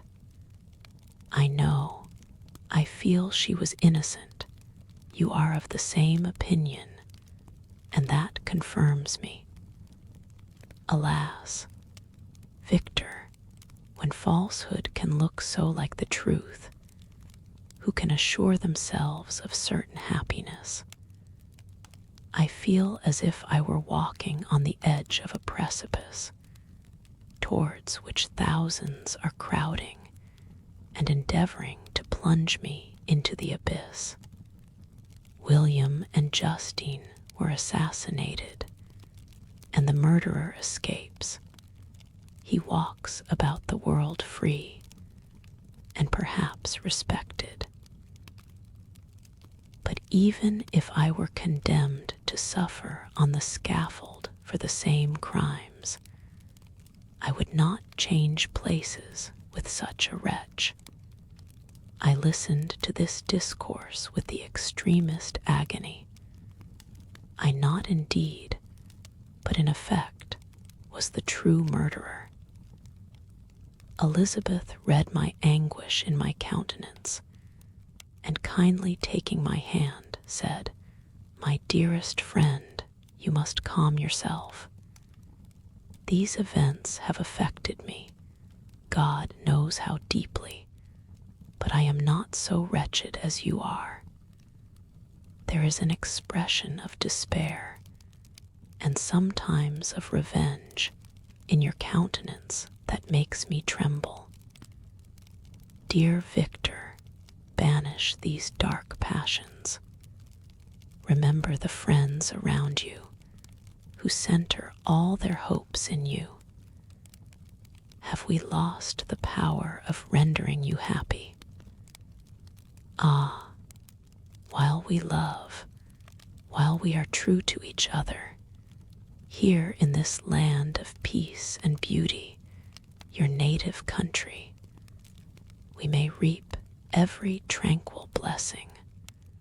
What can disturb our peace? And could not such words from her, whom I fondly prized before every other gift of fortune suffice to chase away the fiend that lurked in my heart? Even as she spoke, I drew near to her, as if in terror, lest at that very moment the destroyer had been near to rob me of her. Thus not the tenderness of friendship, nor the beauty of earth, nor of heaven, could redeem my soul from woe. The very accents of love were ineffectual. I was encompassed by a cloud which no beneficial influence could penetrate. The wounded deer, dragging its fainting limbs to some untrodden brake, there to gaze upon the arrow which had pierced it, and to die, was but a type of me. Sometimes I could cope with the sullen despair that overwhelmed me, but sometimes the whirlwind passions of my soul drove me to seek, by bodily exercise and by change of place, some relief from my intolerable sensations. It was during an access of this kind that I suddenly left my home, and bending my steps towards the near alpine valleys, sought in the magnificence, the eternity of such scenes, to forget myself and my ephemeral, because human, sorrows. My wanderings were directed towards the valley of Chamonix. I had visited it frequently during my boyhood. 6 years had passed since then. I was a wreck, but naught had changed in those savage and enduring scenes. I performed the first part of my journey on horseback. I afterwards hired a mule, as the more sure-footed and least liable to receive injury on these rugged roads. The weather was fine. It was about the middle of the month of August, nearly 2 months after the death of Justine, that miserable epoch from which I dated all my woe. The weight upon my spirit was sensibly lightened as I plunged yet deeper in the ravine of Arve, the immense mountains and precipices that overhung me on every side. The sound of the river raging among the rocks, and the dashing of the waterfalls around spoke of a power mighty as omnipotence. And I ceased to fear or to bend before any being less almighty than that which had created and ruled the elements. Here displayed in their most terrific guise. Still, as I ascended higher, the valley assumed a more magnificent and astonishing character. Ruined castles hanging on the precipices of piny mountains, the impetuous Arve, and cottages every here and there peeping forth from among the trees, formed a scene of singular beauty. But it was augmented and rendered sublime by the mighty Alps, whose white and shining pyramids and domes towered above all, as belonging to another earth, the habitations of another race of beings. I passed the bridge of Palisier, where the ravine which the river forms opened before me, and I began to ascend the mountain that overhangs it. Soon after, I entered the valley of Chamonix. This valley is more wonderful and sublime, but not so beautiful and picturesque as that of Servox, through which I had just passed. The high and snowy mountains were its immediate boundaries, but I saw no more ruined castles and fertile fields. Immense glaciers approached the road. I heard the rumbling thunder of the falling avalanche and marked the smoke of its passage.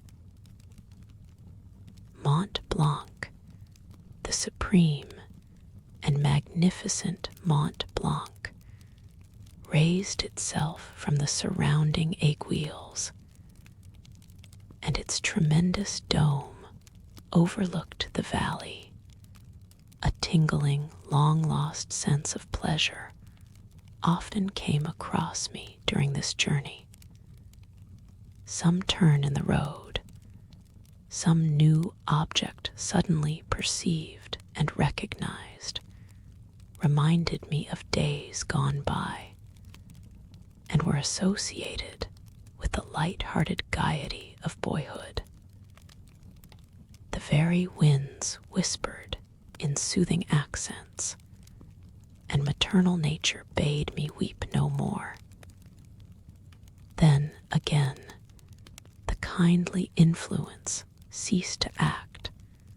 I found myself fettered again to grief, and indulging in all the misery of reflection. Then I spurred on my animal, striving so to forget the world, my fears, and more than all myself, or in a more desperate fashion, I alighted and threw myself on the grass, weighed down by horror and despair. At length, I arrived at the village of Chamonix. Exhaustion succeeded to the extreme fatigue both of body and of mind which I had endured. For a short space of time, I remained at the window watching the pallid lightnings that played above Mont Blanc and listening to the rushing of the Arve, which pursued its noisy way beneath. The same lulling sounds acted as a lullaby to my too keen sensations. When I placed my head upon my pillow, sleep crept over me. I felt it as it came, and blessed the giver of oblivion. Chapter 10. I spent the following day roaming through the valley. I stood beside the sources of the Arveren, which take their rise in a glacier that with slow pace is advancing down from the summit of the hills to barricade the valley. The abrupt sides of vast mountains were before me. The icy wall of the glacier overhung me. A few shattered pines were scattered around, and the solemn silence of this glorious presence chamber of imperial nature was broken only by the brawling waves or the fall of some vast fragment. The thunder sound of the avalanche or the cracking reverberated along the mountains of the accumulated ice, which, through the silent working of immutable laws, was ever and anon rent and torn, as if it had been but a plaything in their hands. These sublime and magnificent scenes afforded me the greatest consolation that I was capable of receiving. They elevated me from all littleness of feeling, and although they did not remove my grief, they subdued and tranquilized it. In some degree, also, they diverted my mind from the thoughts over which it had brooded for the last month. I retired to rest at night, my slumbers, as it were, waited on and ministered to by the assemblance of grand shapes which I had contemplated during the day. They congregated round me, the unstained snowy mountain top, the glittering pinnacle, the pine woods, and ragged bare ravine, the eagle, soaring amidst the clouds. They all gathered round me and bade me be at peace. Where had they fled when the next morning I awoke? All of soul inspiriting fled with sleep, and dark melancholy clouded every thought. The rain was pouring in torrents, and thick mists hid the summits of the mountains, so that I even saw not the faces of those mighty friends. Still, I would penetrate their misty veil and seek them in their cloudy retreats. What were rain and storm to me? My mule was brought to the door, and I resolved to ascend to the summit of Montanvert. I remembered the effect that the view of the tremendous and ever-moving glacier had produced upon my mind when I first saw it. It had then filled me with a sublime ecstasy that gave wings to the soul and allowed it to soar from the obscure world to light and joy. The sight of the awful and majestic in nature had indeed always the effect of solemnizing my mind and causing me to forget the passing cares of life. I determined to go without a guide, for I was well acquainted with the path, and the presence of another would destroy the solitary grandeur of the scene. The ascent is precipitous, but the path is cut into continual and short windings, which enable you to surmount the perpendicularity of the mountain. It is a scene terrifically desolate. In 1,000 spots, the traces of the winter avalanche may be perceived, where trees lie broken and strewed on the ground, some entirely destroyed, others bent. Leaning upon the jutting rocks of the mountain or transversely upon other trees. The path, as you ascend higher, is intersected by ravines of snow, down which stones continually roll from above. One of them is particularly dangerous, as the slightest sound, such as even speaking in a loud voice, produces a concussion of air sufficient to draw destruction upon the head of the speaker. The pines are not tall or luxuriant, but they are somber and add an air of severity to the scene. I looked on the valley beneath.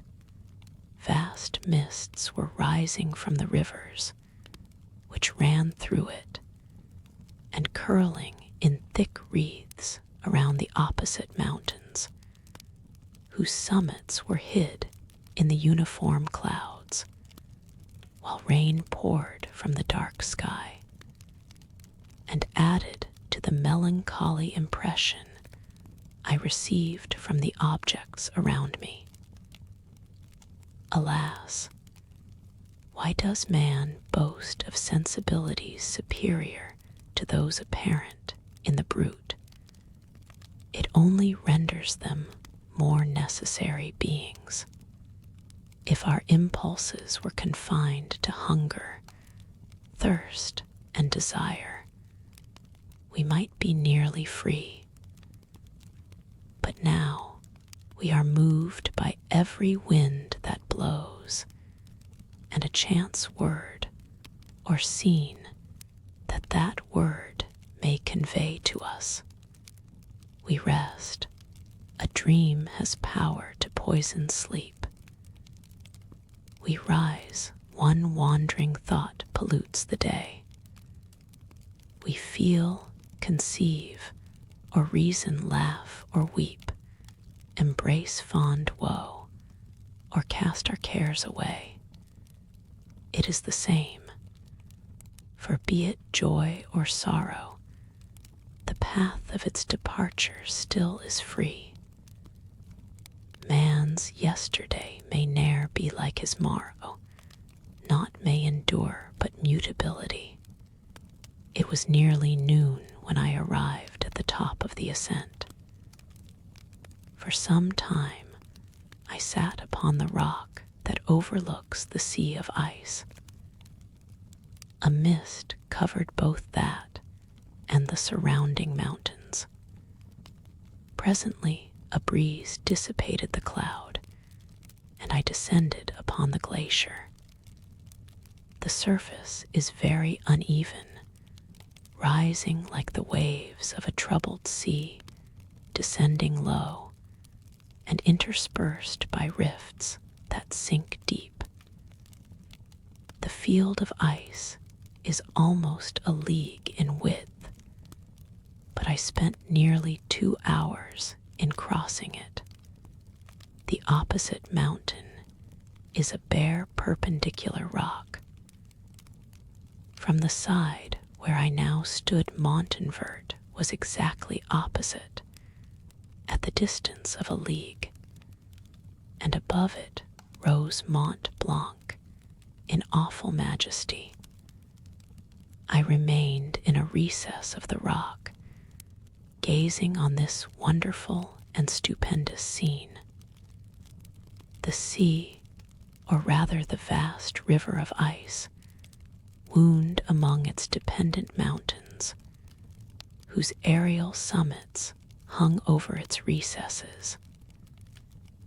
Their icy and glittering peaks shone in the sunlight over the clouds. My heart, which was before sorrowful, now swelled with something like joy. I exclaimed, "Wandering spirits, if indeed ye wander, and do not rest in your narrow beds, allow me this faint happiness, or take me as your companion, away from the joys of life.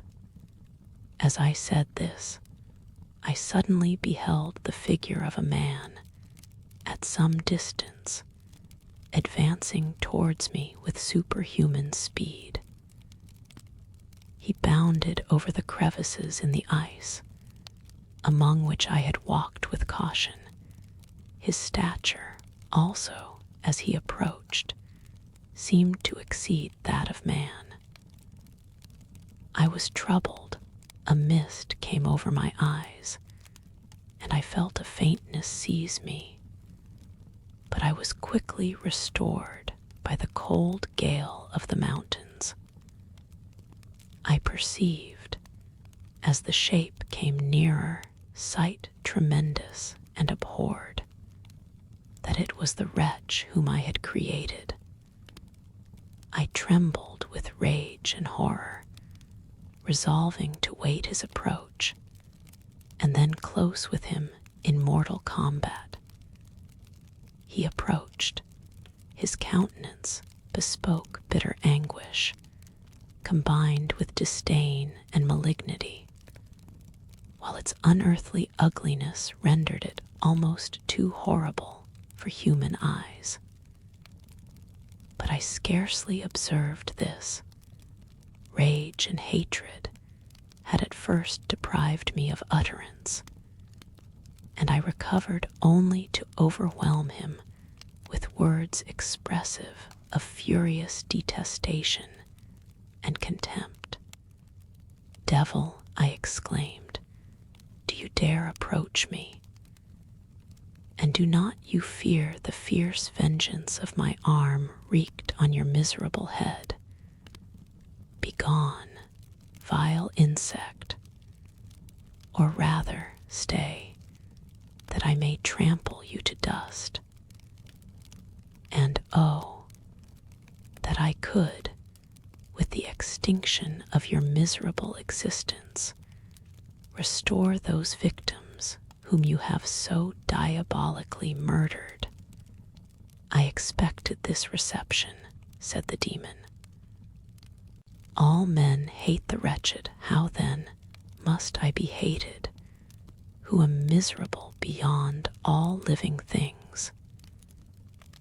Yet you, my Creator, detest and spurn me, thy creature, to whom thou art bound by ties only dissoluble by the annihilation of one of us.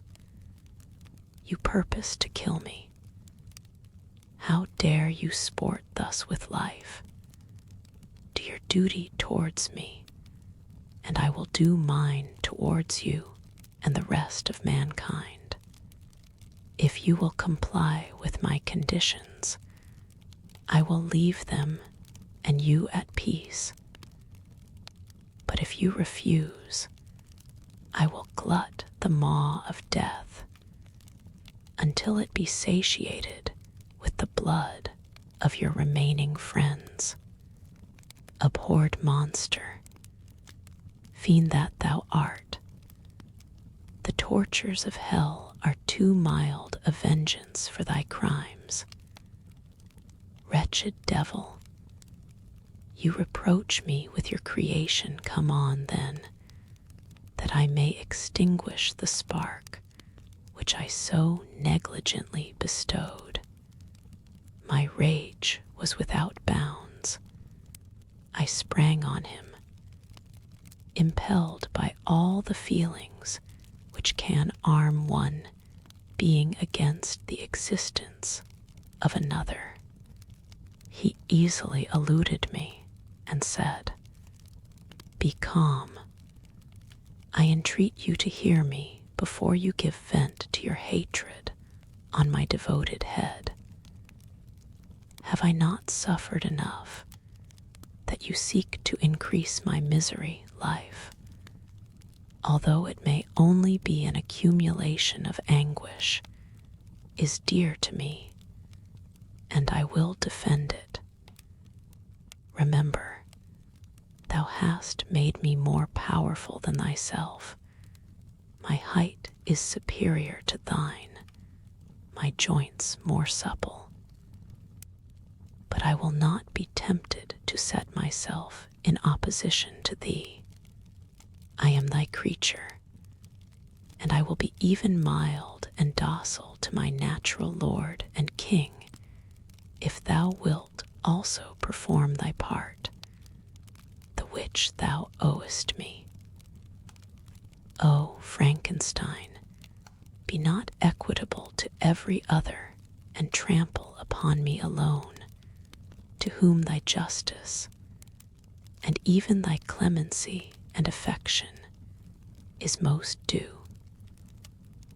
Remember that I am thy creature. I ought to be thy Adam, but I am rather the fallen angel, whom thou drivest from joy for no misdeed.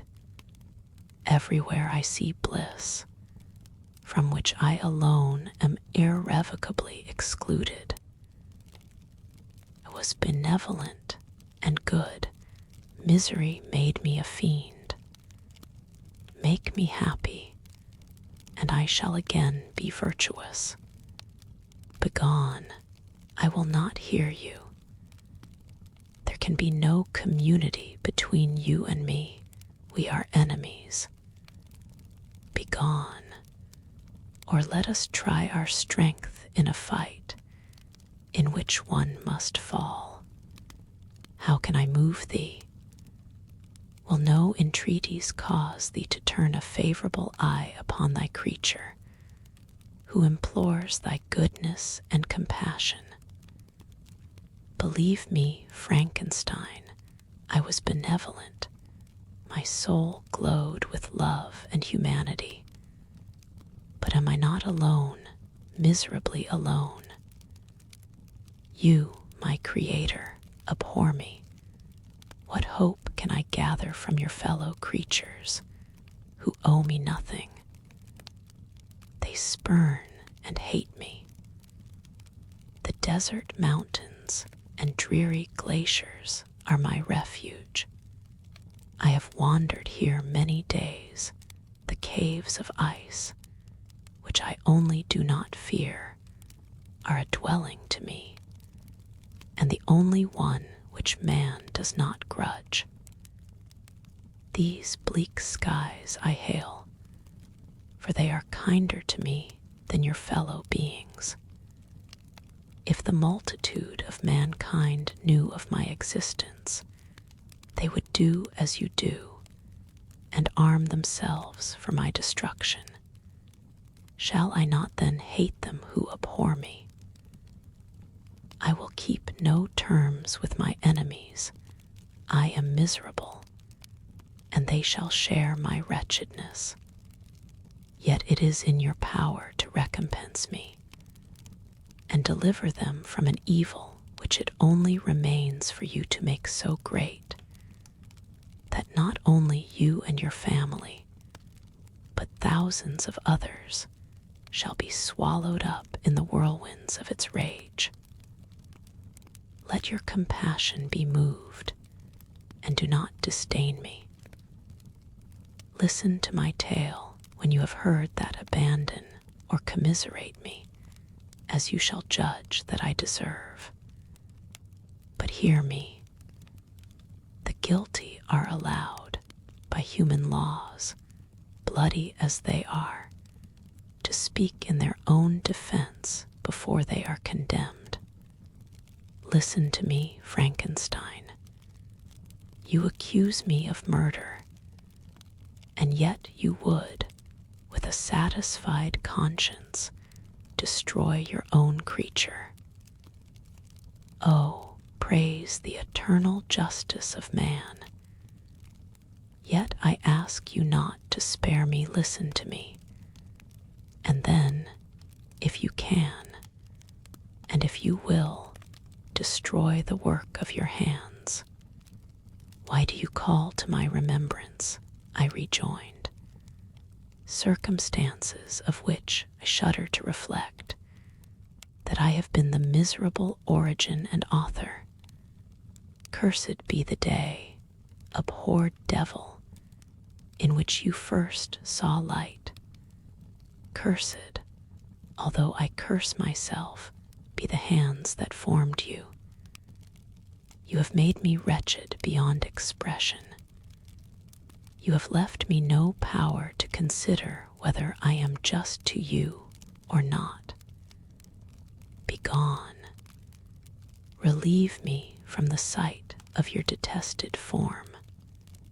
Thus I relieve thee, my Creator, he said, and placed his hated hands before my eyes, which I flung from me with violence. Thus I take from thee a sight which you abhor. Still, thou canst listen to me and grant me thy compassion. By the virtues that I once possessed, I demand this from you. Hear my tale. It is long and strange, and the temperature of this place is not fitting to your fine sensations. Come to the hut upon the mountain.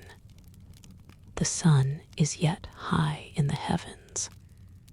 Before it descends to hide itself behind your snowy precipices and illuminate another world, you will have heard my story and can decide. On you it rests, whether I quit forever the neighborhood of man and lead a harmless life, or become the scourge of your fellow creatures and the author of your own speedy ruin. As he said this, he led the way across the ice I followed. My heart was full, and I did not answer him. But as I proceeded, I weighed the various arguments that he had used and determined, at least, to listen to his tale. I was partly urged by curiosity, and compassion confirmed my resolution. I had hitherto supposed him to be the murderer of my brother, and I eagerly sought a confirmation or denial of this opinion. For the first time, also, I felt what the duties of a creator towards his creature were, and that I ought to render him happy before I complained of his wickedness. These motives urged me to comply with his demand. We crossed the ice, therefore, and ascended the opposite rock. The air was cold, and the rain again began to descend. We entered the hut, the fiend with an air of exultation, I with a heavy heart and depressed spirits. But I consented to listen, and seating myself by the fire which my odious companion had lighted, he thus began his tale. Chapter 11. It is with considerable difficulty that I remember the original era of my being. All the events of that period appear confused and indistinct. A strange multiplicity of sensations seized me, and I saw, felt, heard, and smelt at the same time. And it was, indeed, a long time before I learned to distinguish between the operations of my various senses. By degrees, I remember, a stronger light pressed upon my nerves, so that I was obliged to shut my eyes. Darkness then came over me and troubled me, but hardly had I felt this when, by opening my eyes, as I now suppose, the light poured in upon me again. I walked, and I believe descended, but I presently found a great alteration in my sensations. before, dark and opaque bodies had surrounded me, impervious to my touch or sight. But I now found that I could wander on at liberty, with no obstacles which I could not either surmount or avoid. The light became more and more oppressive to me, and the heat wearying me as I walked, I sought a place where I could receive shade. This was the forest near Ingolstadt, and here I lay by the side of a brook, resting from my fatigue, until I felt tormented by hunger and thirst. This roused me from my nearly dormant state, and I ate some berries, which I found hanging on the trees or lying on the ground. I slaked my thirst at the brook, and then lying down, was overcome by sleep. It was dark when I awoke. I felt cold also, and half frightened, as it were, instinctively, finding myself so desolate. Before I had quitted your apartment, on a sensation of cold, I had covered myself with some clothes, but these were insufficient to secure me from the dews of night. I was a poor, helpless, miserable wretch, I knew, and could distinguish nothing. But feeling pain invade me on all sides, I sat down and wept. Soon a gentle light stole over the heavens and gave me a sensation of pleasure. I started up and beheld a radiant form rise from among the trees. The moon I gazed with a kind of wonder. It moved slowly, but it enlightened my path, and I again went out in search of berries. I was still cold when under one of the trees I found a huge cloak, with which I covered myself and sat down upon the ground.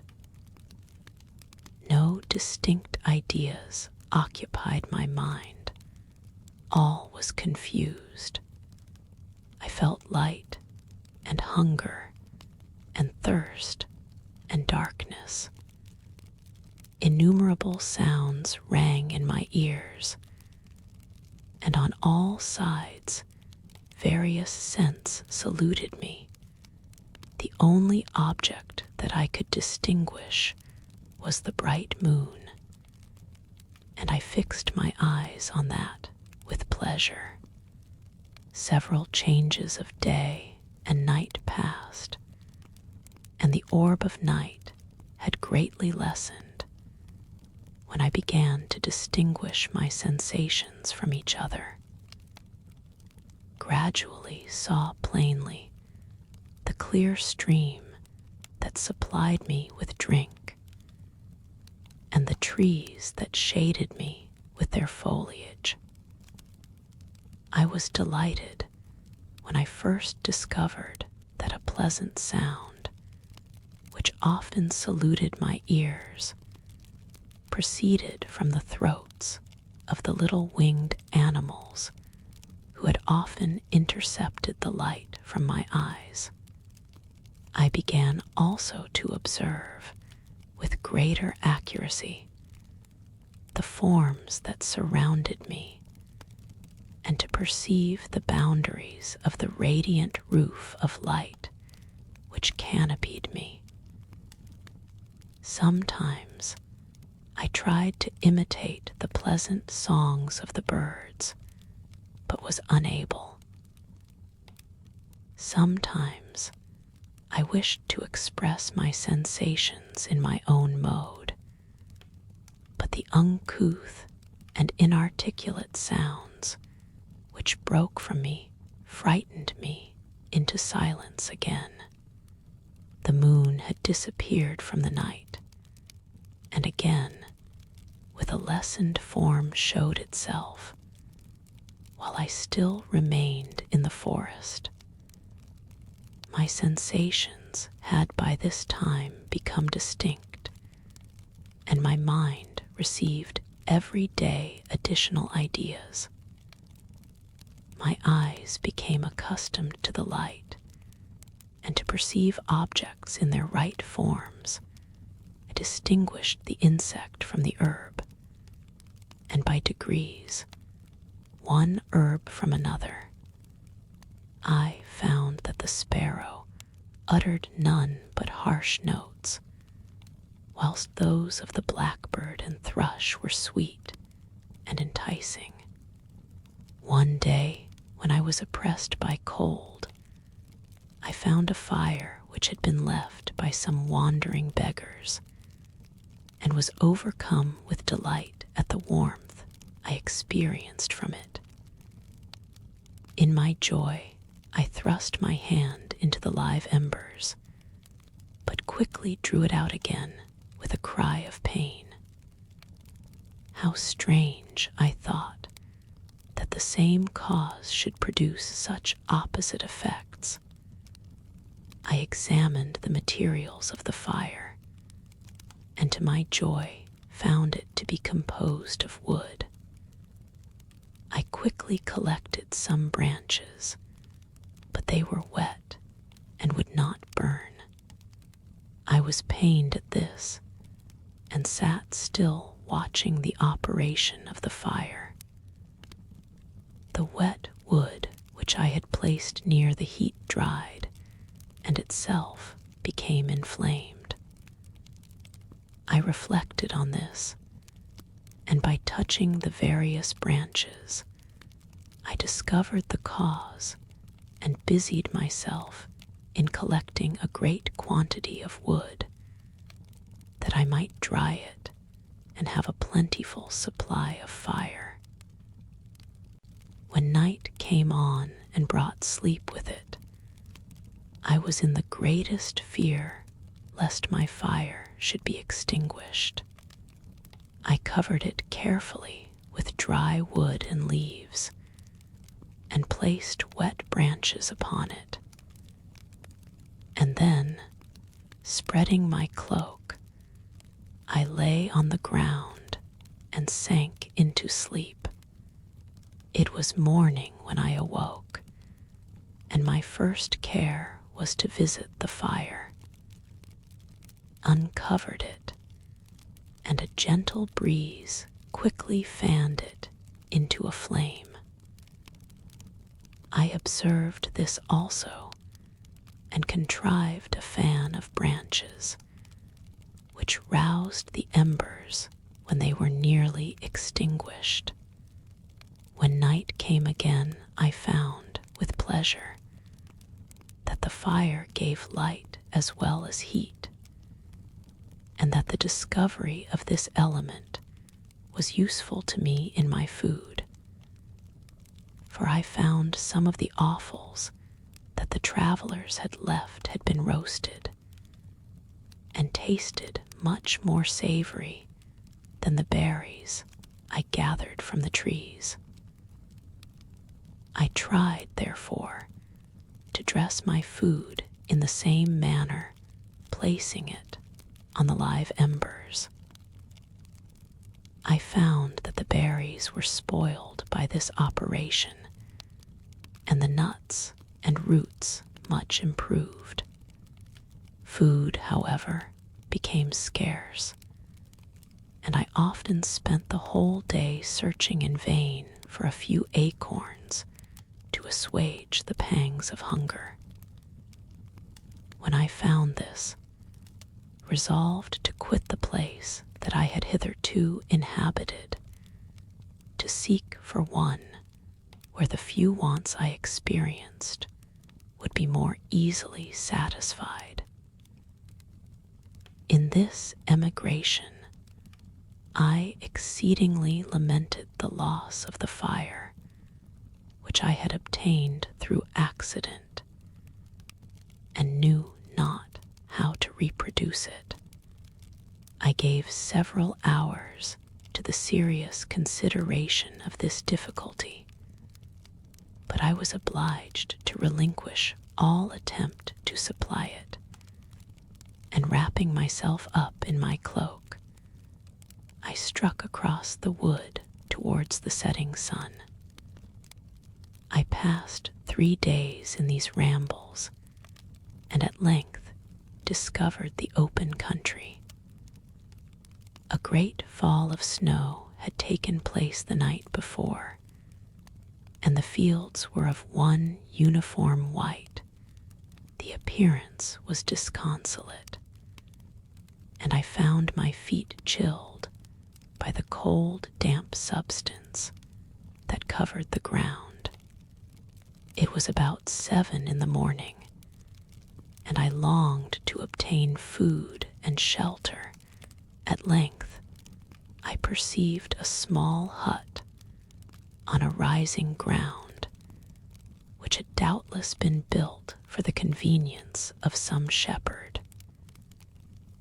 This was a new sight to me, and I examined the structure with great curiosity. Finding the door open, I entered. An old man sat in it, near a fire, over which he was preparing his breakfast.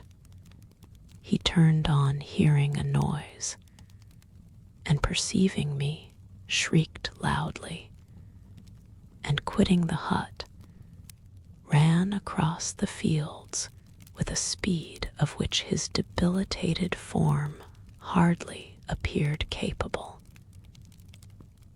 His appearance, different from any I had ever before seen, and his flight somewhat surprised me, but I was enchanted by the appearance of the hut. Here the snow and rain could not penetrate. The ground was dry, and it presented to me then as exquisite and divine a retreat as pandemonium appeared to the demons of hell after their sufferings in the lake of fire.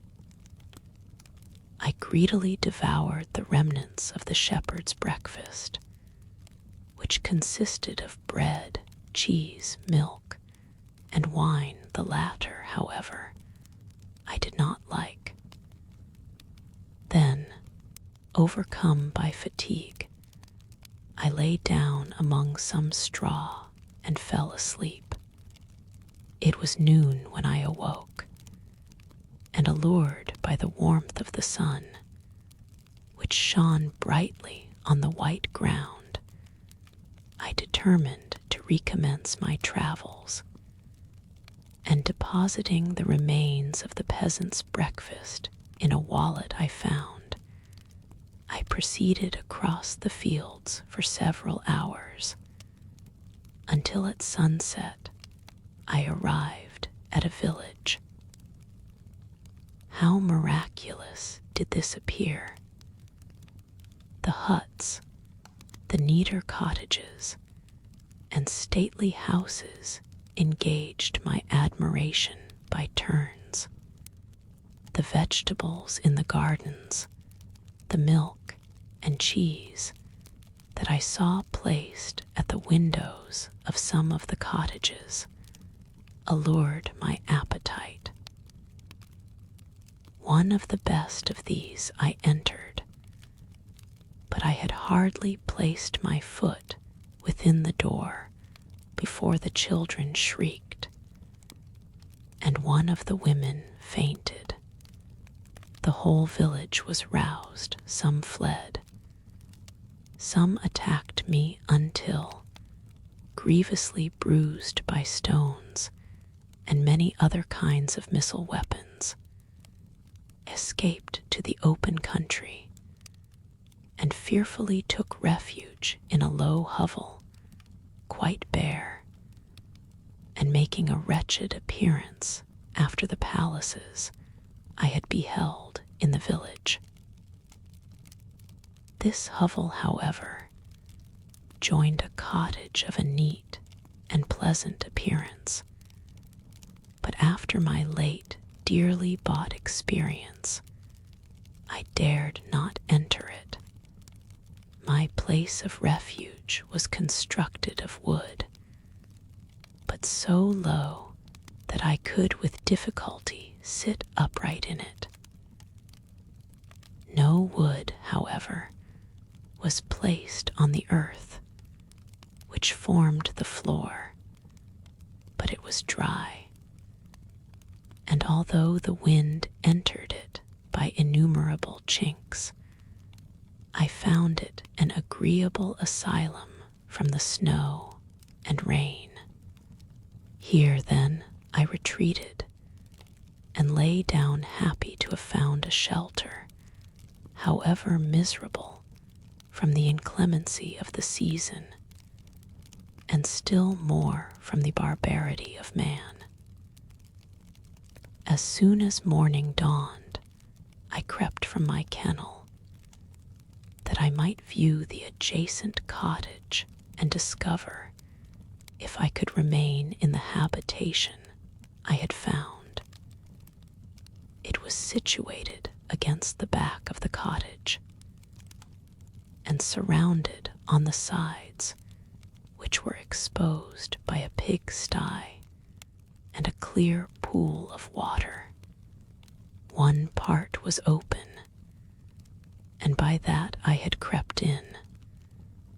But now I covered every crevice by which I might be perceived with stones and wood, yet in such a manner that I might move them on occasion to pass out. All the light I enjoyed came through the sty, and that was sufficient for me. Having thus arranged my dwelling and carpeted it with clean straw, I retired, for I saw the figure of a man at a distance, and I remembered too well my treatment the night before to trust myself in his power. I had first, however, provided for my sustenance for that day by a loaf of coarse bread, which I purloined, and a cup with which I could drink more conveniently than from my hand of the pure water which flowed by my retreat. The floor was a little raised, so that it was kept perfectly dry, and by its vicinity to the chimney of the cottage, it was tolerably warm. Being thus provided, I resolved to reside in this hovel until something should occur which might alter my determination. It was indeed a paradise compared to the bleak forest, my former residence, the rain-dropping branches, and dank earth. I ate my breakfast with pleasure, and was about to remove a plank to procure myself a little water when I heard a step, and looking through a small chink, I beheld a young creature with a pail on her head passing before my hovel. The girl was young and of gentle demeanor, unlike what I have since found cottagers and farmhouse servants to be. Yet she was meanly dressed, a coarse blue petticoat and a linen jacket being her only garb. Her fair hair was plaited, but not adorned. She looked patient, yet sad. I lost sight of her, and in about a quarter of an hour she returned bearing the pail, which was now partly filled with milk. As she walked along, seemingly incommoded by the burden, a young man met her, whose countenance expressed a deeper despondence, Uttering a few sounds with an air of melancholy, he took the pail from her head and bore it to the cottage himself. She followed, and they disappeared. Presently, I saw the young man again, with some tools in his hand, cross the field behind the cottage, and the girl was also busied, sometimes in the house and sometimes in the yard. On examining my dwelling, I found that one of the windows of the cottage had formerly occupied a part of it, but the panes had been filled up with wood. In one of these was a small and almost imperceptible chink, through which the eye could just penetrate. Through this crevice, a small room was visible, whitewashed and clean, but very bare of furniture. In one corner, near a small fire, sat an old man, leaning his head on his hands in a disconsolate attitude. The young girl was occupied in arranging the cottage, but presently she took something out of a drawer which employed her hands, and she sat down beside the old man, who, taking up an instrument, began to play, and to produce sounds sweeter than the voice of the thrush or the nightingale. It was a lovely sight, even to me, poor wretch, who had never beheld aught beautiful before. The silver hair and benevolent countenance of the aged cottager won my reverence, while the gentle manners of the girl enticed my love. He played a sweet, mournful air, which I perceived drew tears from the eyes of his amiable companion, of which the old man took no notice, until she sobbed audibly. He then pronounced a few sounds, and the fair creature, leaving her work, knelt at his feet. He raised her and smiled with such kindness and affection that I felt sensations of a peculiar and overpowering nature. They were a mixture of pain and pleasure, such as I had never before experienced, either from hunger or cold, warmth or food, and I withdrew from the window, unable to bear these emotions. Soon after this, the young man returned, bearing on his shoulders a load of wood. The girl met him at the door, helped to relieve him of his burden, and taking some of the fuel into the cottage, placed it on the fire. Then she and the youth went apart into a nook of the cottage, and he showed her a large loaf and a piece of cheese.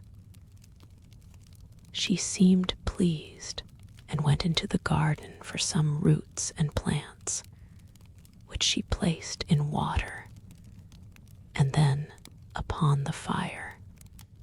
She afterwards continued her work, whilst the young man went into the garden and appeared busily employed in digging and pulling up roots. After he had been employed thus about an hour, the young woman joined him, and they entered the cottage together. The old man had, in the meantime, been pensive, but on the appearance of his companions, he assumed a more cheerful air, and they sat down to eat. The meal was quickly dispatched. The young woman was again occupied in arranging the cottage. The old man walked before the cottage in the sun for a few minutes, leaning on the arm of the youth. Nothing could exceed in beauty the contrast between these two excellent creatures. One was old, with silver hairs, and a countenance beaming with benevolence and love. The younger was slight and graceful in his figure, and his features were molded with the finest symmetry. Yet his eyes and attitude expressed the utmost sadness and despondency. The old man returned to the cottage, and the youth, with tools different from those he had used in the morning, directed his steps across the fields. Night quickly shut in, but to my extreme wonder, I found that the cottagers had a means of prolonging light by the use of tapers, and was delighted to find that the setting of the sun did not put an end to the pleasure I experienced in watching my human neighbors.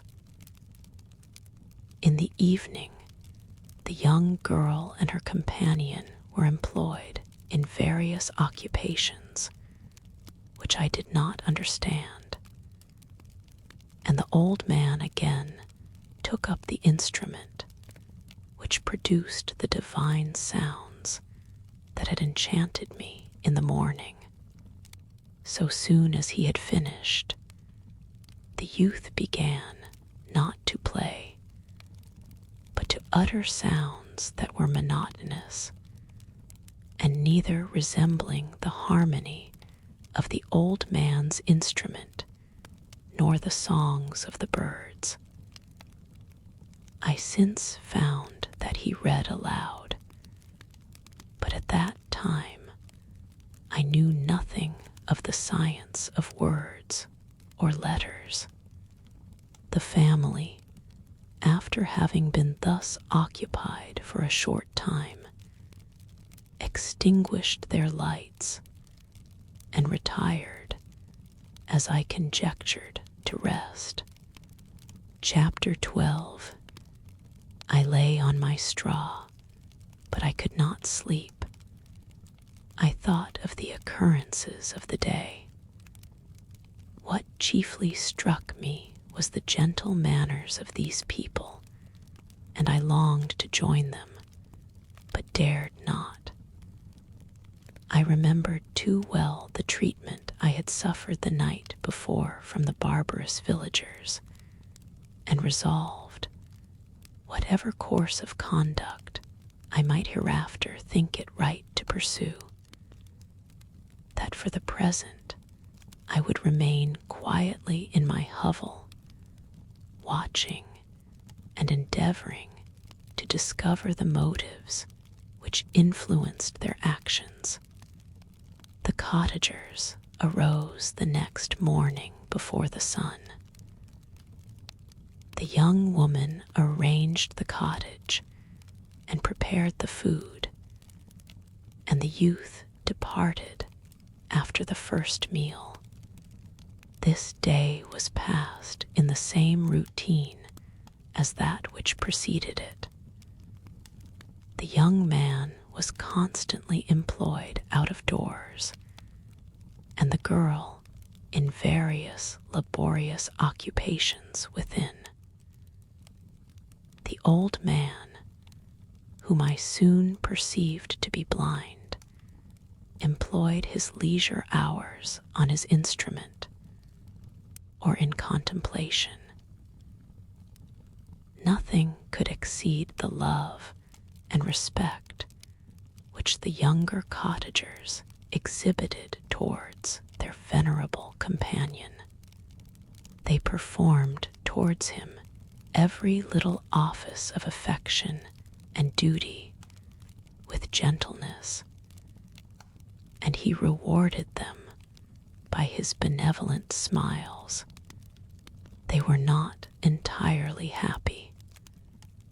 The young man and his companion often went apart and appeared to weep.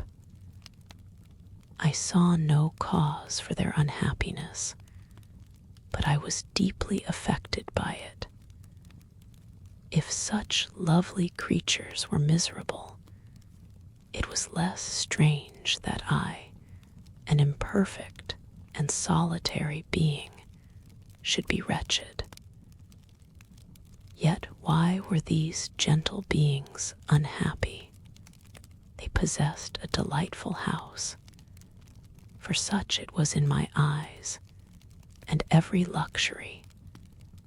They had a fire to warm them when chill, and delicious viands when hungry. They were dressed in excellent clothes, and still more, they enjoyed one another's company and speech, interchanging each day looks of affection and kindness.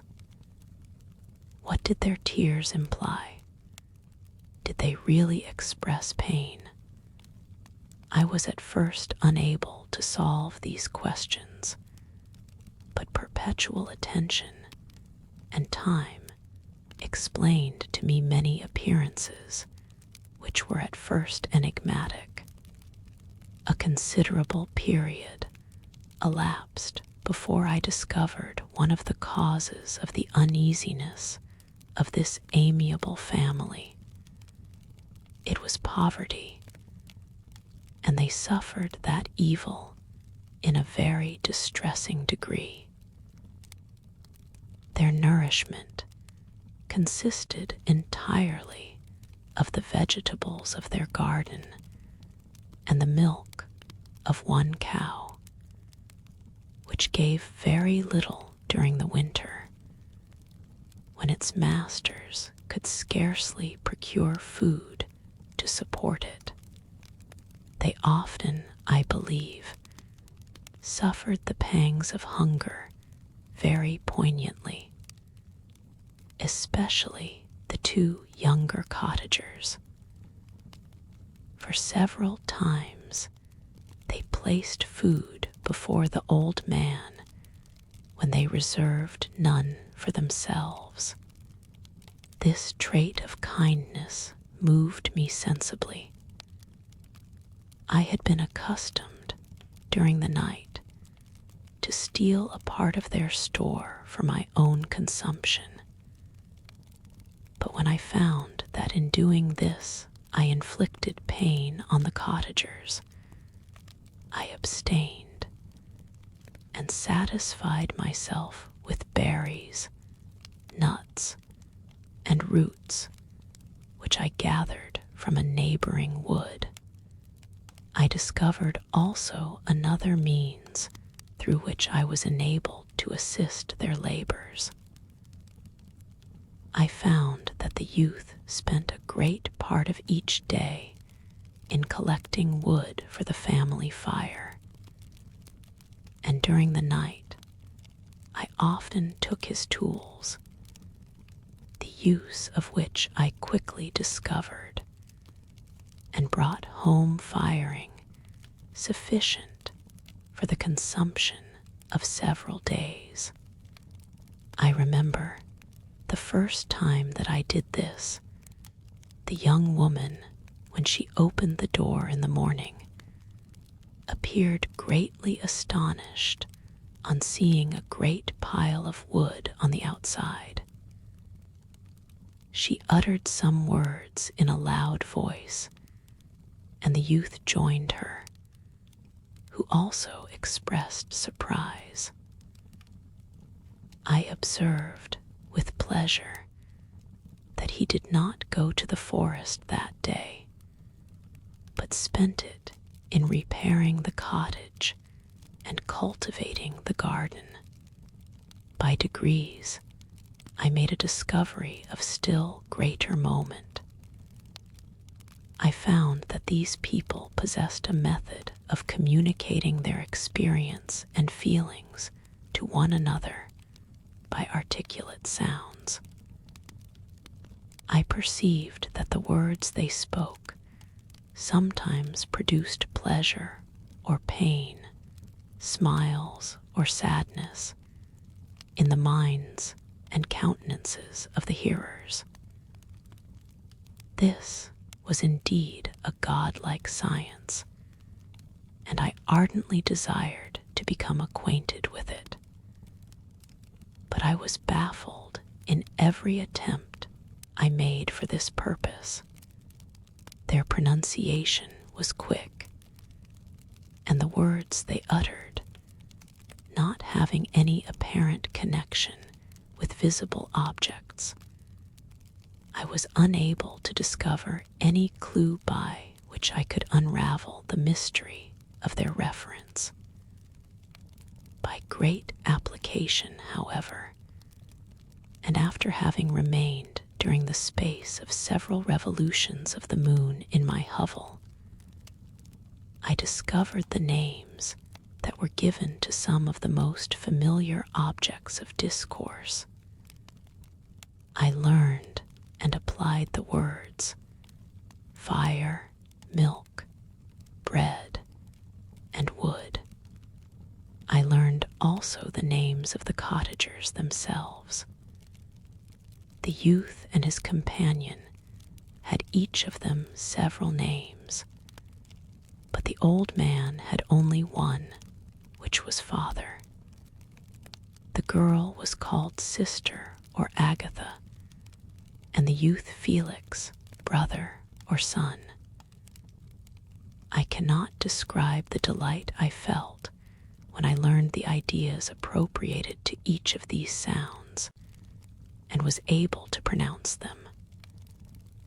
I distinguished several other words without being able as yet to understand or apply them, such as good, dearest, unhappy. I spent the winter in this manner. The gentle manners and beauty of the cottagers greatly endeared them to me. When they were unhappy, I felt depressed. When they rejoiced, I sympathized in their joys. I saw few human beings besides them, and if any other happened to enter the cottage, their harsh manners and rude gait only enhanced to me the superior accomplishments of my friends. Old man, I could perceive, often endeavored to encourage his children, as sometimes I found that he called them to cast off their melancholy. He would talk in a cheerful accent, with an expression of goodness that bestowed pleasure even upon me. Agatha listened with respect.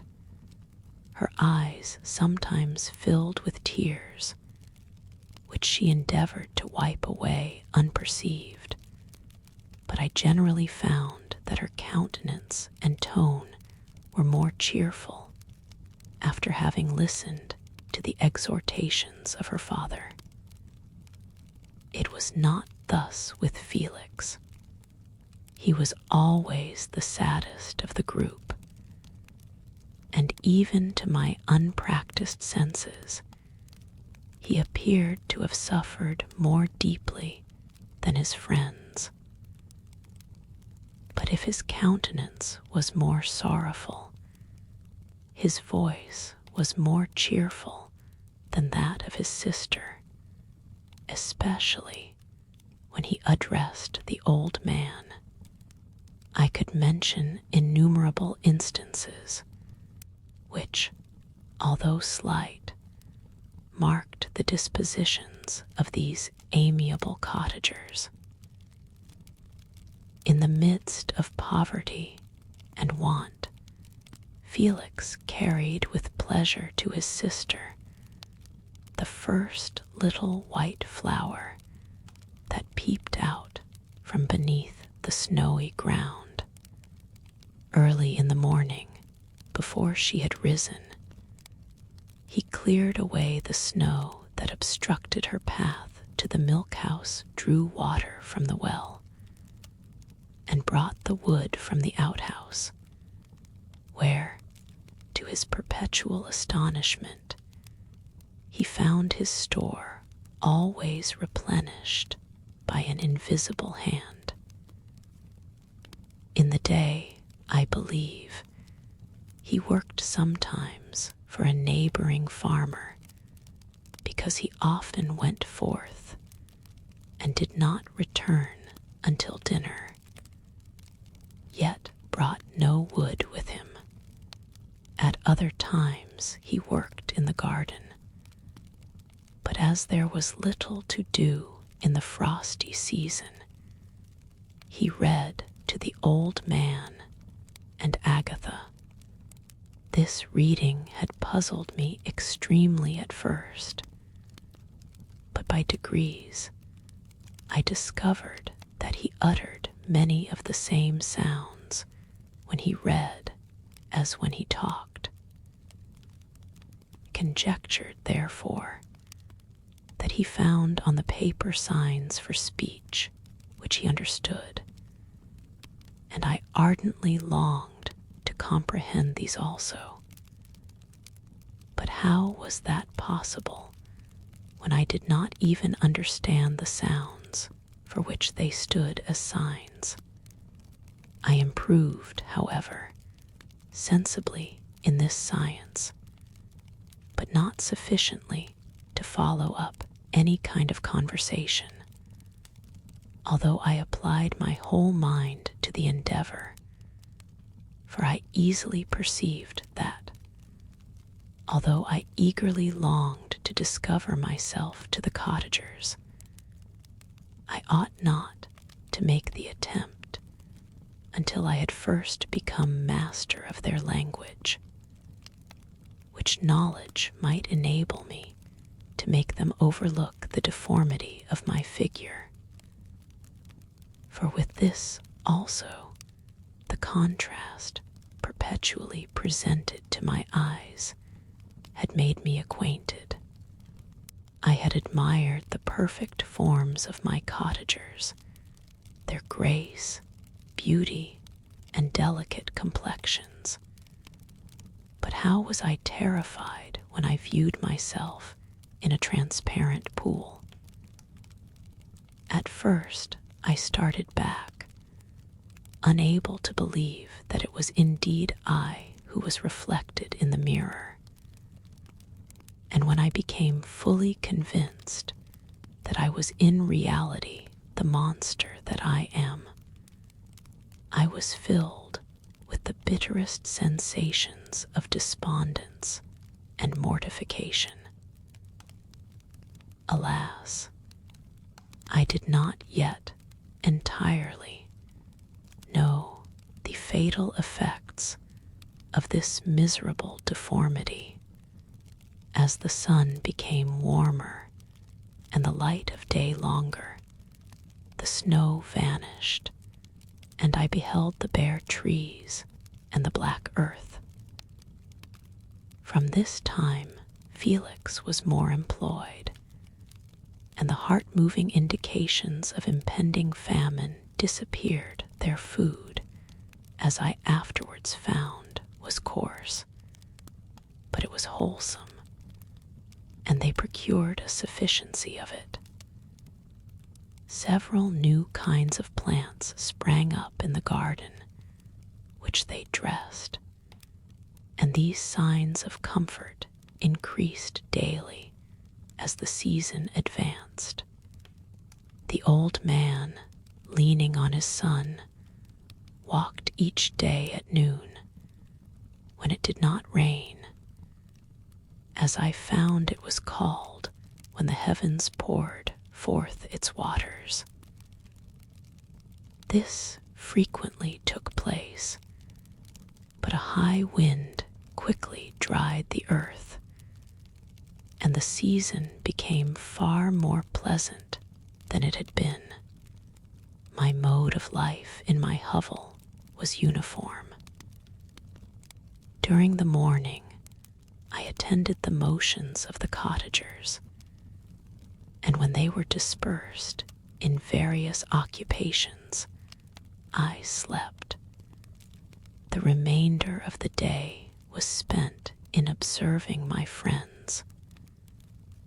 When they had retired to rest, if there was any moon or the night was starlight, I went into the woods and collected my own food and fuel for the cottage.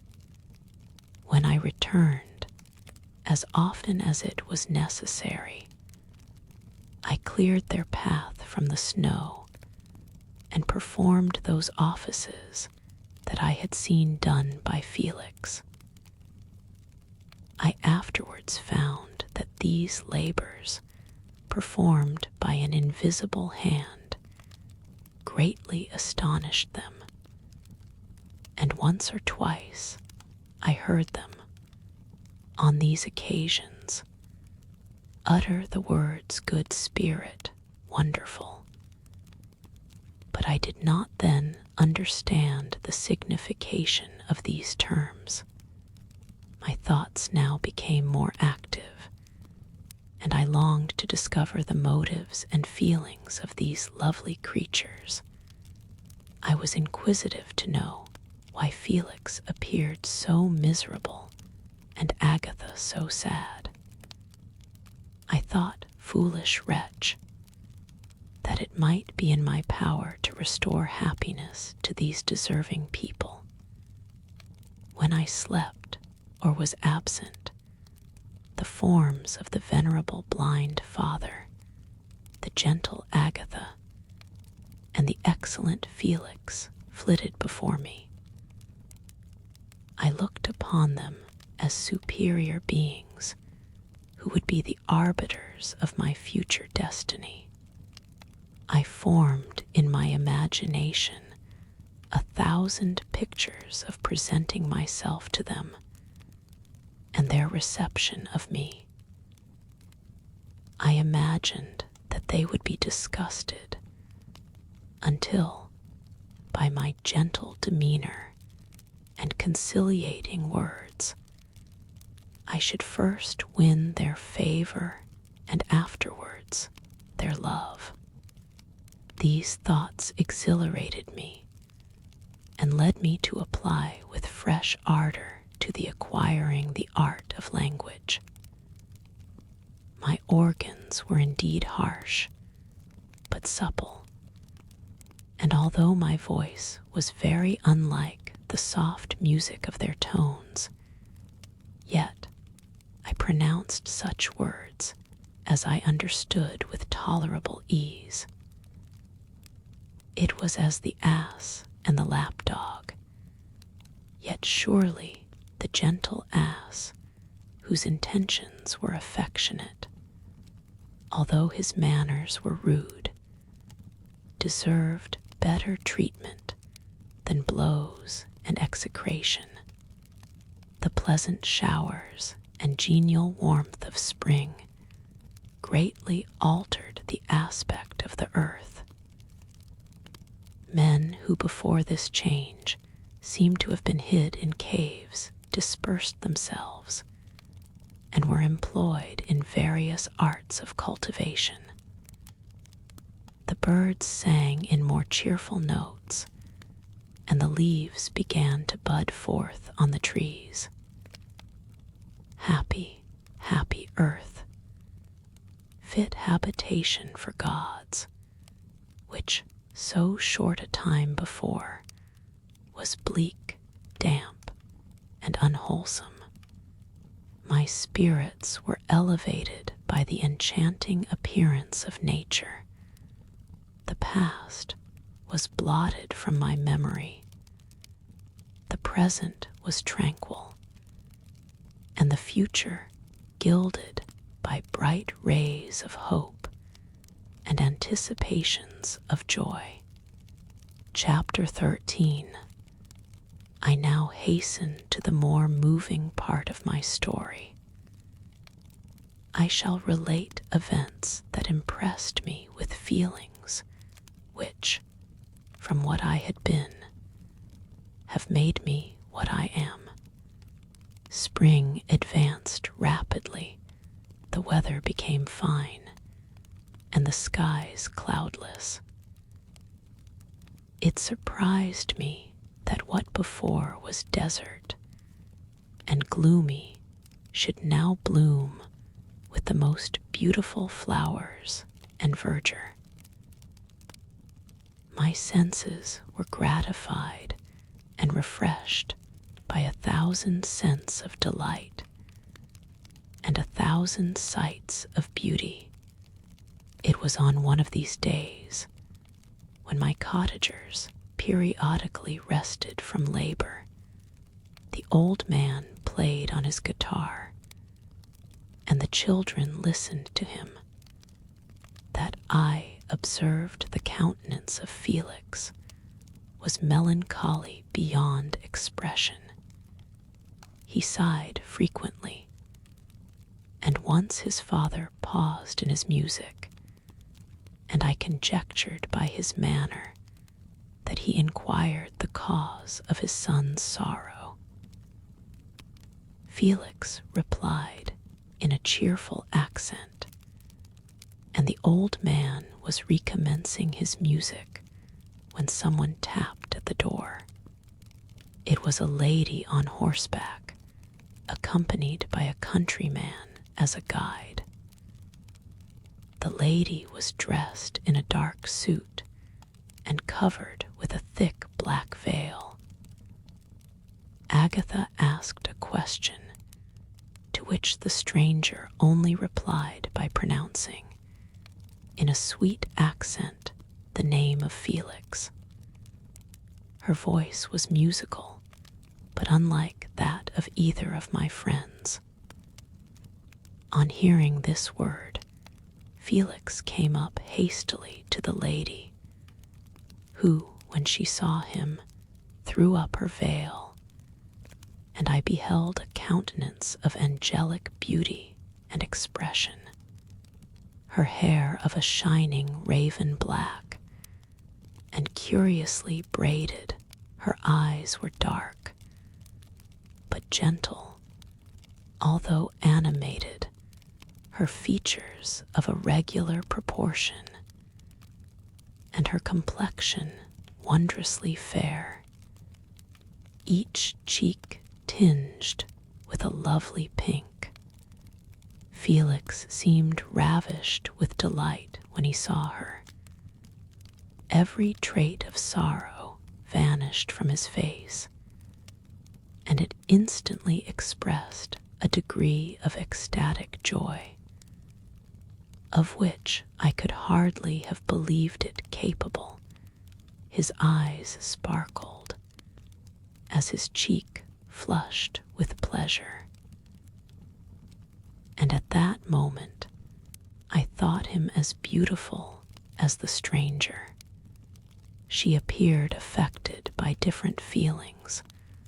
Wiping a few tears from her lovely eyes, she held out her hand to Felix, who kissed it rapturously and called her, as well as I could distinguish, his sweet Arabian. She did not appear to understand him, but smiled. He assisted her to dismount, and dismissing her guide, conducted her into the cottage.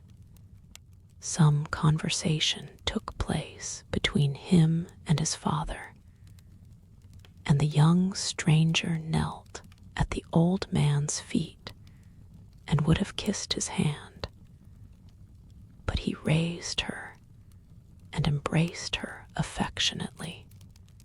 I soon perceived that although the stranger uttered articulate sounds and appeared to have a language of her own, she was neither understood by nor herself understood the cottagers.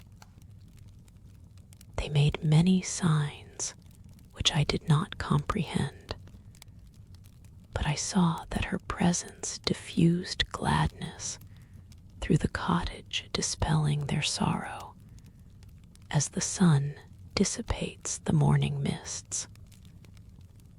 Felix seemed peculiarly happy, and with smiles of delight welcomed his Arabian. Agatha, the ever-gentle Agatha, kissed the hands of the lovely stranger, and pointing to her brother, made signs which appeared to me to mean that he had been sorrowful until she came. Some hours passed thus, while they, by their countenances, expressed joy, the cause of which I did not comprehend. Presently I found, by the frequent recurrence of some sound which the stranger repeated after them, that she was endeavoring to learn their language. And the idea instantly occurred to me that I should make use of the same instructions to the same end. The stranger learned about 20 words at the first lesson. Most of them, indeed, were those which I had before understood, but I profited by the others. As night came on, Agatha and the Arabian retired early. When they separated, Felix kissed the hand of the stranger and said, "Good night, sweet Safie." He sat up much longer, conversing with his father, and by the frequent repetition of her name, I conjectured that their lovely guest was the subject of their conversation. I ardently desired to understand them, and bent every faculty towards that purpose, but found it utterly impossible. The next morning Felix went out to his work, and after the usual occupations of Agatha were finished, the Arabian sat at the feet of the old man, and taking his guitar, played some airs so entrancingly beautiful that they at once drew tears of sorrow and delight from my eyes. She sang, and her voice flowed in a rich cadence, swelling or dying away like a nightingale of the woods. When she had finished, she gave the guitar to Agatha, who at first declined it. She played a simple air, and her voice accompanied it in sweet accents, but unlike the wondrous strain of the stranger. The old man appeared enraptured, and said some words which Agatha endeavored to explain to Safie, and by which he appeared to wish to express that she bestowed on him the greatest delight by her music. The days now passed as peaceably as before, with the sole alteration that joy had taken place of sadness in the countenances of my friends. Safie was always gay and happy. She and I improved rapidly in the knowledge of language, so that in 2 months I began to comprehend most of the words uttered by my protectors. In the meanwhile, also the black ground was covered with herbage, and the green banks interspersed with innumerable flowers, sweet to the scent, and the eyes, stars of pale radiance, among the moonlight woods. The sun became warmer, the nights clear and balmy, and my nocturnal rambles were an extreme pleasure to me, although they were considerably shortened by the late setting and early rising of the sun. For I never ventured abroad during daylight, fearful of meeting with the same treatment I had formerly endured in the first village which I entered. My days were spent in close attention, that I might more speedily master the language, and I may boast that I improved more rapidly than the Arabian, who understood very little and conversed in broken accents, whilst I comprehended and could imitate almost every word that was spoken. While I improved in speech, I also learned the science of letters as it was taught to the stranger, and this opened before me a wide field for wonder and delight. The book from which Felix instructed Safie was Volney's Ruins of Empires.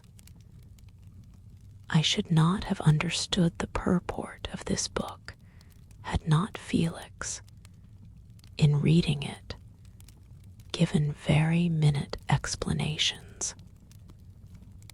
He had chosen this work, he said, because the declamatory style was framed in imitation of the Eastern authors. Through this work, I obtained a cursory knowledge of history and a view of the several empires at present existing in the world. It gave me an insight into the manners, governments, and religions of the different nations of the earth. I heard of the slothful Asiatics, of the stupendous genius and mental activity of the Grecians, of the wars and wonderful virtue of the early Romans, of their subsequent degenerating, of the decline of that mighty empire of chivalry, Christianity, and kings. I heard of the discovery of the American hemisphere, and wept with Safie over the hapless fate of its original inhabitants. These wonderful narrations inspired me with strange feelings. Was man, indeed, at once so powerful, so virtuous and magnificent, yet so vicious and base? He appeared at one time a mere scion of the evil principle, and at another as all that can be conceived of noble and godlike. To be a great and virtuous man appeared the highest honor that can befall a sensitive being. To be base and vicious, as many on record have been, appeared the lowest degradation, a condition more abject than that of the blind mole or harmless worm. For a long time, I could not conceive how one man could go forth to murder his fellow, or even why there were laws and governments. But when I heard details of vice and bloodshed, my wonder ceased, and I turned away with disgust and loathing. Every conversation of the cottagers now opened new wonders to me. While I listened to the instructions which Felix bestowed upon the Arabian, the strange system of human society was explained to me. I heard of the division of property, of immense wealth and squalid poverty, of rank, descent, and noble blood. The words induced me to turn towards myself. I learned that the possessions most esteemed by your fellow creatures were high and unsullied descent united with riches. A man might be respected with only one of these advantages, but without either he was considered, except in very rare instances, as a vagabond and a slave, doomed to waste his powers for the profits of the chosen few. And what was I? Of my creation and creator, I was absolutely ignorant, but I knew that I possessed no money, no friends, no kind of property. I was, besides, endued with a figure hideously deformed and loathsome. I was not even of the same nature as man. I was more agile than they, and could subsist upon coarser diet. I bore the extremes of heat and cold with less injury to my frame. My stature far exceeded theirs. When I looked around, I saw and heard of none like me. Was I then a monster, a blot upon the earth, from which all men fled, and whom all men disowned? I cannot describe to you the agony that these reflections inflicted upon me. I tried to dispel them, but sorrow only increased with knowledge. Oh, that I had forever remained in my native wood, nor known nor felt beyond the sensations of hunger, thirst, and heat. Of what a strange nature is knowledge. It clings to the mind when it has once seized on it, like a lichen on the rock. I wished sometimes to shake off all thought and feeling, but I learned that there was but one means to overcome the sensation of pain, and that was death, a state which I feared yet did not understand. I admired virtue and good feelings, and loved the gentle manners and amiable qualities of my cottagers, but I was shut out from intercourse with them, except through means which I obtained by stealth, when I was unseen and unknown, and which rather increased than satisfied the desire I had of becoming one among my fellows. The gentle words of Agatha and the animated smiles of the charming Arabian were not for me. The mild exhortations of the old man and the lively conversation of the loved Felix were not for me. Miserable, unhappy wretch, other lessons were impressed upon me even more deeply. I heard of the difference of sexes, and the birth and growth of children, how the father doted on the smiles of the infant, and the lively sallies of the older child, how all the life and cares of the mother were wrapped up in the precious charge, how the mind of youth expanded and gained knowledge of brother, sister, and all the various relationships which bind one human being to another in mutual bonds. But where were my friends and relations? No father had watched my infant days. No mother had blessed me with smiles and caresses. Or if they had, all my past life was now a blot, a blind vacancy in which I distinguished nothing. From my earliest remembrance, I had been as I then was in height and proportion. I had never yet seen a being resembling me, or who claimed any intercourse with me. What was I? The question again recurred, to be answered only with groans.